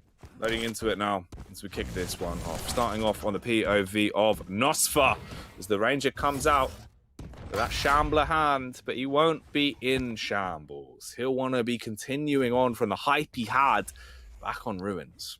That skin is so dope. It is pretty sick. It's actually very sick. It does look comedic, but it is sick. Oh, hello. The big yellow. Must be a fan of the Beatles, Dan. It's like a big yellow submarine because he's making Chain go under. Nice reference there. Reference game on point. Always got the sickest references. Oh, the aggressive. Oh, he's pushed him off. He hasn't got no! The big man sliding down to the depths. Very much back, but he's going to go in, but he's going to eat a big rocket. The hand comes out and oh, it's gone down. You cheeky gamer. My goodness, Nosfer, you naughty, naughty man, coming in. and just being a terror. Oh, this is ridiculous. Already a minute in, and it was a clean opening frag. The plays were lovely. Let's see if he can cook it up over the course of this one. Chain looking to backstab him, chasing him down. Rockets going through the grill. Oh, no. The dire orb going out, but it's going to get stuck. That one's not going to win him any Skrilla. Instead, he's got to drop down, pick himself up, whatever he can. Freestyles, though, Dan. Does at least hit the nice 360 there. Pinpoint rails, but not pinpoint orbs.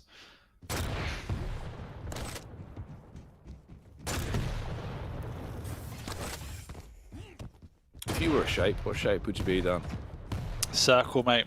You do go round and round. Infinite. I guess. Nosfer doing infinite amount of damage at the minute, though, against Chain, but it won't matter because he just keeps buffing it out with the items he's picking up. Nosfer, not in a great spot, does at least get the rocket off to keep Chain in close nick. They go 1 for 1. Of course, being up against the heavy champion, right, it's that big aspect we talk about. On Veil, you come back in, you can hit hard. You can do so much damage straight off the back of Spawn because of the size of your startings. That Nosfer, though, oh, he's going to be looking like a snack as he has been gobbled up by Chain. 2 to 1 now, Dan. Yeah, you don't want to be beating the big burly Keel in a dark alley, and exactly what happened for the Brazilian. Dropping down, big shotguns coming out, and that's a lot of damage from Nosfer. He's done enough to sustain himself, get away from Chain. He's raining rockets from below. Can Nosfer steal away this Mega? Be a mightily ballsy play, and he gets it. He even gets the frag! Mate, the shotgun special. Signs it like a signature with his buckshot.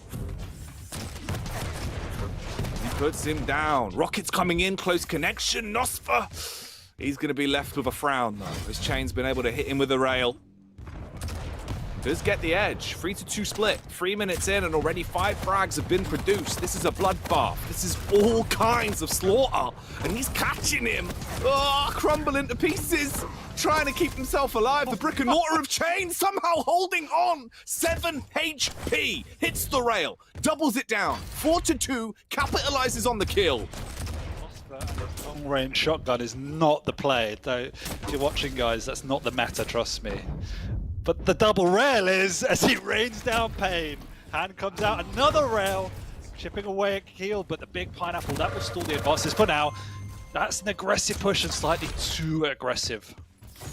Chain leaving this Ranger in danger. It's not looking good for Nosfer now, as again, every time Nosfer gets a kill, we're seeing the starting stack of Chain coming into question. He gets these kills right off the back of the spawn. This time, though, he's the one on the back foot. He's the one struggling with stack. Nosfer has the elevated angle, needs to get himself that heavy, will dive across, but he took so much damage, comes around the corner, as Big Papa Pump's gonna say hello and bust all over his face, taking down Chain once more. 6 to 4, Nosfer clawing back.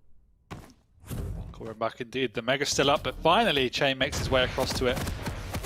Catches Nosfer out in the open here, will be going down and 0 damage retaliated on. So Chain is now in a very commanding position to keep the tempo up. He's gonna pick up this heavy for free. And now Nosfer, let's see what you're made of.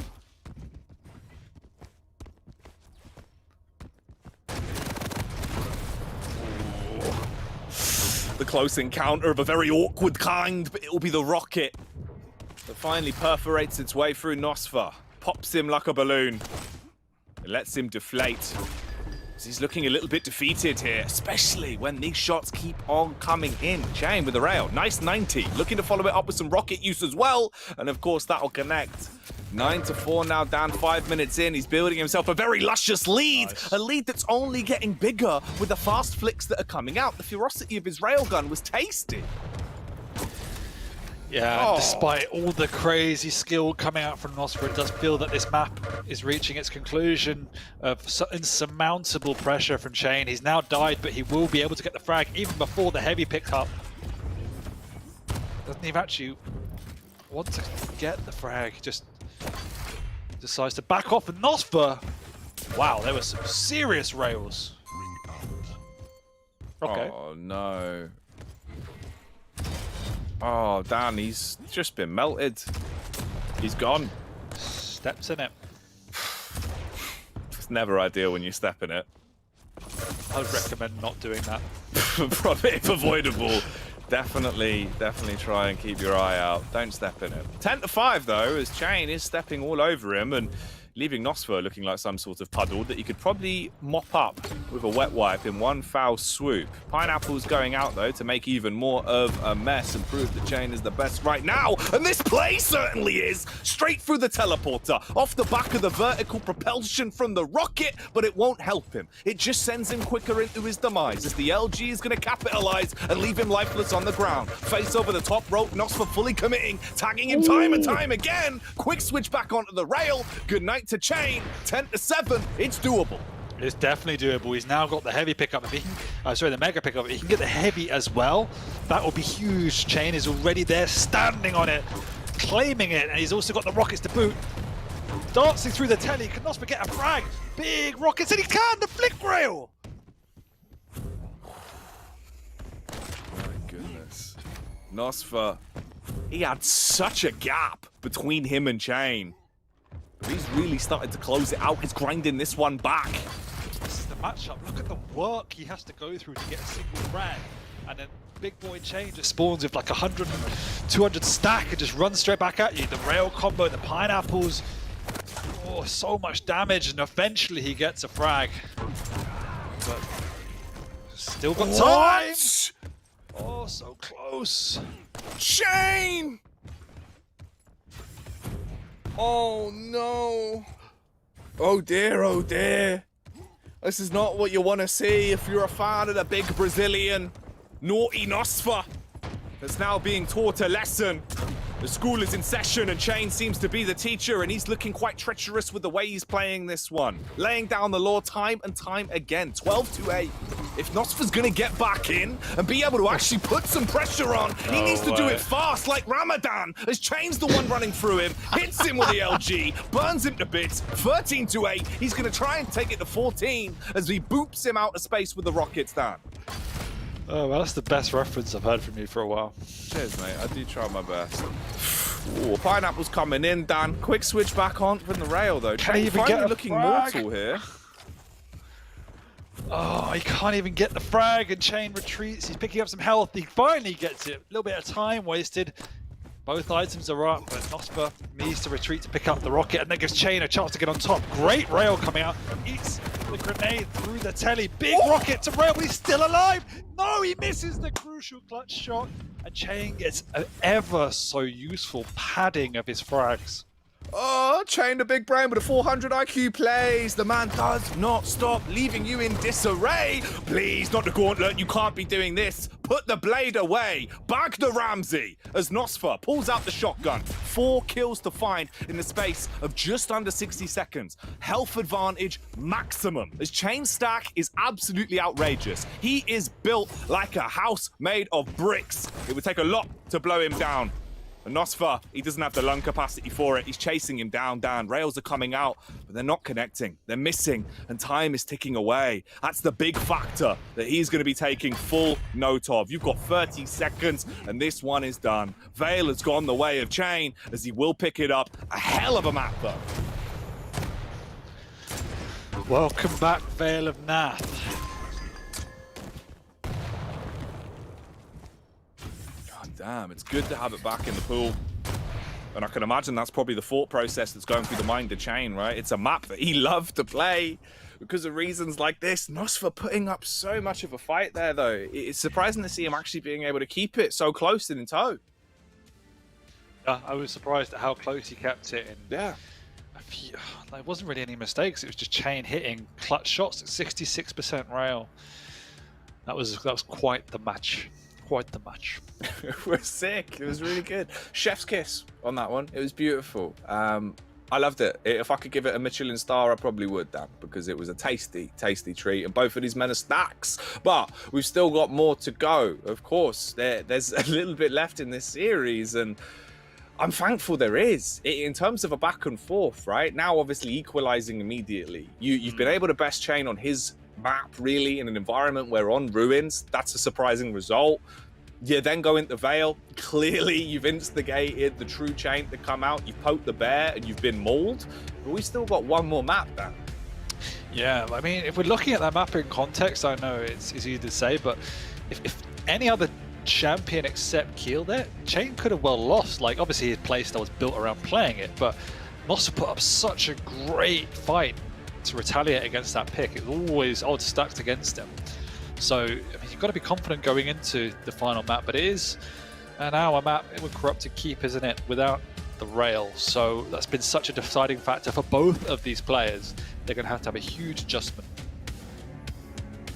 Yeah, facial expressions. Got to rein it in. Matt, dude, honestly, the faces that Nosfer pulls, they do tickle me. Like, when he's focused, you can tell he's so honed in.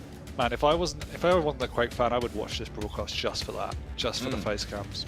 No, genuinely, it's actually sick. Like, shout out to PGL, the production guys have been killing it. I love you all so much. You're really good guys. Thank you for putting up with the stuff that comes out of my mouth. But yeah, it's actually sick. We get the face cams at every series now. Because you see so much personality as well. I think that's the cool thing about like Duel, right? It's like obviously where it is just one-on-one, you can spend that whole time being really quite intimate with a player and seeing the way they actually like physically react to a lot of the plays. It's really dope. Yeah, I'm glad I'm not playing now. My face cam would be glorious. Wow. I don't think we'd see you, mate, because you have to get kills to be the one that's on screen. Oh, fuck, man. You've been done. You can't keep up with me. I'm too quick for you. I'm like a blue hedgehog, Dan. I don't get it. I get it. It took me a while. Oh, right. Well, Corrupted Keep, mate. Complete change of pace when you think about it. We've taken the rail away. It's not available. It's not going to be in commission. You're putting Nosfer's BJ in the ring, though. And this man has a bloody good BJ. He is incredibly proficient with it. He can pull out some crazy plays, and I'm excited that we get to see it. But it's going head-to-head against Doomslayer. Chains on the Doom. You get the double jump. On Keep, there's times where Doom can be really effective at actually flipping a matchup on its head, purely just based off the double jump. Yes, Doom is, well, probably the strongest pick on this map according to a lot of the players, but as you say, the Blazkowicz has such a good skill set as well. Not only the dual wield, which is incredibly powerful, yeah, particularly if you can lock down your opponent, but also even the passive. You know, get some, obviously it's a high tempo matchup. You're always taking damage. That passive really does add up over the course of the map where you're regaining that lost health. So it can be very, very good. Obviously, the Berserk is nigh on useless now. There's time and a place for it to get out quickly, but apart from that, you're never really going to use it, which also means the Blazkowicz gets a higher uptime on its dual wield. So that can come into play a lot of times in this game. Fight. Okay, well, here we go. We're into it. Third and final map. At this point, it is tied 1 map apiece. We're starting off on the Big Brazilians POV. It is time for Nosfer. Will Blazkowicz be able to clutch away a win, or is he going to be eternally doomed here on Corrupted Keep against Chain? Early damage coming out. Couple of tags from the MG. Fires out the rockets as well. It looks like he actually did want to swing on that, but he doesn't fully commit. We've got 6 seconds until that Mega's up. Chain's really just teasing him here, Dan. He is, he's semi-trapped, so we've managed to get out scathed. Have a lightning gun or a rocket to work with, so doesn't want to show his face, but he's managed to survive a full rotation of items and actually get away with the heavy himself. So good job by Chain. And Nosfer's actually the one taking all the damage.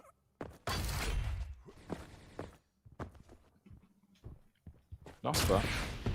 3 rockets left. Little hop to try and hit the shot with the rocket. It's not going to land. And he's down to only 1 in reserve as well. Doesn't have the biggest arsenal to play with, so he will need to get himself some rockets here and push back in towards the nail room. Luckily, it seems like he has been able to slip in without actually taking any damage for his troubles. Bit of a pre-fire there as well with the LG in case Chain went to face. Timing-wise though, Dan, this is the scary part. You're looking at about a 4-second split between the major items, and they're not up for a good 10 seconds here nice. I mean, it's what Chain just did takes so much patience and skill. To get away without any weapons for 2 minutes and to outdamage your opponent significantly is huge. He's also found and walked into Nosfer, big rocket, but Nosfer does come out decently healthy. Scuttles himself away. He's got all the weapons as well, so he's not too unhappy at this point in time. But Chain's now got himself positioned up above the Mega, tracking his opponent with the audio cues.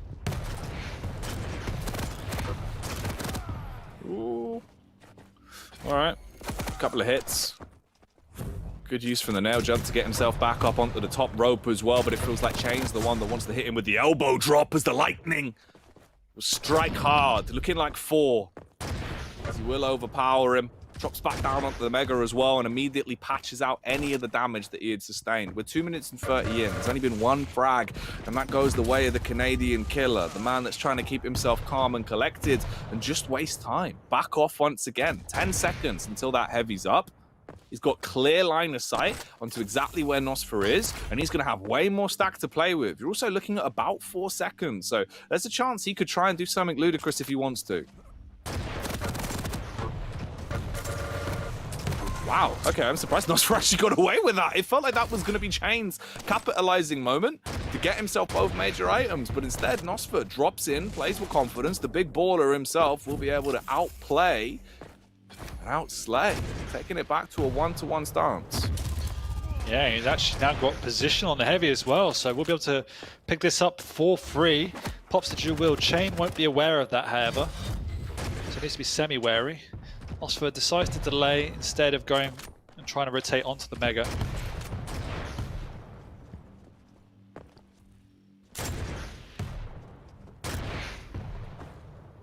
Incredibly slow place Corrupted Keepers when we're approaching 4 minutes.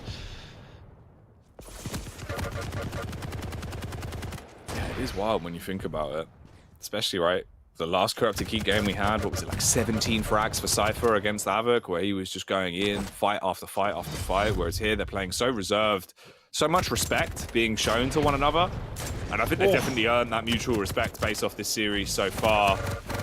It's been a close fight the entire time. Ugh. Issue is here, though. Nosfer overpowered. The lightning fight from Frightening Heights not working well as Chain able to get the heavy hits off and take him down. Burn into a crisp. Re-energized now. Looking to peek out once more again. Plasma flying towards his face. 3 seconds until Mega's back up. He's in position for it. And he could hunt right off the back. Yeah, not entirely sure why Nosfer took that fight. There was nothing to fight for, and he didn't have the best position to be fighting in. He also had the dual wield, which he didn't pop, so a cacophony of weird decisions from the Brazilian. But now he's in a good position. He's got the dual wield back up. You see the respect coming out from Chain, not wanting to take any fight out in the open. Nosfer chasing him around, gets bounced around with the rockets.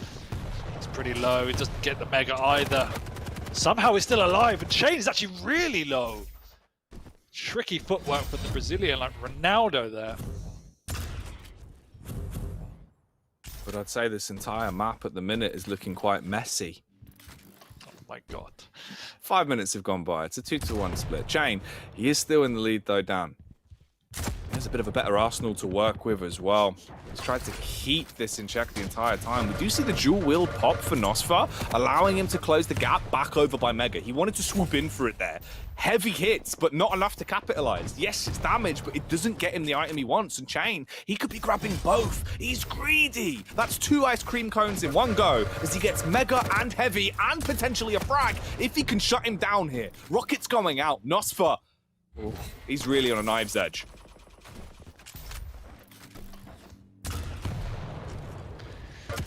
Yep. And Chain is doing such an exceptional job of playing the positional game, using the audio cues perfectly throughout. Just trying to outmaneuver Nosfer. Nosfer desperately wanting to fight. The amount of times we've seen him pop a dual wield, hoping to take an engagement, and then Chain just to retreat and outmaneuver him and get no damage from it. But as we saw on map 1, this is the way Chain plays. It's a low scoreline. A single mistake coming out from Chain, we're tied up. Then an easy spore frag, suddenly he's losing. He has to play perfect.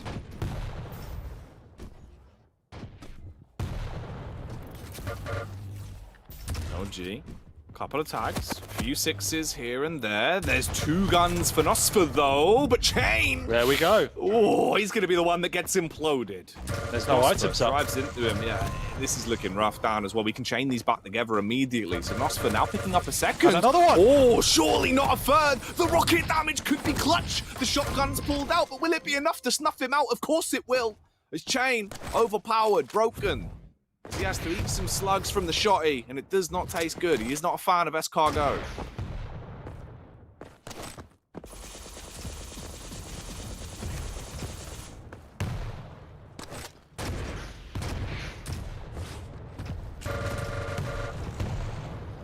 Mate, Tracing's looking really good for Nosfer here with the way he's playing. He's also got the dual wield to work with. Brilliant timing, not even for the major items, just for the fact that he wants to murder the man, as he will kill him. 5-2. Chain. He is in a position here, Dan, where he can drop the series. That's a full 100. Straight back in with the LG. Rocket to LG combination. Nosfer teaming with confidence.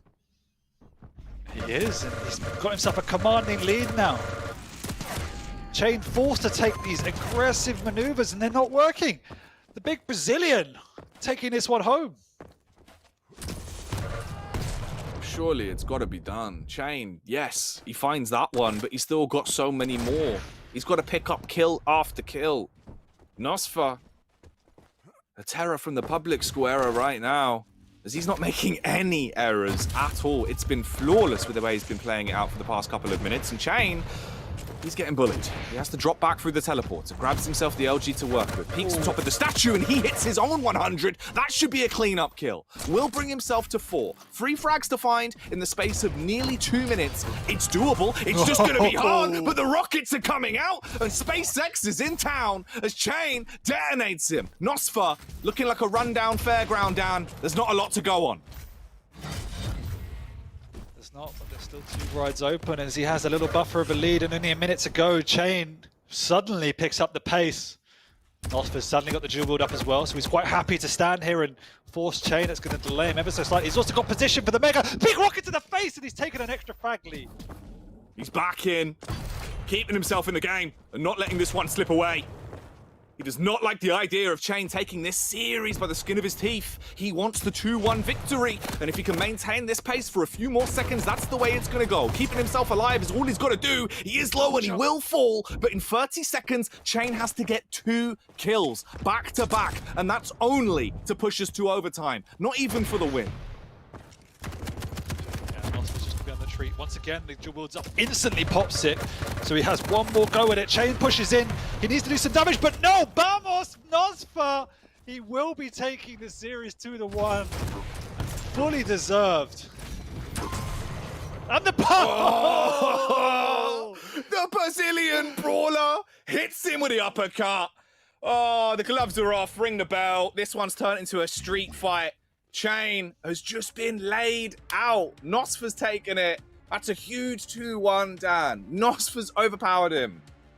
You know, he wrestled him to the ground, he's pinned him, and he says, "This is my game, bitch," and he fully deserves that. I think, like, I felt Chain had it in his grasp, but he just doesn't seem to push his advantage. A 2-1 lead is not enough. He needs to try and extend that, and Nosfer obviously was the one trying to posture and be aggressive, and it paid off at the end of the day. As soon as he had the lead, he just pushed and pushed and pushed, racked up enough frags, enough of a buffer where he could make more mistakes, he could force Chain into these aggressive situations and continue to trade, and that was enough. There you go. And it also has provided us with a quote for my personal Twitter called Out of Context ZSX Quotes. I'm going to add that one to the list because I think that was a banger. Much like this series was done, because honestly, Nosfer, he's gone up with a bang. He has really popped off here tonight. A hell of a matchup. All in all as well, all 3 of these maps were absolutely sick. Veil was fantastic to watch. When you cast your mind back to the way that was played, how close it was from a standpoint of both of them fighting tooth and nail. You come on here to keep as well. Nosfer just really gave it his all. And this, for me, was vintage Nosfer, Dan. Aggression, fast tempo, hitting some outrageous shots, and going for gambles. And it's so sick to see him have that confidence, because the amount of respect they were showing each other for like the first 5 minutes, that all went out the window. It did indeed. It took 6 minutes to kick into gear, but then it never looked back. And as you said, the whole series, start to finish, was so fun. The first map was an absolute blister for Nosfer. Then Chain showed us why Veil is such a strong pick for him, but for Nosfer to push it to the wire was incredibly fun to watch. And that map was a mix of strategy and outright brawling at the end as well. Boy, oh boy. There you have it, Nosfer. The 2-1 victory over Chain. Man, I don't think that's one that a lot of people would have seen coming. I definitely think it's not what we would have predicted going into it, based off what's been happening in bracket play recently, what's been happening in the leagues as well. Wow, Chain looking mortal for once, Dan. Yeah, he had much more of the items. He just got out-battled, really. the end of the day. And yeah, I wouldn't have expected it. I thought it was going to be a 2-1 to Chain. I said I wouldn't be surprised if it was a 2-1 to Nosfer, but I feel a little bit surprised because that was commanding. No, yeah, like especially the way he got into his groove as well, and how close it was. Where there was like a thimble's distance between them, where Chain certainly could have closed the gap and actually kept it going, got himself back into still have potentially won it, and then that just bloated out of control. The whole thing changed. It was flipped on its head, and Nosfer's taken it. 2-1 victory. Nosfer locks it down. Our second 2-1 of the night. All of the other games have been 3-0s. And at this point, it leaves us in a position where the only games we have left are our featured fights. The biggest brawls. The games we've saved quite special because, of course, DJ Wheat's going to be joining us for these as well. There should be some very electrifying matchups that are still left to come. When we come back after the break, we are going into Razy versus Garpy, the Maestro Madmen that are going to be going head to head. You will not want to miss that one. We'll be back with that after the break.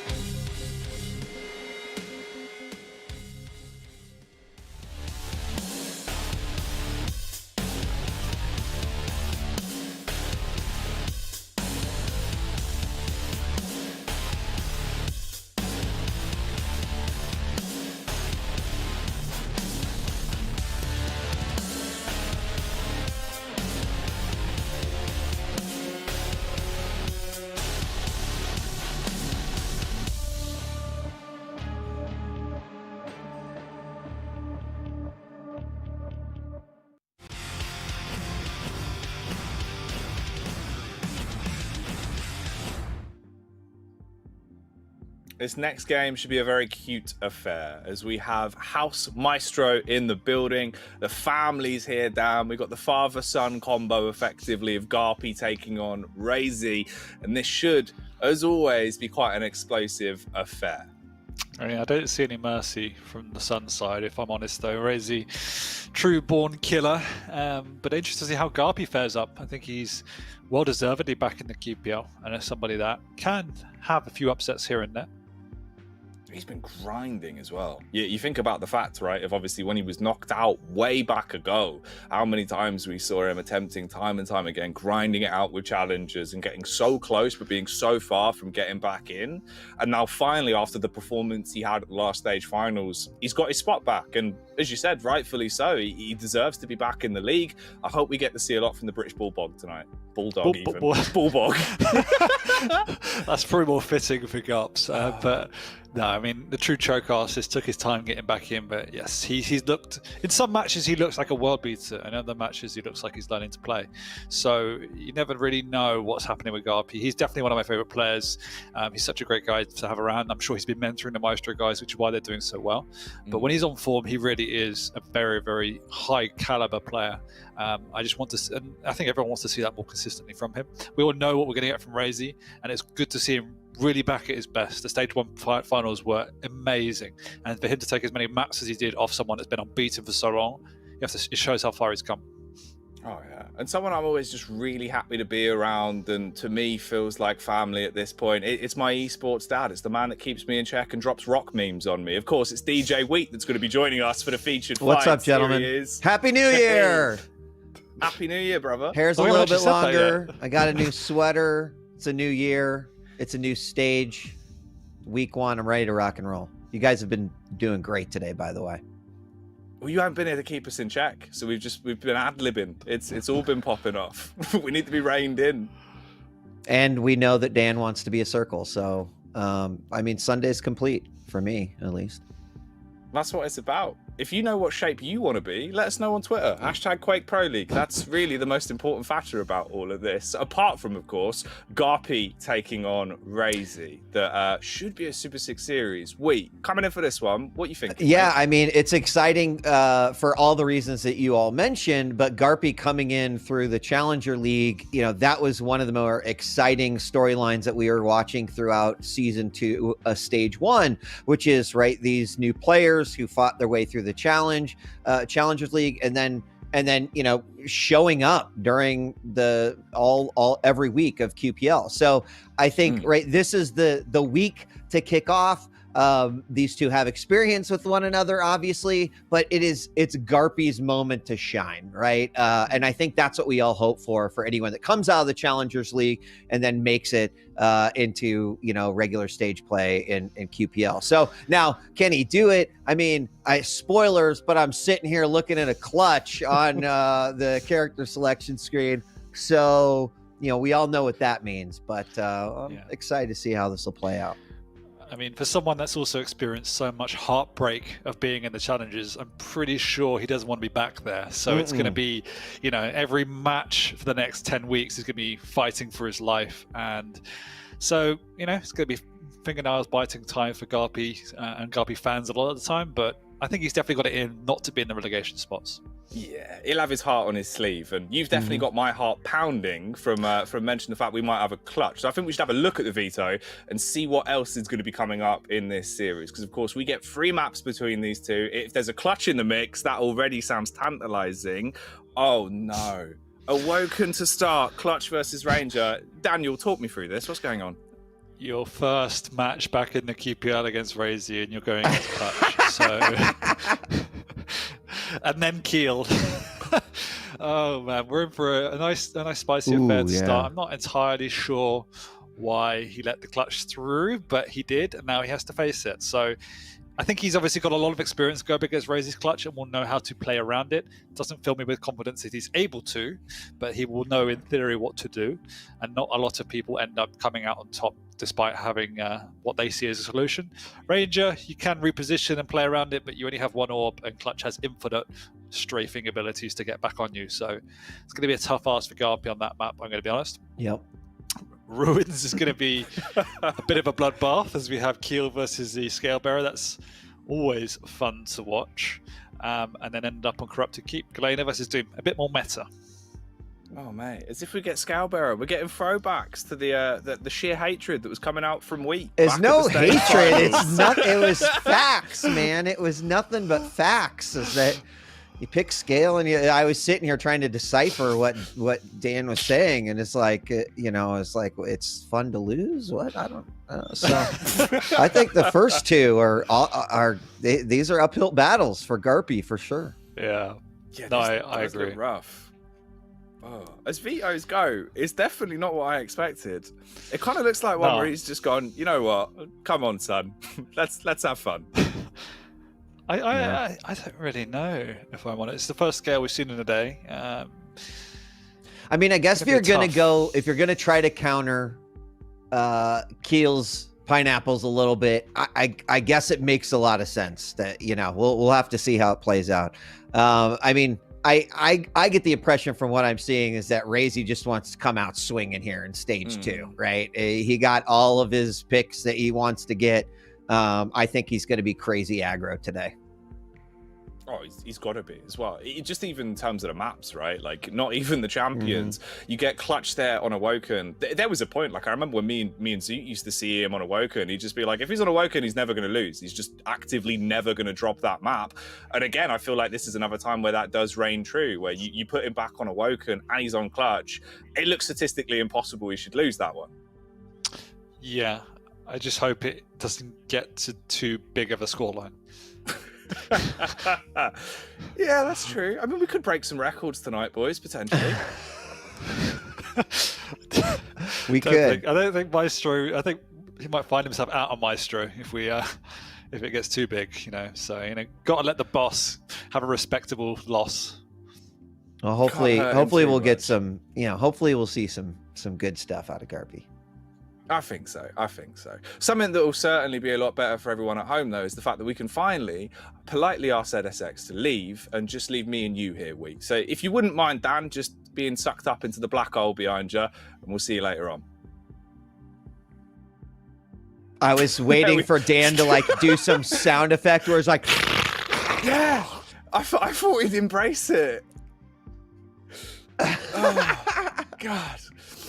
Right, well, now he's gone back into the A for a little bit. We can focus on the fact that we get a very tasty first map. Awoken coming in, Clutch versus Ranger. The Maestro boys out on parole.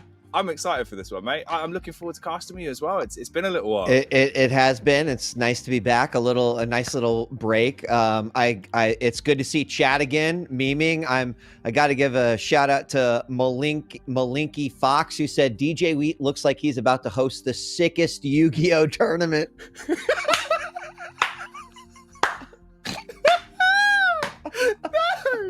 No! Oh God. You can't start dropping Yu-Gi-Oh references on me. That's too funny. That is so funny. All right, we got Awoken, and we've got a Clutch versus Ranger. Even Dan's still back there laughing in the back. It feels like we've played a pot of greed on this one. He's just kecking in the distance and he's losing his mind. I'm having a bit of a cry. It's all going to be fine. We're going into Awoken, Clutch versus Ranger. I've missed you, Wee. Oh, man. It's good to be back. Yeah, I'm week one, we heard so many players, Jackie, say, hey, I want to take some time off. Now we get to find off, did people take time off? Did they take too much time off? Did they maybe grind it out? I don't know. We're about to find out, but you take us away. Let's get into it. Let's see how it's going to go. And of course, who else POV would we start with, right? Razy on Clutch. We got to give him the limelight immediately. Straight in. And he is looking aggro. Swings his way onto Garpy to start us off. And already we get the first frag. 14 seconds in. The bell's already been rung. I mean, shield within the first 10 seconds. He waited instead of item gathering, for the opportunity to just drop that rocket down. And I mentioned that I thought he was going to go super aggro. And this is exactly what I was kind of imagining in my head. But, you can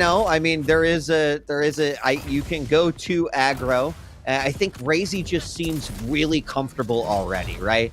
Whether that is, I don't think that's disrespect towards Garpy. I think that is just confidence in his own abilities. And there's the second frag, easily picked up before that first minute mark.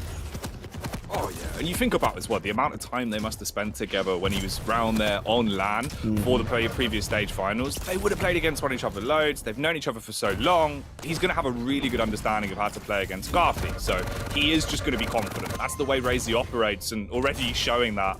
3 frags in the space of the opening 60 seconds. And it seems like he's just hoovering up all the items. We've seen 1 item for Garpy so far, a single heavy. That's it.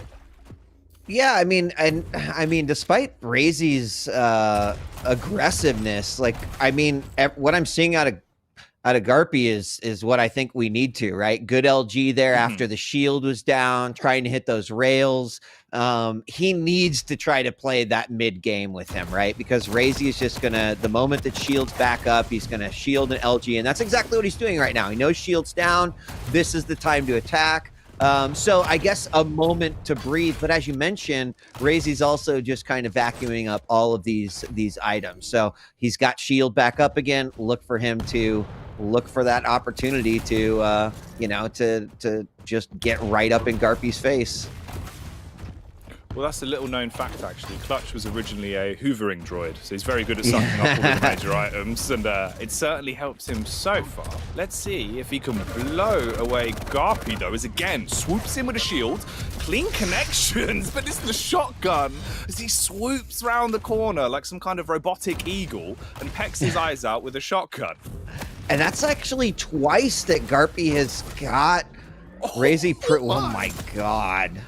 This is what I want to eat, what he ate this morning. Yeah, I mean, we've seen Garpy get him very, very low. Here's another time, sub 35 right now, trying to get any final sell that he can on Razy, and it does not happen. Razy somehow getting away by the skin of his teeth. And there it is, Garpy coming around the corner, finally picking up his first frag. So that's what we like to see, right? I mean, you don't want to get Razy pick up, or you don't want to let him pick up like 4 frags to every single one of your ones.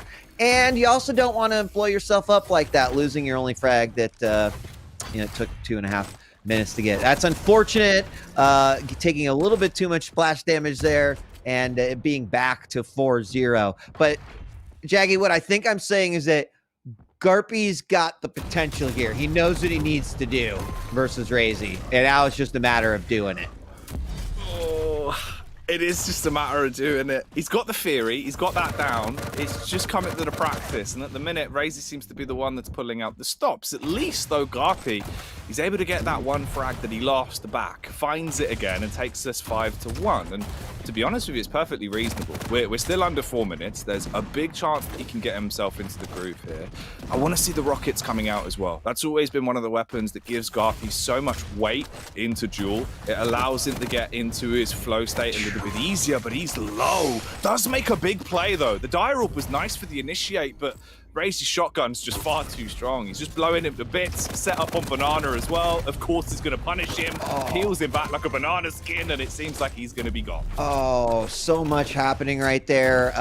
Razy getting the mega health that will save his life. Also, unfortunately, I think Razy is just reading Garpy like a book right now. One that he's read like 5 or 6 times for sure. Green eggs and ham.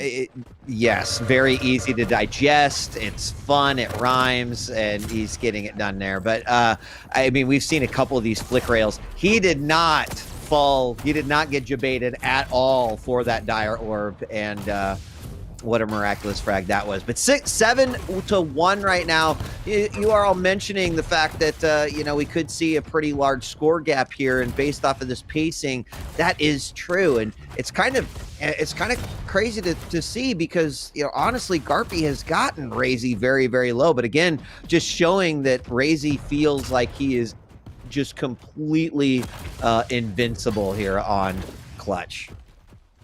Oh, and rightly so. It's one of those where we never see it anymore. Like, it's always respect band 24/7. And this feels like the one opportunity where Garpy does have the confidence, knowing Razy so well, to kind of float it in the veto. And of course, why wouldn't you snap it up as your first pick if you can? And he's just having a field day with it. He's living his movie. Right now, he's selling an awful lot of tickets because it is a bit of a spectacle. He's got himself 8 kills, and we're not even at 6 minutes. Still plenty of time for this to inflate more and more. And he's taking his fights, trying to stop Garpy from getting that mega. Does lose the item. Nearly goes flying off the ledge as well, but keeps himself on, barely holding himself for now. Yeah, still 4 minutes left to go. I do like what Garpy did in that last exchange. It looked like he, basically started a fight to force the shield out and then just backed off and then started attacking, knowing that shield was down. Of course, it's back up again, so it's just starting all over again. However, I think anything to try to gain some ground versus Razy, because obviously he wants to fight you when that shield is up. But now slowing it down just a little bit, waiting for Garpy to show himself. And Garpy also slowing it down a bit. You can kind of see he has an idea where he is. Oh, gets a nice rocket, but the shield comes out, still manages to get the frag. Nicely done, slowing it down there, playing that right. Garpy with the second frag.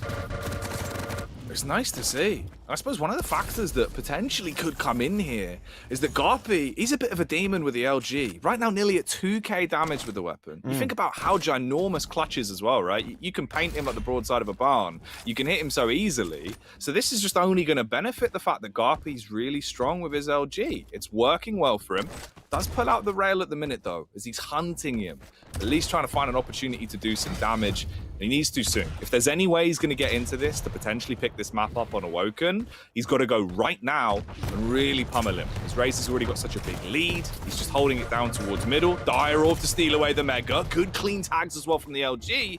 It felt like maybe that was going to be his third frag, but he can't quite capitalize. Yeah, he can't. Now he can at least try to capitalize on the fact that, yes, shield is down. LG does get him down to 18, but oh my God, a rocket through the murder hole, and he goes down 9-4. I was about to say, I think the best that Garpy can hope for here is probably going halvesies with Razy's at 8-4 maybe, but with that nice rocket, perfectly placed, and then getting the conversion frag off that, stealing away the Mega as well. Just kind of playing exactly the game that he wants to play. Very, very low right now. But once again, the shield is one thing, but the movement and the way that Razy uses it specifically, it's like it's designed to steal health bubbles there. So he is back up to out of the danger zone. Shield is back up, and that means it's going to be tough.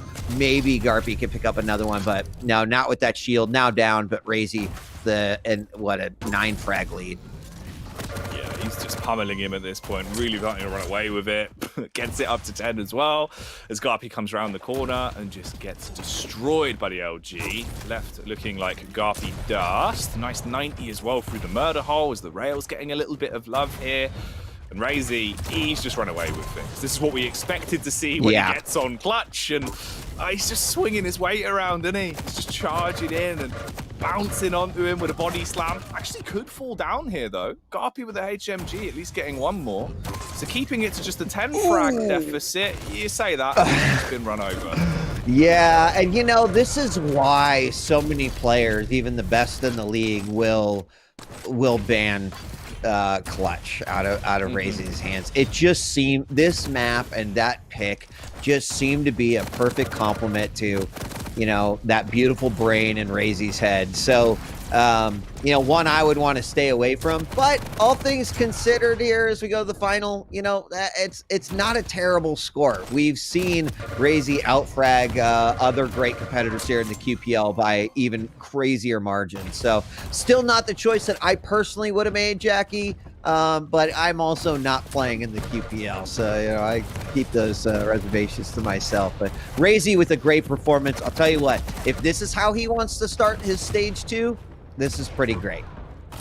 Oh, it's ideal. But you're right in the same sense where, like, all in all, this isn't actually that bad for Garpy, because there's been times where we've seen Racy drop like 30 kills on people when he gets clutch, and he'll just have a field day. And that's against like people like Dahang and stuff, right, when we're on land. So game changingly different that Garpy's actually able to keep it as close.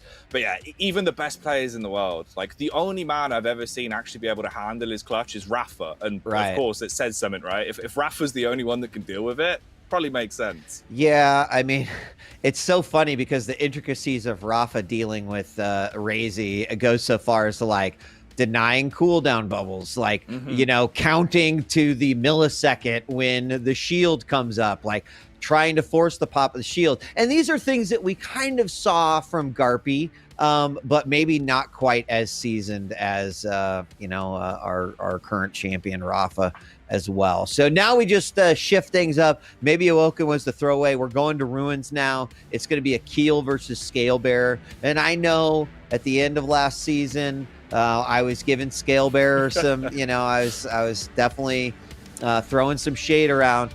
But I do think what is interesting about this matchup is that we've seen Keel dominate because it always seems like the champion select on the other side is not up to the task of Keel. And I kind of think, you know, well, wait a second.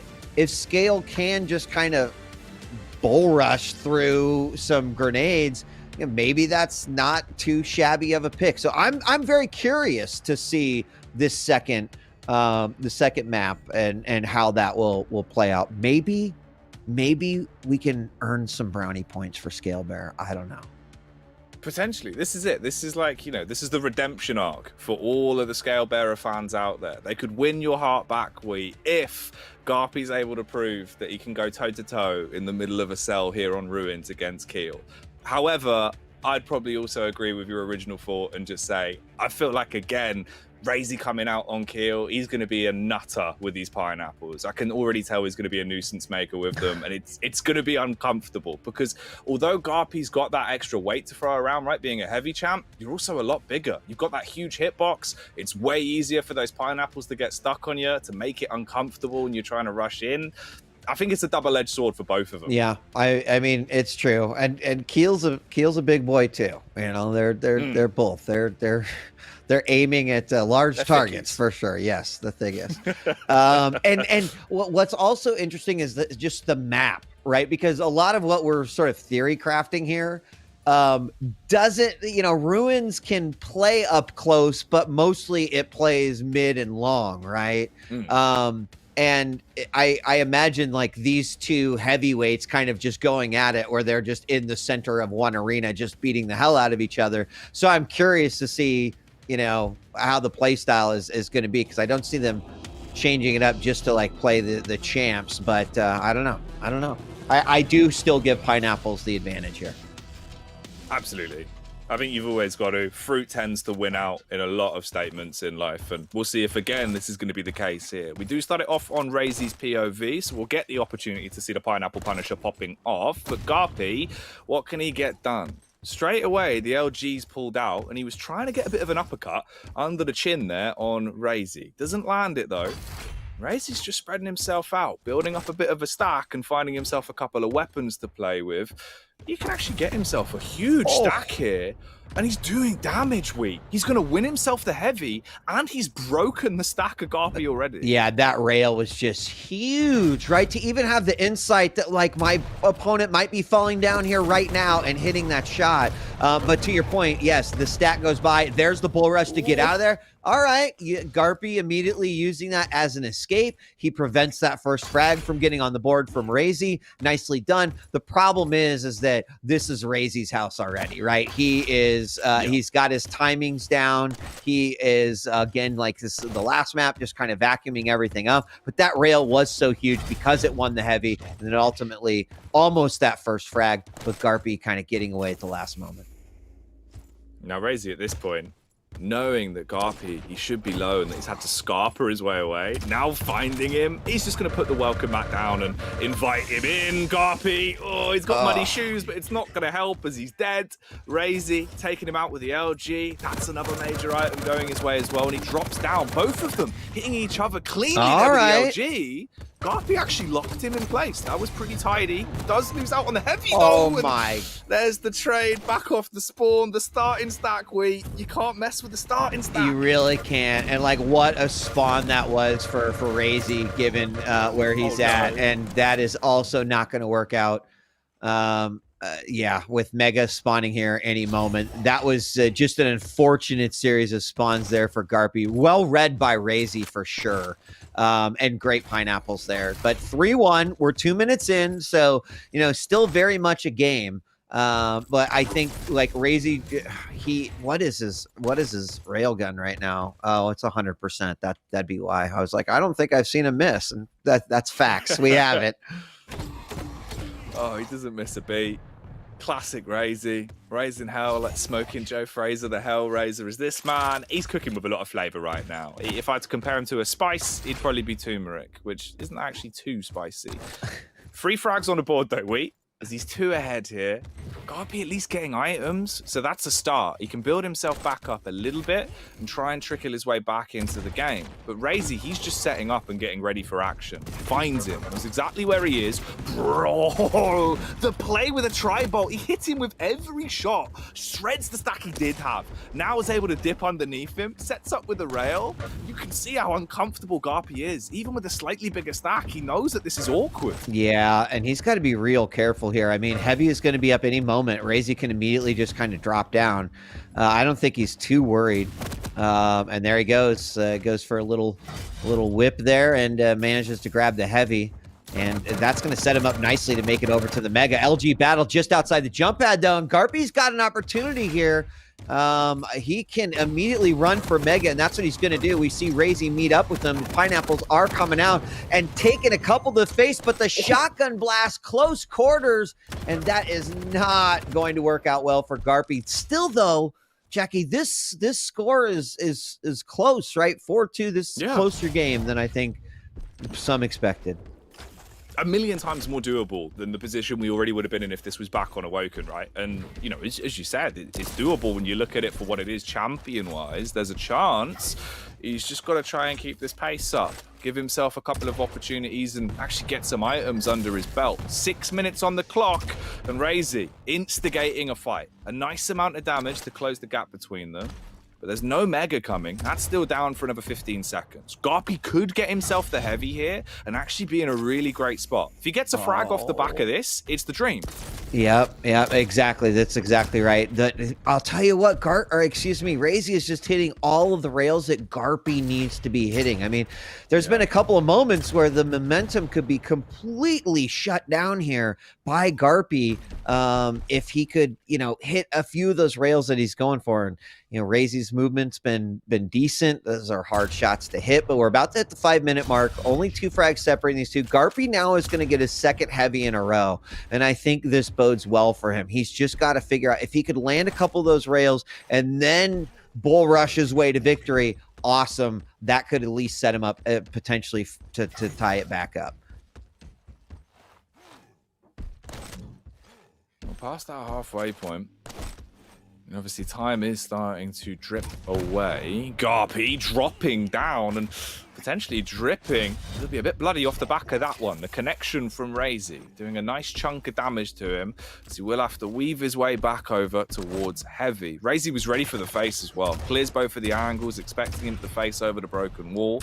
In reality, he's looped back around. Barrage of rockets coming in. He's going to win himself that Mega. He's getting good items, but it's the chip damage That's the difference maker. That's exactly right. I mean, you're looking at almost 2,000 damage for Razy and about 1,200 for Garpy, and I can't help but think that if he was hitting this damage, and hold on, we got a bull rush into the lower levels. One more rocket, and they do exchange. That actually isn't terrible for Garpy. He is going to get a great spawn that lets him go down there, rearm with everything. He's got a rail as well. That actually wasn't too bad. Again, I think that the big difference between these two is that chip damage, whether it's a rail here or a pineapple here or just a little bit of extra LG battle or damage. But we've got a battle here at the heavy once again, and Garpy unfortunately will have to retreat from that one. He's just getting manhandled every time Razy gets in close proximity. He hits his shots, Garpy, anytime there is a second of doubt, a minuscule miss where he doesn't quite get those clean shots off, Razy just abuses him, does so much damage. And again, that's the game plan here. Hits him for a clean 100, he'll have to chase him, the LG does not miss a beat, he's gone, Garpy's been slain, left in the watery grave, and Razy just celebrates as he'll get himself a nice new spanky vest. I do like, Garpy's play here. I think sort of minus the, I wish he was able to hit a few more of these shots. I mean, we all do as players, but there's some good LG right there. Fortunately, running out, he's going to have to reposition here. But I think that the danger is trying to play too fast. Right? Yeah. Like Garpy definitely played a little bit slower, a bit more meticulous game here in the opening 5 minutes. Now things speeding up a little bit. Oh my gosh. Come on. I'm rooting for him to no. Rail not going to be hit. He watched his opponent take that heavy right in front of him. It's got to be a little defeating, Jackie. Just a little bit defeating. It's got to be. That slight sinking feeling, like when you're on a roller coaster or you go over a bump in a car. That's what he's going through right now. And Razy, he's on cloud 9. He's just going to be really enjoying the way this one's been played out. Again, another nice connection. Garpy does chase. It's a good chase, but it's not looking too clean when he's able to turn on him. Just rip him to pieces there with the LG. The backfire of pineapples as well, and he gets out of there. He's able to escape, get himself back up on stack, and he's just lurking around. Knows that this clock is close to being at its end, so he can waste time again, Wheat.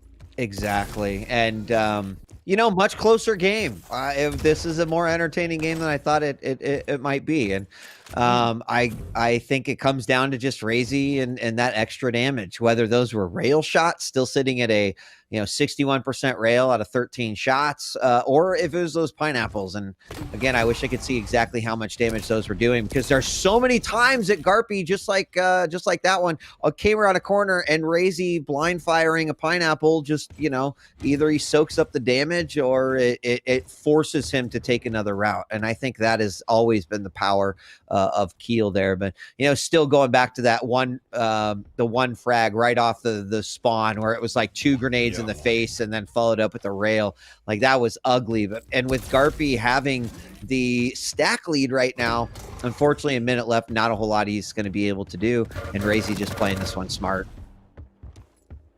Oh man, Garpy, he tried his luck. He was just going to go for the full engagement. Comes ball rushing round the corner. Razy's just playing hide and seek. He will get found, but it's not going to matter as Garpy, 4 frags down in 30 seconds. It's physically not doable. He's got pineapple squishing under his feet as well. He might get one more to at least slightly close the gap, but I think at this point that's the best possible outcome for him. The flicks are coming out though.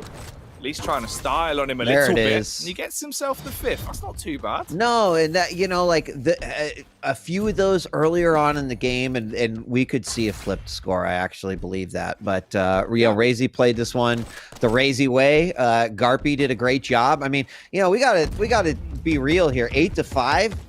That's actually a 6 score right there, all things considered. And, one of the things that we talk about here with Garpy is that he's coming up from challengers, and not saying like, Garpy's he's a lower tier player. Like, it's not the case, but he put up a great map just now versus Razy, someone who, handled most of the European talent in QPL quite handily in this last stage. So if that is a foreshadowing of what Garpy, might be able to do during this stage, then that's great. And we still have one more map to go. Kind of be the equalizer of it all. But I'm impressed with Garpy. I think this is a good showing.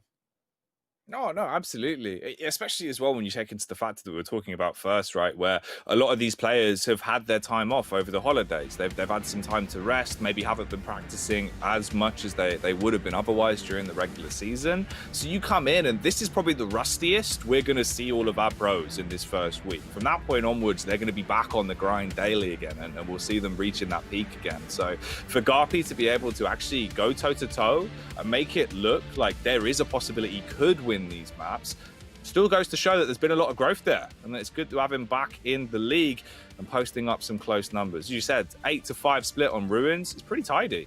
Yeah, and it was, it was a 2 frag for most of the game. They had that trade when it was 5-3 that kind of played out in Garpy's favor a little bit. So a decent map. Again, definitely entertaining. And now we move on to Corrupted Keep. We've got Razy on the Galena and Garpy on the Doomslayer. What are your thoughts on this one?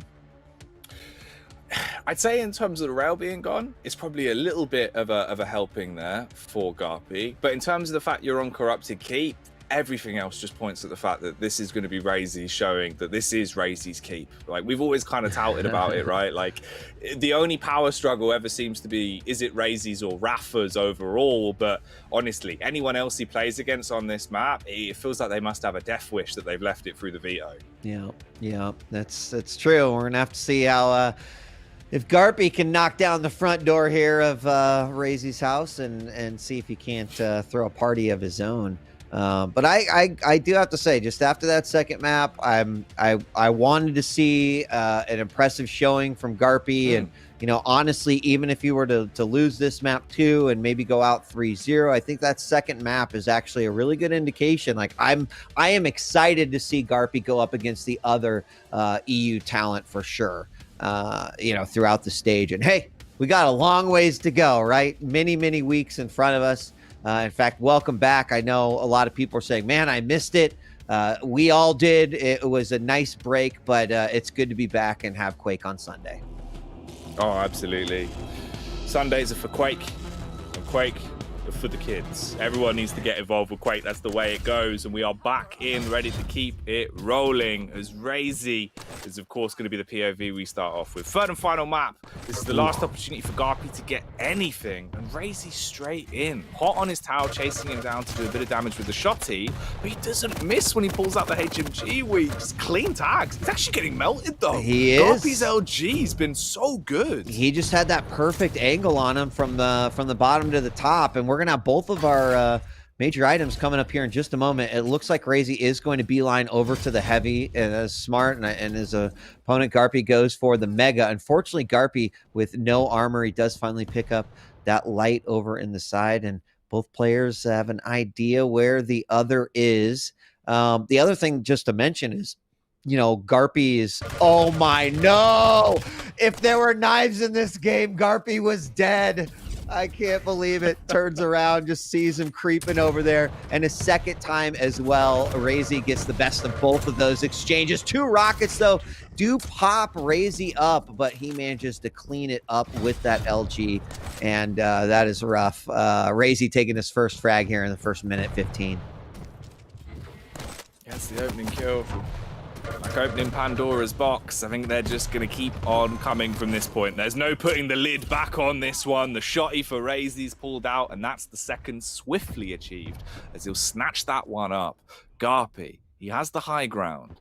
Oh, he didn't catch him, though. Didn't catch a glimpse and realize where Razy is. He's able to lurk underneath him, play out for the audio cues. In terms of the timing, Heavy's just come up and Razy takes too much damage. He's got to make his move back over to Mega and at least resituate for the meantime. It's a close turn on the stack, though. Both of them in pretty similar positions.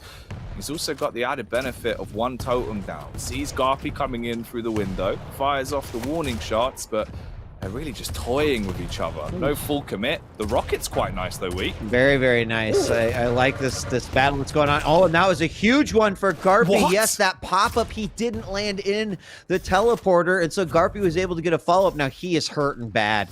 A tickle here would take him out, and he's going to, he's going to rearm himself and looking pretty good now. But that's a way to get on the board. I do think that he needs to be on top of totem management. Garpy, right? Taking them out as much as he possibly can. And it's a hard ask. It really is, right? To be like, I'm trying to collect items here and control, and you want me to take care of the totems? It's like, unfortunately, versus, you know, who you're up against, yeah, that's exactly what you need to do.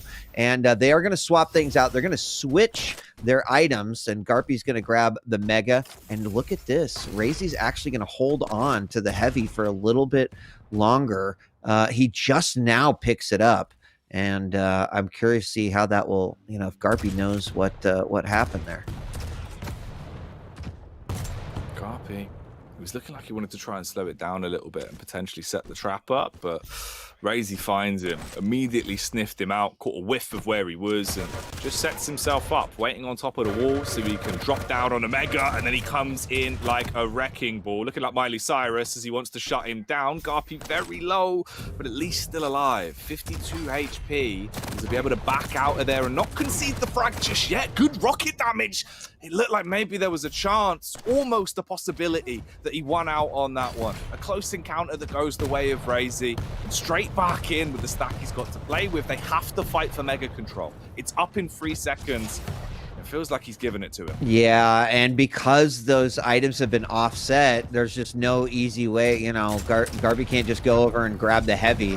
So that was a real smart anticipation and play earlier from Razy. Now, he's got no armor stack at all, just sitting on some health right now. I think Garpy has a really good idea about that, and he's just going to chill and wait for that light to spawn. While Garpy is kind of out and about, and does give him an opportunity to you know, look at for totems. What do we have down here? I think he's now cleared them all out, and I do have to say I think that's why Razy won that last frag quite easily. All the totems were on the field, easy play for him, and there's just nothing. Wow, 2 direct rockets on top of the head of Garpy. Going to finish up with the LG here. Can't quite get it done, but Garpy is screaming for his life. Oh yeah.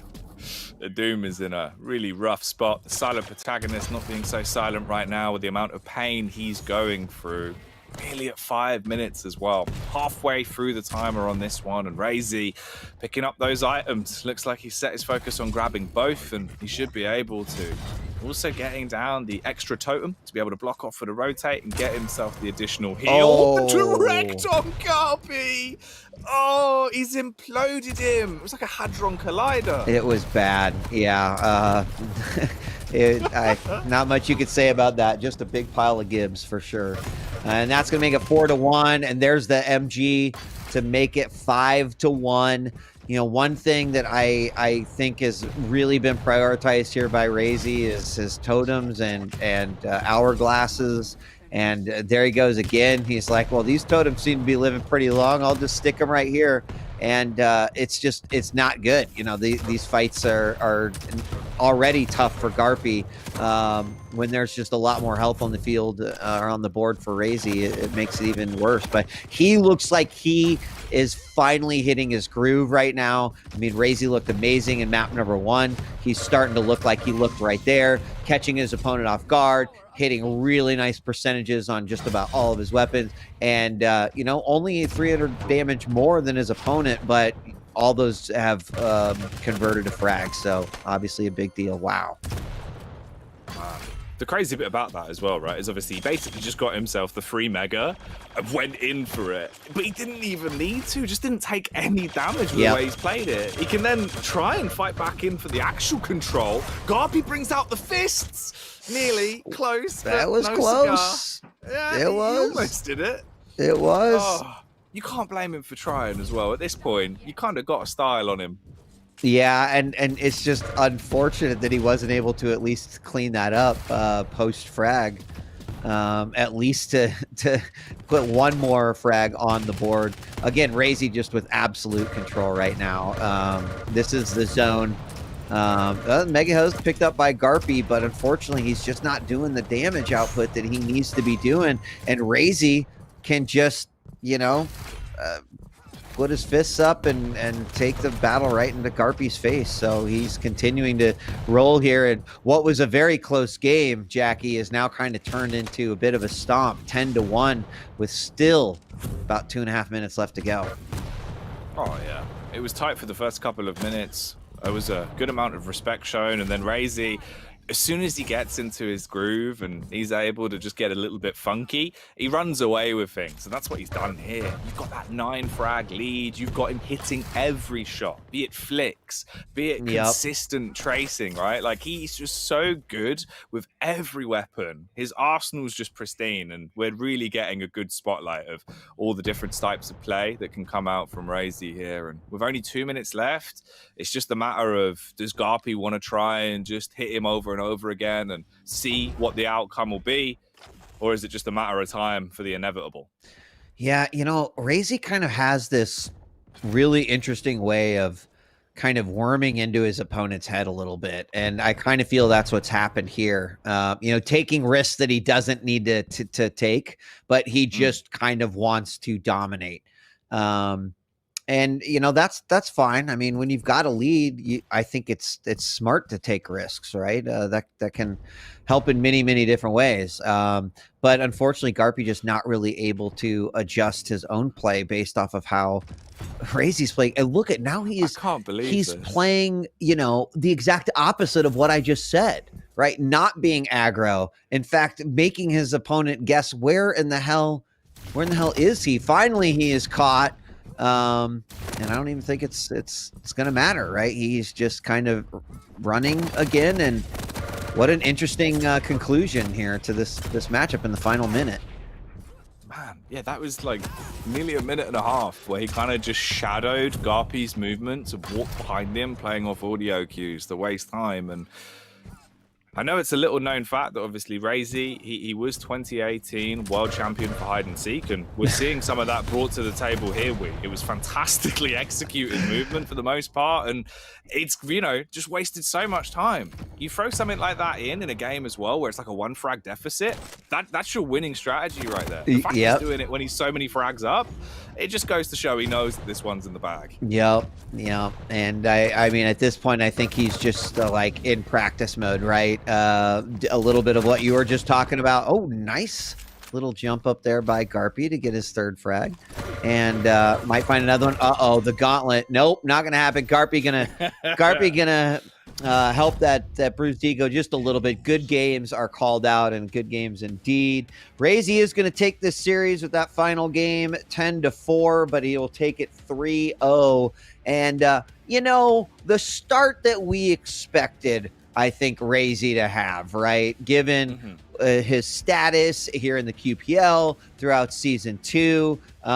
But I'm very curious to hear what Dan has to say about this one. So let's bring him back in. Dan, what'd you think of Razy versus Garpy? Thanks, man. I thought it was played out as expected, you know. It was a pretty commanding victory overall, even more commanding on map 1 for obvious reasons. And then played out as expected through maps 2 and 3. Fairly calculated and composed. I don't think he really was pushed out of his comfort zone. But at the same time, I thought Garpy was respectable. He kept himself in it.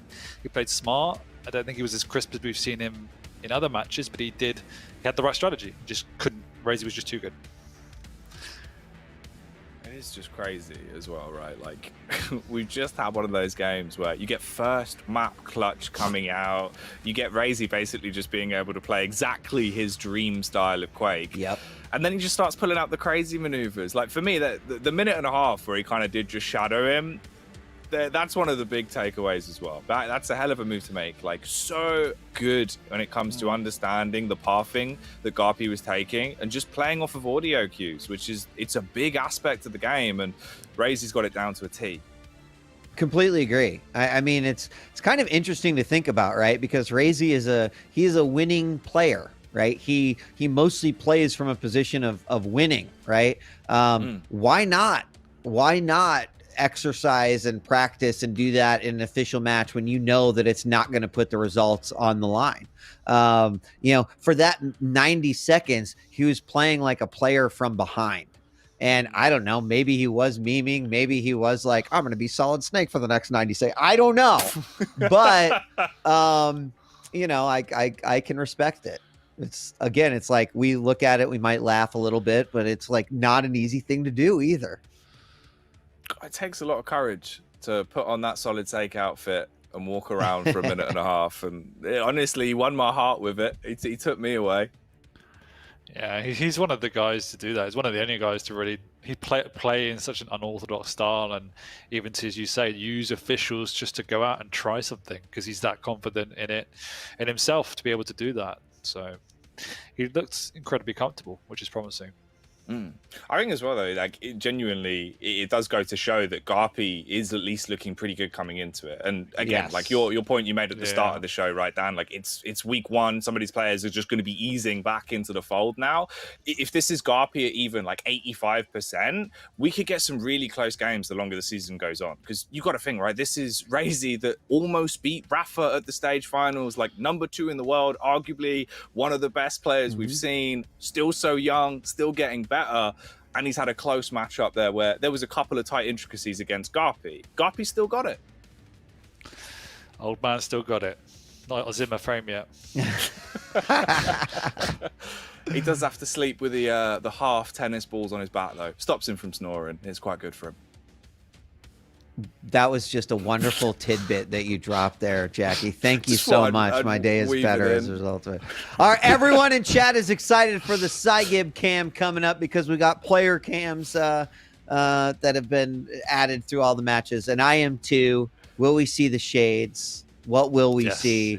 I don't know, but he's going up against the champ Rafa, so this should be an interesting one. Oh, it definitely should be. I can't wait until we get into that and see where we can go. Definitely a lot more exciting games coming up tonight. It's been a hell of a start to stage 2, boys. It has. Ooh, and a hell of a treat that we've actually got in store here is the fact that Razy is with us for an interview. So we can actually pick the brains of the madman himself that does a fantastic Solid Snake impression and see how he's feeling based off the back of the win he's just taken there against Garpy. Happy I managed to win 3-0. That was my goal. It was tough. Garpy is like one of those few opponents that you know that he's in your head, because he knows me so well. So I had to do my best if I wanted to win. And I tried, and it worked. So that's good.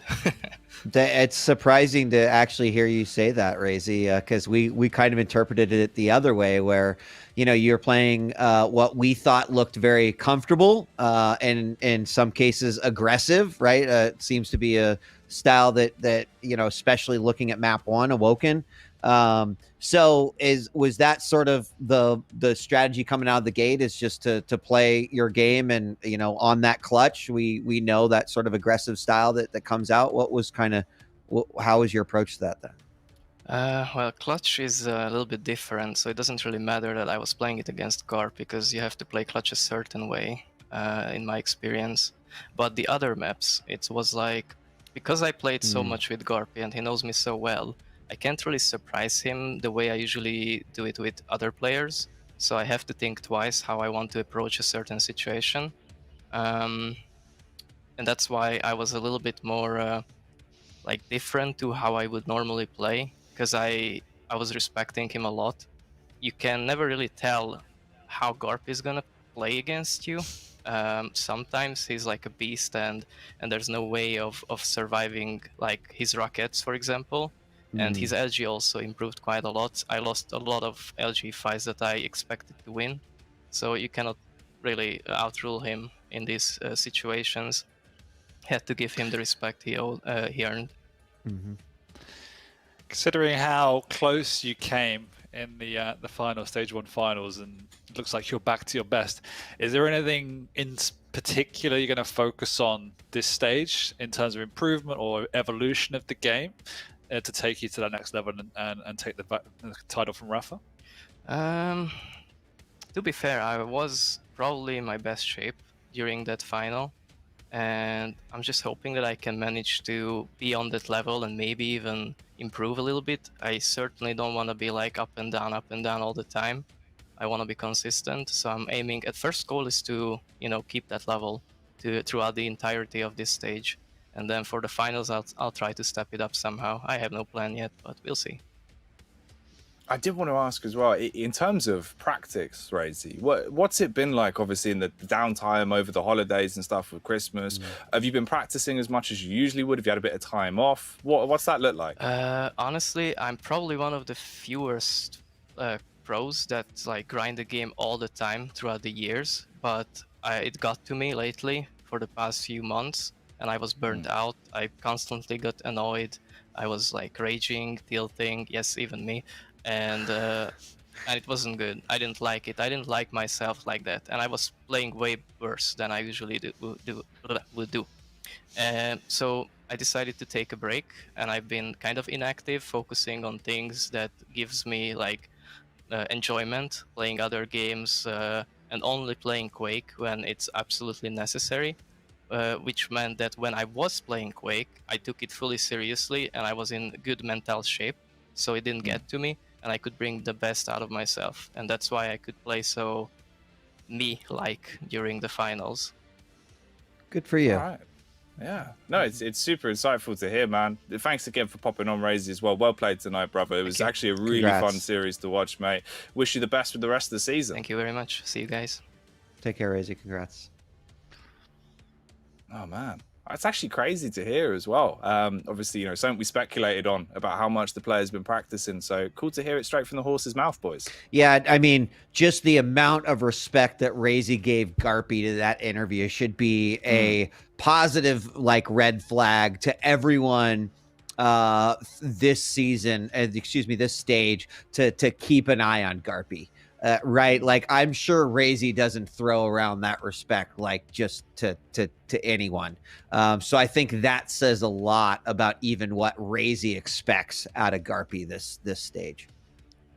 Yeah, he wouldn't be passing out those comments willy-nilly. I've heard the sort of things he says about ZSX, and it's not pretty. But what will be pretty, of course, is what's coming up next. Final matchup we have for the night, and it's Rafa taking on Saigib the Gangster, the big man himself. That'll be coming up after the break. We'll catch you with that after the messages.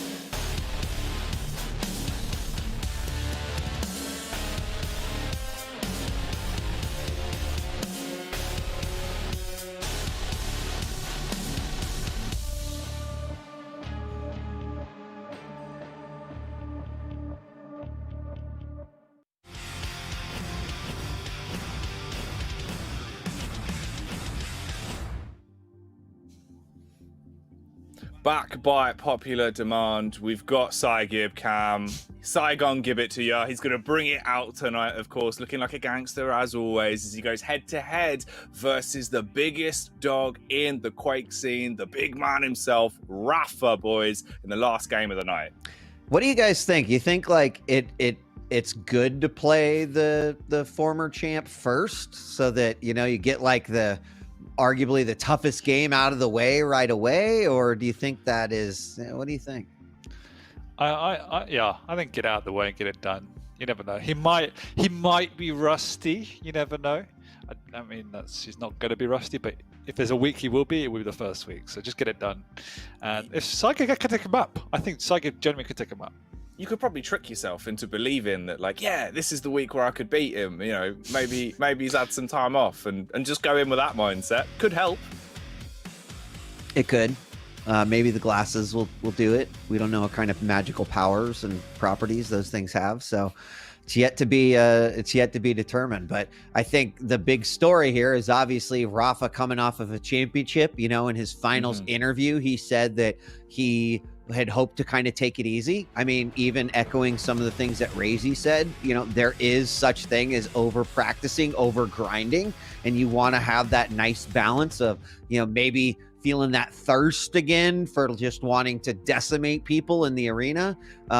So it will be very interesting. Like, I don't expect anything other than top tier in his game, Rafa. But he did say he was planning to take some time off after, and we'll see how that has affected him.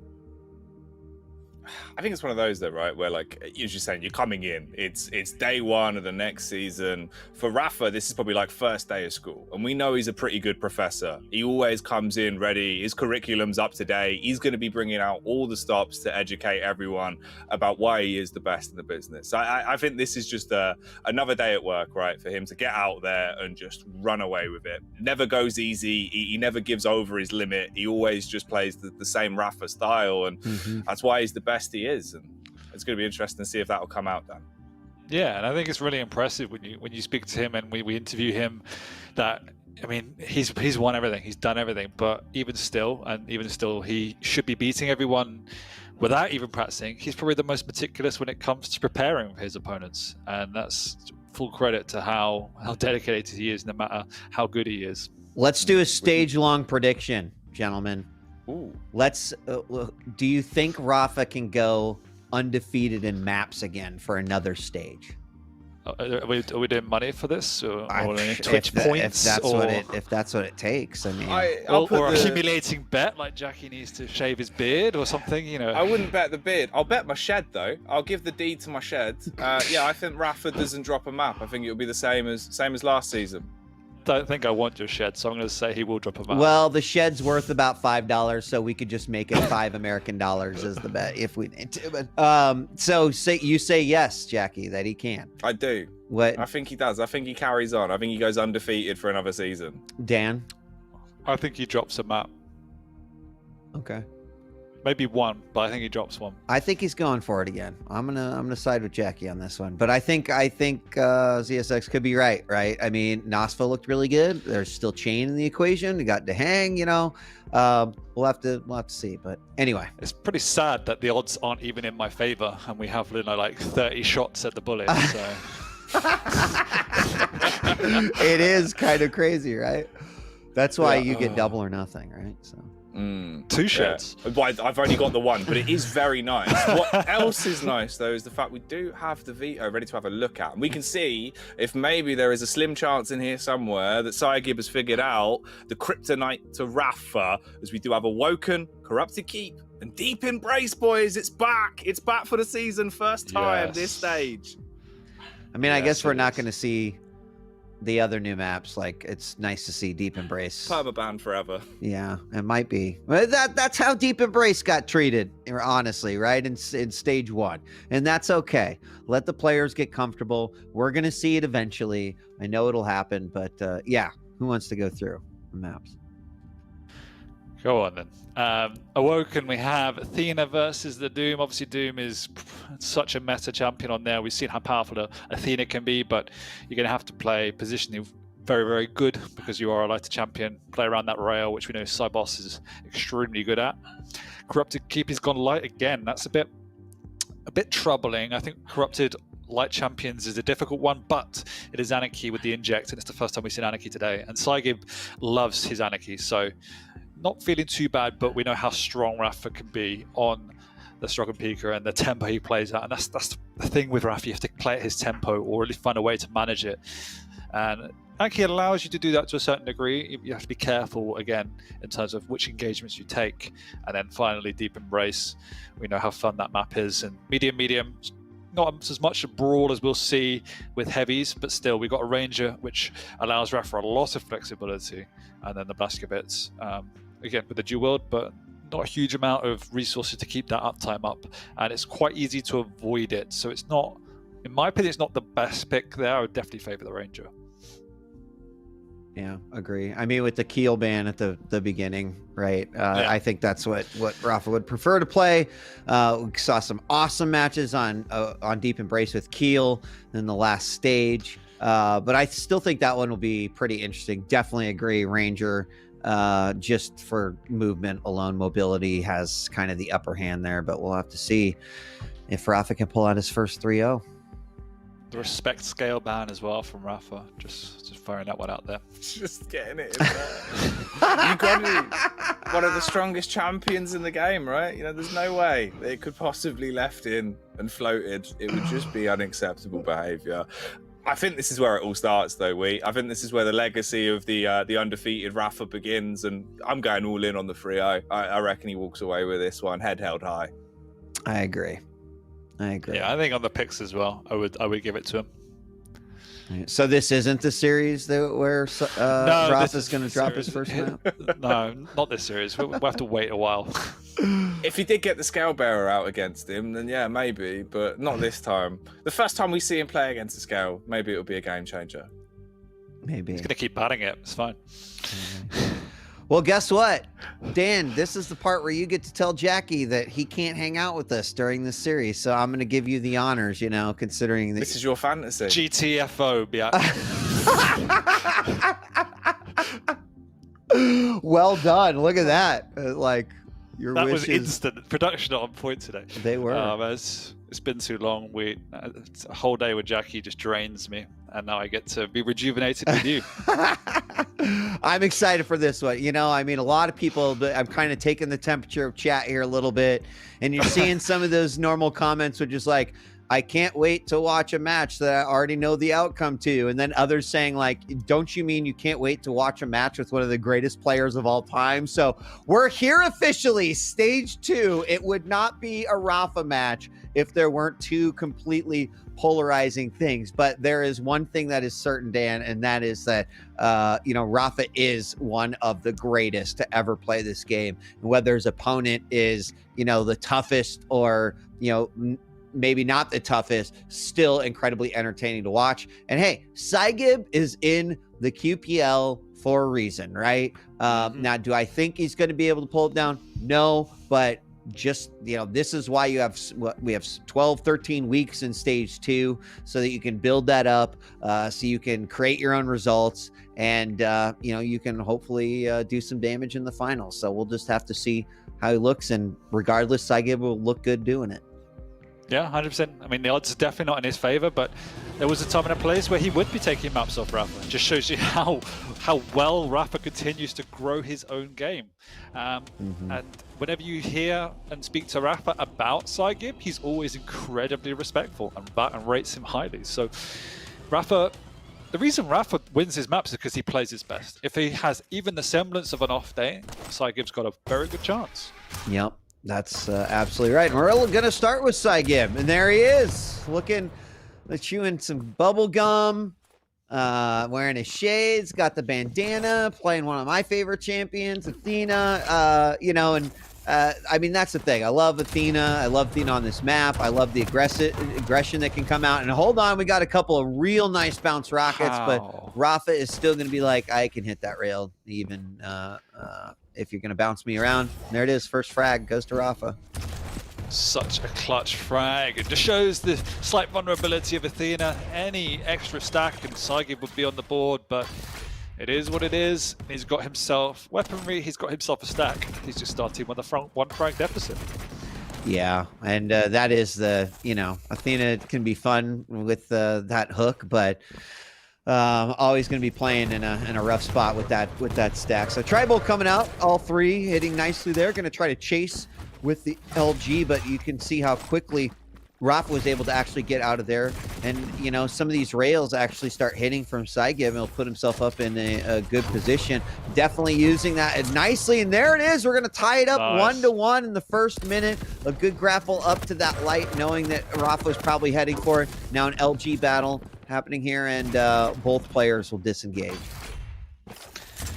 Saigib gets the better end of that trade, but the aggression with the lightning gun is strong from Rafa. Oh, he messes up the double jumper, which allows Saigib onto the heavy. Now Rafa's in a bit of trouble. He's in position for the Mega there, but he'll be taking a lot of pestering from Saigib from down below. Saigib does need to scut himself away, and you can see Rafa with the pressure on once again, and that's what he does so well. He's always on your tail. Yeah, I mean, he just chased him down hard right there. Saigib was able to get away. Perfect hallway to get away too. Picked up all that health, and that's that's I think what's going to be tough here for Saigib is any rail hitting like that, any sort of rocket or tribal spam is going to make it that much more difficult for Saigib. Yeah. But he's playing, I think, the way he needs to here, trying to hit his own angled shots, getting those rails off as well. And if he needs to, then he can use his grapple for for a little bit of escape, or possibly to take the offensive. Absolutely. Saigib's going to have to rely on hitting all of his rails to get back into this game, but Rafa's the one reading the movement at the moment. Nice rails through the teleporter. Saigib's living on the ropes and will be dying. Yeah, it's a rough place to be there, right in the center. You have cover, but Rafa had a really good idea, and he's not a player that you easily trick or debate into thinking you're somewhere that you're not. In fact, he's going to easily pick up a conversion on that last frag, making it 3-1, and then a rail off the spawn, and the grapple is not going to save you. Rafa's shotgun aim might save you a little bit, but there he finally picks up the frag. 4-1 now. 3 minutes and 18 seconds passed on the clock.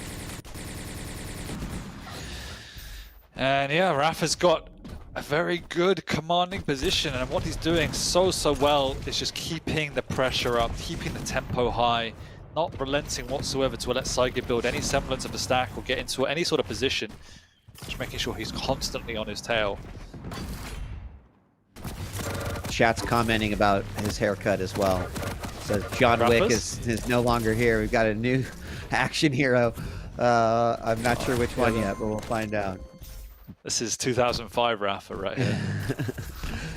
Rafa very, very low. Still hitting a direct rocket, Dan. Oh my gosh. I mean, did obviously, heal back up there, but what a ballsy play. And again, you say ballsy, but really it comes down to that confidence level. And although Razy didn't really sound like it in his interview, where I think he was very humble, what we saw there was a lot of confidence in his own play. And it's very similar to what we see out of Rafa pretty consistently.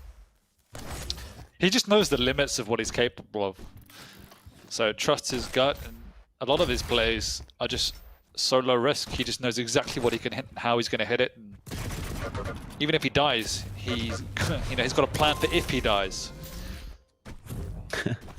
Yeah, exactly. Especially when you have 7 frags lead. There's a nice rail coming out there by Saigib through the window. Rafa very, very low. Is he going to get hit? He does. Saigib reads it nicely. Rafa out of the teleporter, picks up his second frag. He's got 5 minutes left to go. But now you're going to get to see, as you mentioned, right? Rafa playing from behind and being able to find his balance once again. He's just got a armor shard or 2. He's got nothing big, but he's playing very slow. Great rocket through the window yet again.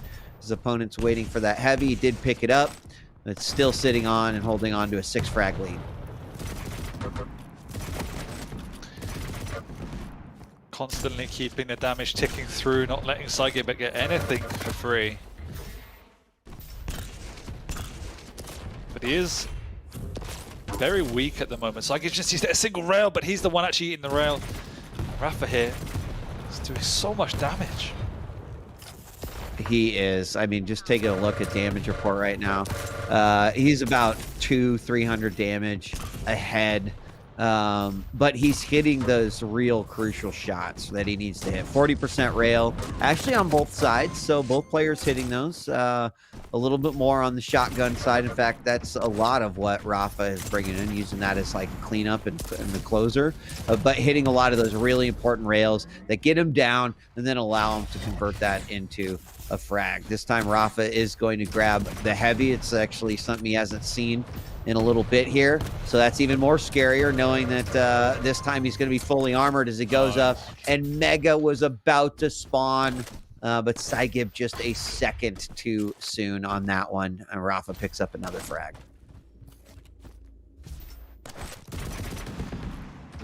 Rafa's weapon choice is what really stands out a lot of the time for me. Like, he's one of the few people to really abuse the my mind has just gone blank now.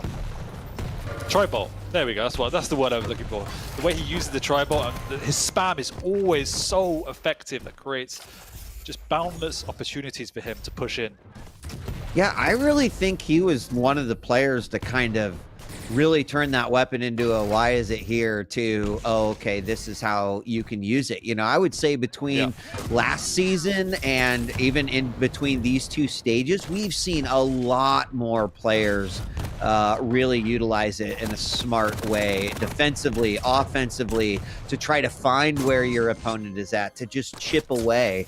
And I have to agree with you, Dan. I think that Rafa's been one of the kind of innovators as far as that's been concerned, and I think he brought that to the table for a lot of other players to the point where they're really starting to integrate it into their play. Of course, it depends on the map, right?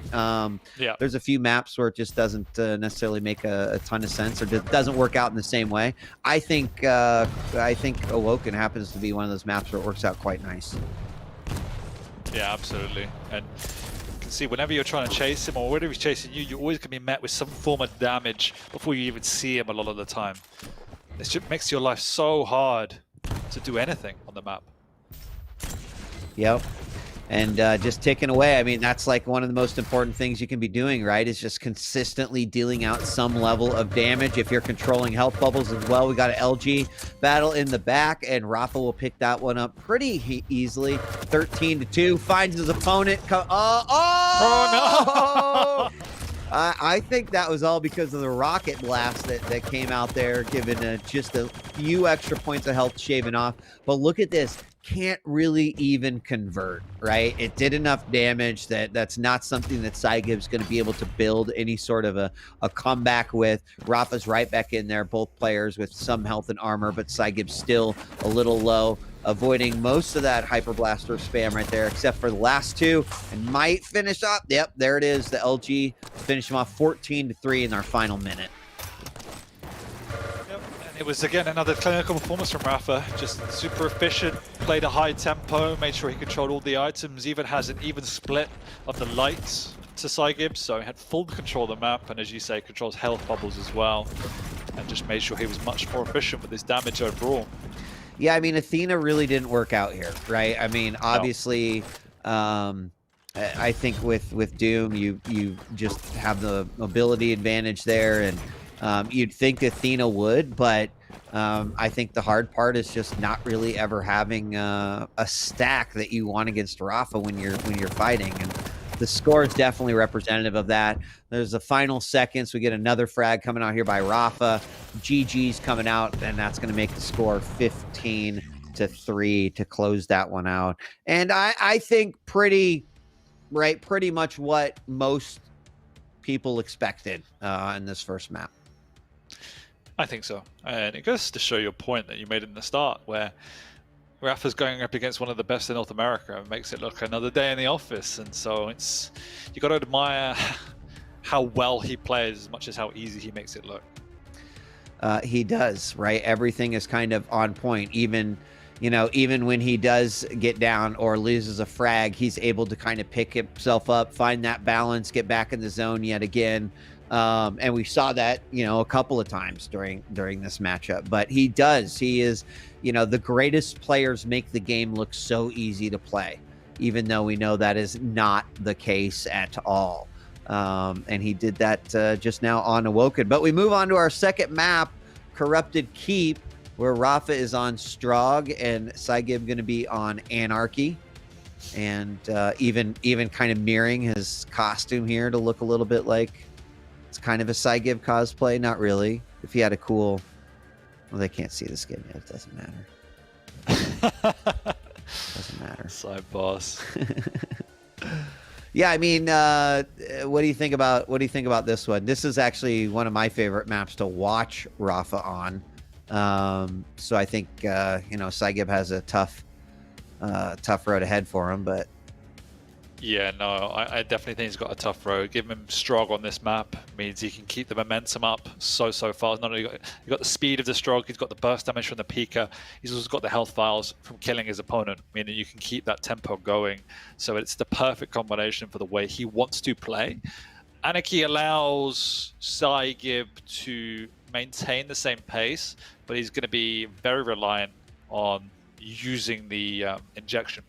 And Rafa will be more than aware of that, and as soon as that's not up, he knows that's his opportunity to keep the tempo up. And I agree, this is such a great map to watch the best players on, because you get to see the way their brain works, the way they control the map, the way they position, because you don't have a rail to fall back on which can just break games wide open. It's all about strategy. It's all about how you position, how effective you are at range, and then which combat you take and which you don't. Yeah, I mean, I'm looking in this particular matchup for, a lot of LG battles. But one thing we saw in the last game on Awoken that I'm sure we'll see here is that Rafa loves to use that super shotgun. He only did about 300 damage, but he uses it mostly as a cleanup weapon. What's unique here is that we see Rafa use the super shotgun a lot on Corrupted Keep, even for full-on frags. So, will he continue that from map 1 and what we've seen here in the previous stage as well? Obviously this is it's a tough one to control, just because it's small, it's so fast-paced, but we'll see what Saigib can do if maybe he can grab a little control early on in this map. Yeah, I think if you're Saigib, you just want to keep it simple. Play around the heavy if you can. Try not to take too many mid to long range engagements, or at least not trade in them, because you're never going to win on the stack play there. You just need to be trying to catch your opponent off guard and play as safe as you can. Play the choke points, get your rocket up, and pray for the best sometimes. Yep, pray for the best. It's what you got to do inside the Quake Arena. We're going to kick things off with Saigib once again. Got the back spawn, ran right into LG. Does manage to take out Peeker very handily. That was nicely done. But Rafa, knowing his opponent was going to be going for that light, easily scoops in for that first frag in the first 17 seconds of this game. Yeah, not the start you want if you are a Saigib fan. But the items are on even kill, but Rafa recognizing that pushes into the one where his opponent is to do maximum damage before scuttling himself away back to the Mega. So once again, efficiency at its finest. He could have quite easily just traded, but decided not to. Saigib looking for an opportunity and how he's going to try to attack in here. He's going to just beeline it to the right, try to give himself a light armor, anything to kind of help out. There's still quite a long time till either of our major items, and this is where you can just see control is not in his favor, and there's that super shotgun. You get in those close corners and that thing does a ton of damage. Rafa picks up his second frag right there, and I do like that style of play that Rafa tends to play and deploy here on Corrupted Keep. Whew. Yep, it's not looking good, really not looking good. And Rafa, kind of like Razy, he's so adept at also stealing away the entire map to the point where he can rotate all 4 items if he has the opportunity to. Oh, absolutely. And the hourglasses and health bubbles that are crucial to kind of getting back into a game after a fight. Saigib will exchange some LG, but once again, very, very low. Here we go. Grabs the 2 bubbles in the back, and Rafa knows exactly where he's at. Does a little bit of damage with the super shotgun, lets Peeker finish that one off to get a frag. making it 4-0. But I think that the hard thing for Saigib, at least what we've seen so far here, Dan, is that what does he do off the spawn, right? It feels like Rafa is just always right in his face. Another super shotgun blast coming right out of that doorway, and he's already up to 437 damage on that one, with his other damage just coming from LG. He's only used two weapons this whole game. And you're right, well, it's not even what do you do after spawn, it's what do you do full stop. We're 2.5 minutes in, it's already a scoreline where you would expect Rafa not to lose.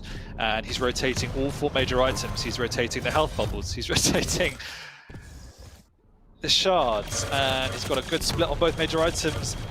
And yeah, this is GG, already, unfortunately. This is kind of the reason why I say I love to watch Rafa on this map. I think it is, oh my God. Took a mid-air to the peaker for the kill, 10-0. He's godlike, dude. He is godlike. Every decision he makes is always right. And he makes it instantly. He doesn't hesitate. No, never. And it's also that, I mentioned it in the last one, but just that level of confidence. Yeah, I can do this. I can make the shot. I can do this. He's going to be here. I'll do this. So very impressive. I mean, I don't know if this is a speed run to 50 frags right here, but this is wild. Oh, I would not lose an ounce of respect for Saigib if he called GG right now. No, just man, who'd want to? Stop the pain. Right. Please. Right. And that chat's saying it too. 12 frags in 3 minutes. We're up to 14 now. And I mean, we're beyond that whole, well, maybe if I get a frag, I can start to bring it back. Well, here we go. Now we're gonna find out. He's not bringing it back. Unfortunately, he might make it respectable, but I would be very surprised if Rafa allowed him to do that even. And you can see the challenge is that Rafa he's always there to punish you. If you're picking up an item, if you're doing anything, even if you get a frag like you have now, what is there to do? There is a chance that within the next 5-6 seconds, Rafa is back in your face to finish the job. Saigib's going to show us that we're all wrong. Here it comes. The 12 frag rally in 3 minutes versus... If he does, I am officially petitioning for Aviators to sponsor him. Oh, a full rocket from Rafa. Ouch. Down to 59 now. I'm happy to see Saigib on the board, though, right? And you're right. I would have been fine, too, if he would have said, all right, GG, man, that's good. But, right, I mean, you might as well get this best practice that you possibly can versus one of the greatest players in the world, frankly, to ever kind of play the game. So why deny yourself of that? Yeah, true. Sure, if you say so, Wheat. Great. Could also be the most demoralizing loss that you've ever experienced. Could just retire Saigib at the same time, but yeah. I mean, less than 5 minutes to go. He's counting down the clock. I would be too, honestly. No I've disrespect. been in situations like that where I look at the clock and go, it's nearly done. It's nearly over. Can I just pull my Cat 5 and call it good? Saigib does grab the Mega, but unfortunately that is not going to help out. And, I think the best he can ask for right now, Dan, is to just not let Rafa get back into that zone. The no blinders, I know where you're at every waking moment of this game, and I can add another 15 frags to the board. Yeah.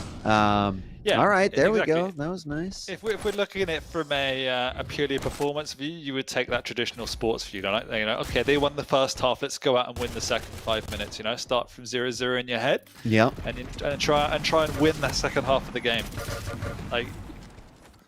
I like that. That's exactly it. I think you could do that. That's well said.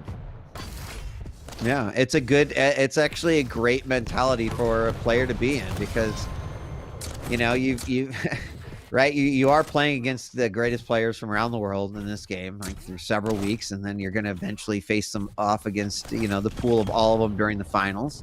And I do think that's like a really smart way to just kind of approach it. Delete the current score in your head and just start from 0-0 for the second 5 minutes. Yeah, when you play is at the level these guys do as well, particularly on a map like Corrupted Keep, you know how quickly it can snowball. Like, Anarchy is a high-risk play, and a couple of bad decisions coupled with some really great play from Rafa, and it, you know, before you even blink, it's 10-0. So like, sometimes there is not a lot you can do, and it just didn't go your way. So you have to then reset, and if you're going to continue, yeah, just find a way to make it validated for you to play better. I mean, this is also just a moment for me to issue a PSA to all players out there. Like, obviously, the Quake 4 Super Shotgun is garbage compared to the Quake 2 Super Shotgun that Rafa uses. So just for those who are, you know, for those that care about the skins that they use, just, I mean, look at the barrel of that thing. It's not doing anything. Like, it's a mental thing, Dan. It's just, the Q4 Shotgun is not great. I am immune to skins. I don't even change my skins. Otherwise, I'll be in a black hole of changing my skins if I miss a rail, you know? I mean, even from a spectator's perspective, I see Saigib pull out the Quake 4 shoddy, and I'm just like, well, that's not going to do any damage. And then, you know, the Quake 2 Super Shotgun, like, takes up most of the screen, and you know that thing is going to shoot skeets out of the sky. It's... Yeah. Who's gonna win? Wait until I've seen the skins, then I'll decide. Oh, well, 18-5, we do see 18-6 now. Is, you know, definitely to what you said, Dan, it's true, right? Saigib kind of reset. He's like, I got my ass handed to me in that first 5 minutes, but I'm going to try to play a better second half. And he is. In fact, that's the second time that he's actually fragged Rafa that way. You know, he's not letting Rafa put his show back on. And that is actually I think the best thing that he could hope for. If that results in a win, which is pretty unlikely, but hey, you know, it was great. Wow, Peeker wanted that kill bad. Yeah, and I mean, as you said, all things considered, it was, what, 10-11-0 after 3 minutes? It's not that bad. It's a very similar scoreline to Razy Garpy, and that looked very even for large parts of it. It's very true.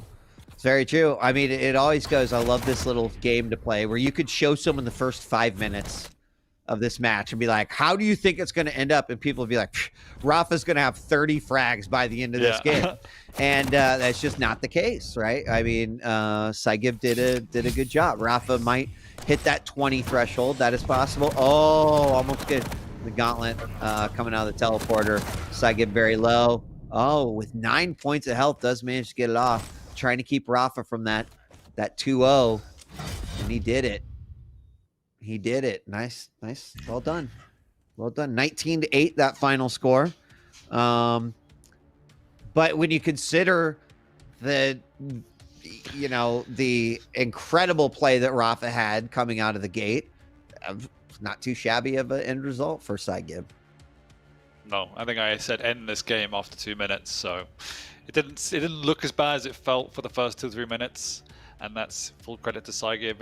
Maybe Rafa, you know, took his foot off his throat ever so slightly, but Saigib definitely reined it in and played a bit more reserved. But it was so commanding from Rafa. That opening, he didn't let loose. He had all 4 items for 2 or 3 minutes, and Saigib just couldn't even breathe off spawn before dying. He couldn't. I mean, I could barely breathe. It was brutal, nonstop. And then well, I think we're going to see it again, but when Saigib had that beautiful mid-air rocket as he was falling down, and Rafa's response was to just throw Peeker out and get the kill, like that was pretty brutal and quite amazing.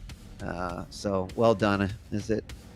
Is around here somewhere. Maybe it didn't get on the plays, but look at that super shotgun from Quake 2. Yeah, you called that. The super shotgun domination, time and time again, devastates light champions. It does. Yeah, I mean, I see it now. I see it now. But see, first frag after 4 minutes, it was already 14-1. Yeah, that's so really in the final 5 minutes, Rafa only picked up an additional 5 frags. Whereas so what Saigib you're saying picked up is 8. Rafa lost 8-5?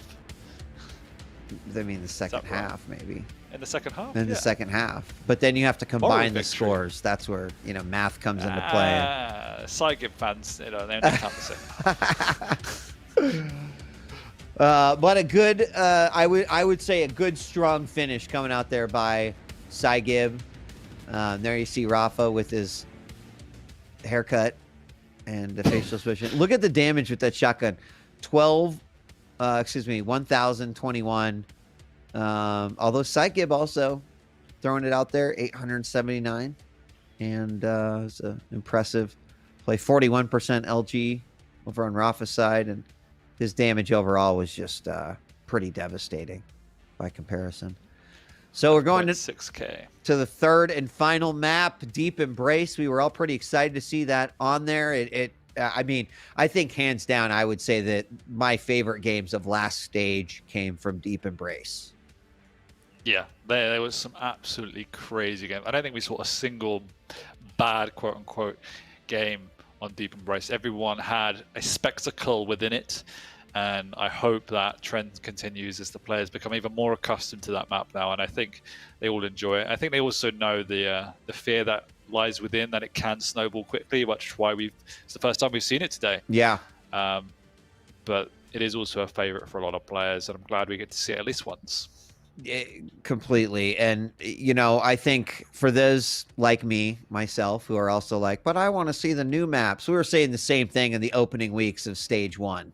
And it was worth the wait. That's all I will say. It was so worth the wait to finally see some of those Deep Embrace games come out, to see how even the play style on Deep Embrace changed so much during stage 1, where we saw a lot of concentration on that middle area and just trying to control the outer ring. And then we saw other players be like, whatever, you do that, I'll pick Keel and I'll control the outer ring and I'll just mess you up with pineapples if you're going to sit up there all game. So, the evolution of the gameplay just on this map over the course of those 13 weeks was quite impressive. So I'm excited to see what will happen, with Exile, if it does happen. But I do believe that it will. I'm excited that we get to see Deep Embrace back on the menu. I'm just loving this map pool, man. Like, every map has so much action within it. I think the most spaced out map we've got now is Ruins. Every map is close knit, high octane Quake. It's so fun. Yep, completely agree. And Ruins kind of, I'm gonna keep Ruins that. Is fun. It is fun. Ruins is all right, don't kill me, chat, but by comparison to the other maps, it's kind of like Ruins is the ZTN of old Quake styles. You know how ZTN was just kind of, it lived on its own sort of, it was different than DM6, it's different than T4, and all. I'm using all Quake 3 and Quake Live references T4. Right now, but I want some T4 back, but here we got the rail coming T4. Out. Nicely done. I love T4's the best. It's great. All right, we got a game. John 04 Hill and no T4. We got to hope that one day it will make a return. So nice orb coming out by Rafa, more for positioning than anything, but it is going to give him the heavy. And now he's going to be on the chase. Nice rail from Saigib, and the double rocket launcher is going to put Saigib on the board first. It is, but Rafa's already back to say this isn't the way it's meant to go, and ties it up. And in addition, also gets himself positioned over by the heavy. Yeah, rocket jump up to the top. Oof! These rails that Saigib is hitting is a nice. Oh my God, dude! He called up a math club and a physicist and said, "Help me calculate the angle of getting this rocket through this wood without burning it and/or hitting the sides of it." And there was the results right there. That was an amazing shot. Oh, the orb. Not only did he take the mecha, he also took the light, and he got the frag with the rocket jump. And this is what we said right in the intro. How is Saigib going to keep with the pace of Rafa when he has a ranger at his disposal? Orb, rocket jump, passive. There is a dual wield, but how do you even use the dual wield when your opponent can get away and hide on the lower ground? It's so tough. It is tough. And, this is exactly trying to play that center. But Rafa, very easily able to kind of take away that advantage right there. Not afraid to rocket jump, not afraid to use that orb. I mean, Cygibbs hit some very nice rails, but another through the stairs rocket, just these perfect rockets coming out here by Rafa. Until he put in even more time on this map, using that tri-bolt there at the center to get Cygib out of position. And, Rafa's right now kind of playing a hybrid of all the styles that we've seen here on Deep Embrace. He is, but what he's doing best of all is absolutely starving Cygib out of this map. Yeah. It means every time he makes a push, it doesn't matter if he's 1 rail, 2 rails, he knows he's got enough time and output to kill his opponent and then restack. The dual wield comes out, but there's just nothing to work with, so it will be close. He does get the frag, but he was so low and close to dying himself. But there's plenty of time before the next major pickups for Rafa to say hello. Yeah, I'm not sure that Rafa thought he was going to win that fight. I think he was just in a position where he's like, oh, I'm going to take just as much damage if I try to run, and was able to get the follow-up on that anyway. But that was a smart move by Cygib, just a good place to use that dual wield. Coming around the side, seeing his opponent go for that rail, and even the tri-bolt through the slats of the bridge and following up with even more tri-bolt. And it's just like that damage stacks up. Right? Like, yeah, I mean, just moving around there, Cygib took over 100 damage just running around through the teleporter, whereas Rafa took 0. It's just the efficiency. It's just constant. Yeah. I mean, he was so low, too. Grabbed those 225s in the middle and, is in a position where now he can do things like that with the rocket jump to the dire arm, grabbing the heavy. I dream about doing stuff like that, man.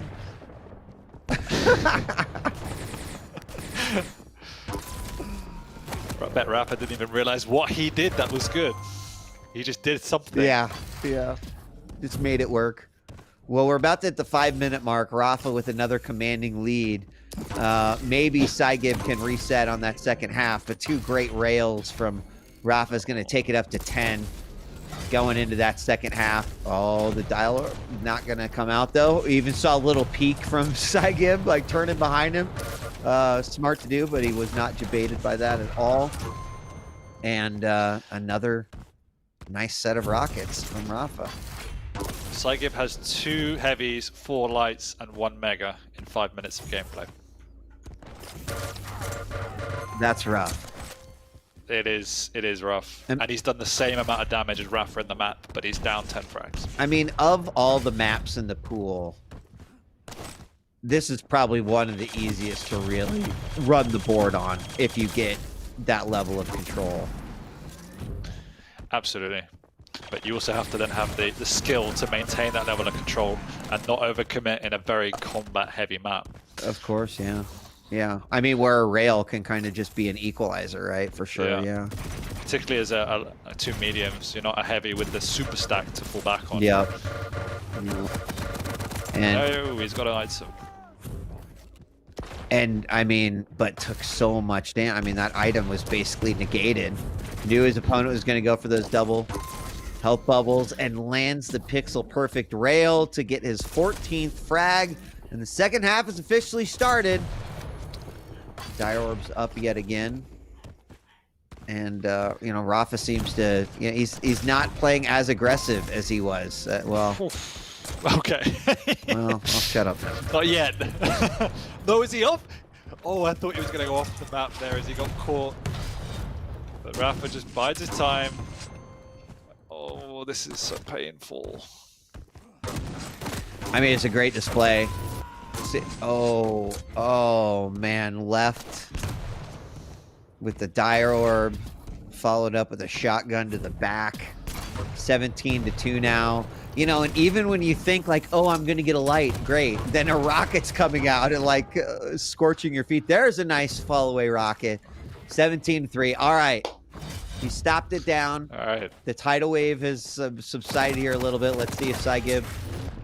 Nope. I think that was Rafa actually overkill. Dan, that was bandana. That was overkill. Everything that Rafa does is overkill. That's true. He doesn't need all of these items. He wants them. That's very true. He hears the dual wield and he just hides. And this is what I meant. Like, there's so many different ways to avoid combat on this map that if you pop a dual wield, you can just. It's so nice. Sorry, complete your thought. You pop a dual wield and then you could just turn around a pillar and just wait till it disappears. Oh, right. You can avoid combat if you really, really want to. Yeah. It's very.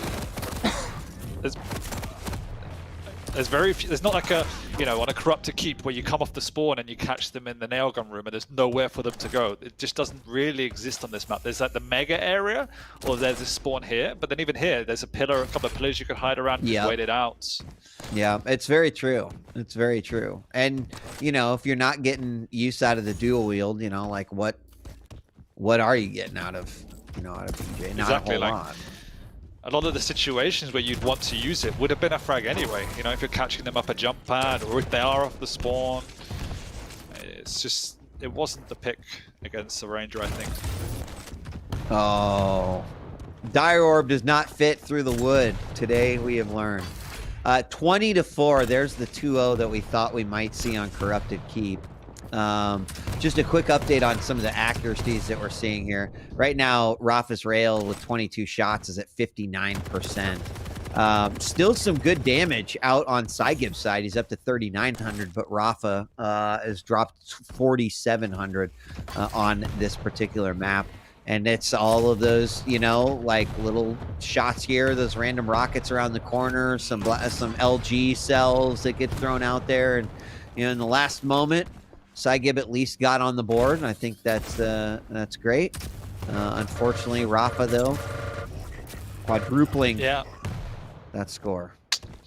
And to your point about Cygib doing decent damage, I mean, on the one hand, it's because he's obviously a very good player, but on the other hand, it's the way Rafa plays, and he will hard commit for frags if he knows that he can fall back on the resources that you want, like a light or the health, or he's got major items coming up. He will push hard to at least weaken you, if not kill you, and then fall back and pick up the resources. He's not someone that plays like a chain who just tries to avoid a lot of the combat. He will actively seek it out. So he's always inherently going to be taking quite a lot of damage. He'll just end up doing more than you. Yep, very well said. Oh my gosh, these rocket rail combos. That's like the fourth or fifth one in this matchup. 15 seconds left on the clock. And I don't know. Maybe someone misinformed Rafa. Maybe got some fake news. But Rafa, they're not paying out by frag in the second stage. It's still by map. Good games were you AFK, and look at that belt. Is that new? I didn't see which belt. Dude, he's got the QPL belt on. See? Yes. Well, he was wearing it. Yes, his character was wearing the belt. Oh, his character. I thought in real life. No, his character. I told you, I don't look at skins, man. You got to pay attention to the finer details of. Yeah, he was wearing the QPL. Oh, I thought you meant in real life, like a baller. He was actually wearing the belt. No. Like some sort of macho Chad move. No. He's got look in the character selection screen. I didn't even notice it. Oh wait. Oh yeah, so he is. That's sick. All right, I'm going back to pro just to get that skin. Rafa has it on Ranger, Visor, and Athena. Well, that's not very fair to the other champions. Well, yeah, why Scale not got one? Well, I've got my first bit of feedback that I'm gonna give to John 04 Hill. That's for sure. Dick. All right. Let's bring Jackie back. Right? See what he thought. Jackie, did you know that there was a belt on Ranger? Jackie doesn't know what game we're doing. Oh, it was in the patch notes. Oh. Yeah. Okay. Pretty sick, right? It is sick. But now you made us look like we're bad commentators because we didn't read through the patch notes, apparently. Oh, no, I play the game. It's fine. Yeah. I would play, but I don't have any hands. I just read. That's my way. But yeah, overall, good series, boys. I think that was actually pretty sick. There was some fun moments right into the mix. I enjoyed the commentary, if I'm honest. I was having a bit of a feed. I was over here having a bit of a nibble and just having a listen. You had me giggling. I nearly choked on chicken at one point. You did make me giggle. So, well done. Nice. Thanks, Jackie. I appreciate the comments. That's all right. I thought you might need it. It's been a long day. A couple of compliments for you boys. A compliment goes a long way. It does. Thank you. It sounds like we have someone joining us. I'm really bored of interviewing Raph, I'm not gonna lie. Well, here he is. Oh shit! How you doing, Rafa? Welcome back, mate. Again, as per usual, another stellar series coming out from you. How have you been? Has it been obviously off the back of the win and just over the holidays? I took a little bit of a break after the stage 1 finals. Really needed it to kind of mentally reset. Kind of exhausted myself, over the course of all that I've been playing, the couple months leading up to it. And excuse me, hold on. And yeah, I just took a little bit of a break, and I'm just trying to get back into the swing of things. I'm really happy with my performance today. I think mentally I'm playing there. But I'm still, like, as you could see on the last map, sometimes I'm making small mechanical errors with movement and whatnot. So I'm just trying to, shore those up over the course of, the weeklies, and trying to get into my best shape come finals time. I have a hard time deciphering that last comment, Rafa, because we watched you fire 2 precision rockets through the wooden grates for frags in that one. But understood. I want to ask about the new map, right? Have you had a chance to at least look at it? I mean, I think the audience, the viewers, the commentators are kind of excited. It's always, really cool to see the players kind of break these maps down and how champions play out on them. Just wondering if you've got any early thoughts there. Yeah, I actually really like that Exile has replaced Tower of Koth this stage. I think as players start to play it more and they're more willing to leave it into the pool, you're going to see a lot of different champions being viable on that map. I've played I feel like 2/3 of the pool works well on that map, and that doesn't happen very often. So I think once we start to actually see people play it, we're in for a treat. I would have picked it this week, but you can blame Cygib for that. So, because he banned it. Okay. All right. Fair enough. Oh, it's Rafa, my favorite interviewee. It's good to have you back once again. And I asked Razor this question, but I guess since you obviously now have Champion of Champions once again, you actually lost some maps. What's the ambition moving forward? Is there anything you want to develop or evolve in your game? You mentioned new map and things like that, or are you just quite happy grinding and being consistent? Yeah, I think it's just trying to reach that level of consistency to play at my best, because I agree with what his sentiments were in the interview, where that was arguably the best that he's ever played, in my opinion. I think his shape that he brought towards that finals was even better than when he won 2 years ago against me in Italy. I think just the overall level that he brought himself to try to win was the best he's ever played. So what that means is I need to keep trying to push myself. Otherwise, he's right there. He's on the cusp of winning. And if he's playing that well again, I have to be playing my best game. So, this isn't something where some people might be like, phew, I could still do it like that and do what I've been doing. No, this means that I need to put in that extra little bit of effort, because people are hungry. You're tired of interviewing me. Other people are tired of me being in the final. So they're really going to be putting in the work to try to be there. And that means I need to too, if that's what I want to accomplish. And I guess the second question as well, because you mentioned Exile already, but I just want to get your take on the map pool now, since we moved, in my opinion, towards quite a combat-heavy set of maps overall, really. Very close-knit. So does that favour you, or do you have any opinions on how it's currently at in terms of the meta and things like that? I mean, I think whatever the map pool has been, I always focus on, and this has been a consistent of mine all the way back from Quake 3 to Quake Live, to Quake Champions. I don't want to have a weak map. I always push myself to make sure that even if my quote-unquote weakest map, I always have a shot of, beating the best on it, even if it's not one that I favor. So for me, it's just about putting in the time, just making sure that I'm really solid on all those picks so that I can be more flexible in the pick and ban phase and try to pick to my strengths and their weaknesses. So I do agree. I think that the maps are a little bit more combat heavy, so we could see a slight shift, in terms of players that were finishing within 4 through 12. They could kind of adjust this stage based off of the map pool. But yeah, I'm just trying to be ready for anything. And as far as Blood Covenant leaving, I love Blood Covenant a lot, but I actually am glad to see it go. We've played Blood Covenant and Blood Run for 20 some years. Like, I think it's really nice the fact that we have all these Quake Champions maps in Quake Champions now, that there's enough in the pool and they're all really good. That's what's important. These maps are actually very playable and very enjoyable to play. So hopefully, who knows what we get coming for the final stage. Hopefully there's another good map that they can add and we can rotate something else up. Nice. We'll have to wait and see what sneaks in. But thanks again, of course, for popping on, Rafa. A lovely series there, as per usual. Always putting out all the stops, mate. Yeah, beautiful to see. Enjoy the rest of your evening, brother. You too. Take care. And there you go. Huge day, lads. Yeah. First day back. Season 2, stage 2. We did it, boys. We got through the first day. What a collective of fantastic games. It was so good, and you're right. It's like being back at school. Me and you sitting in the naughty corner, we just teaching the class. Golden boy Rafa back on the podium. So it's business as usual.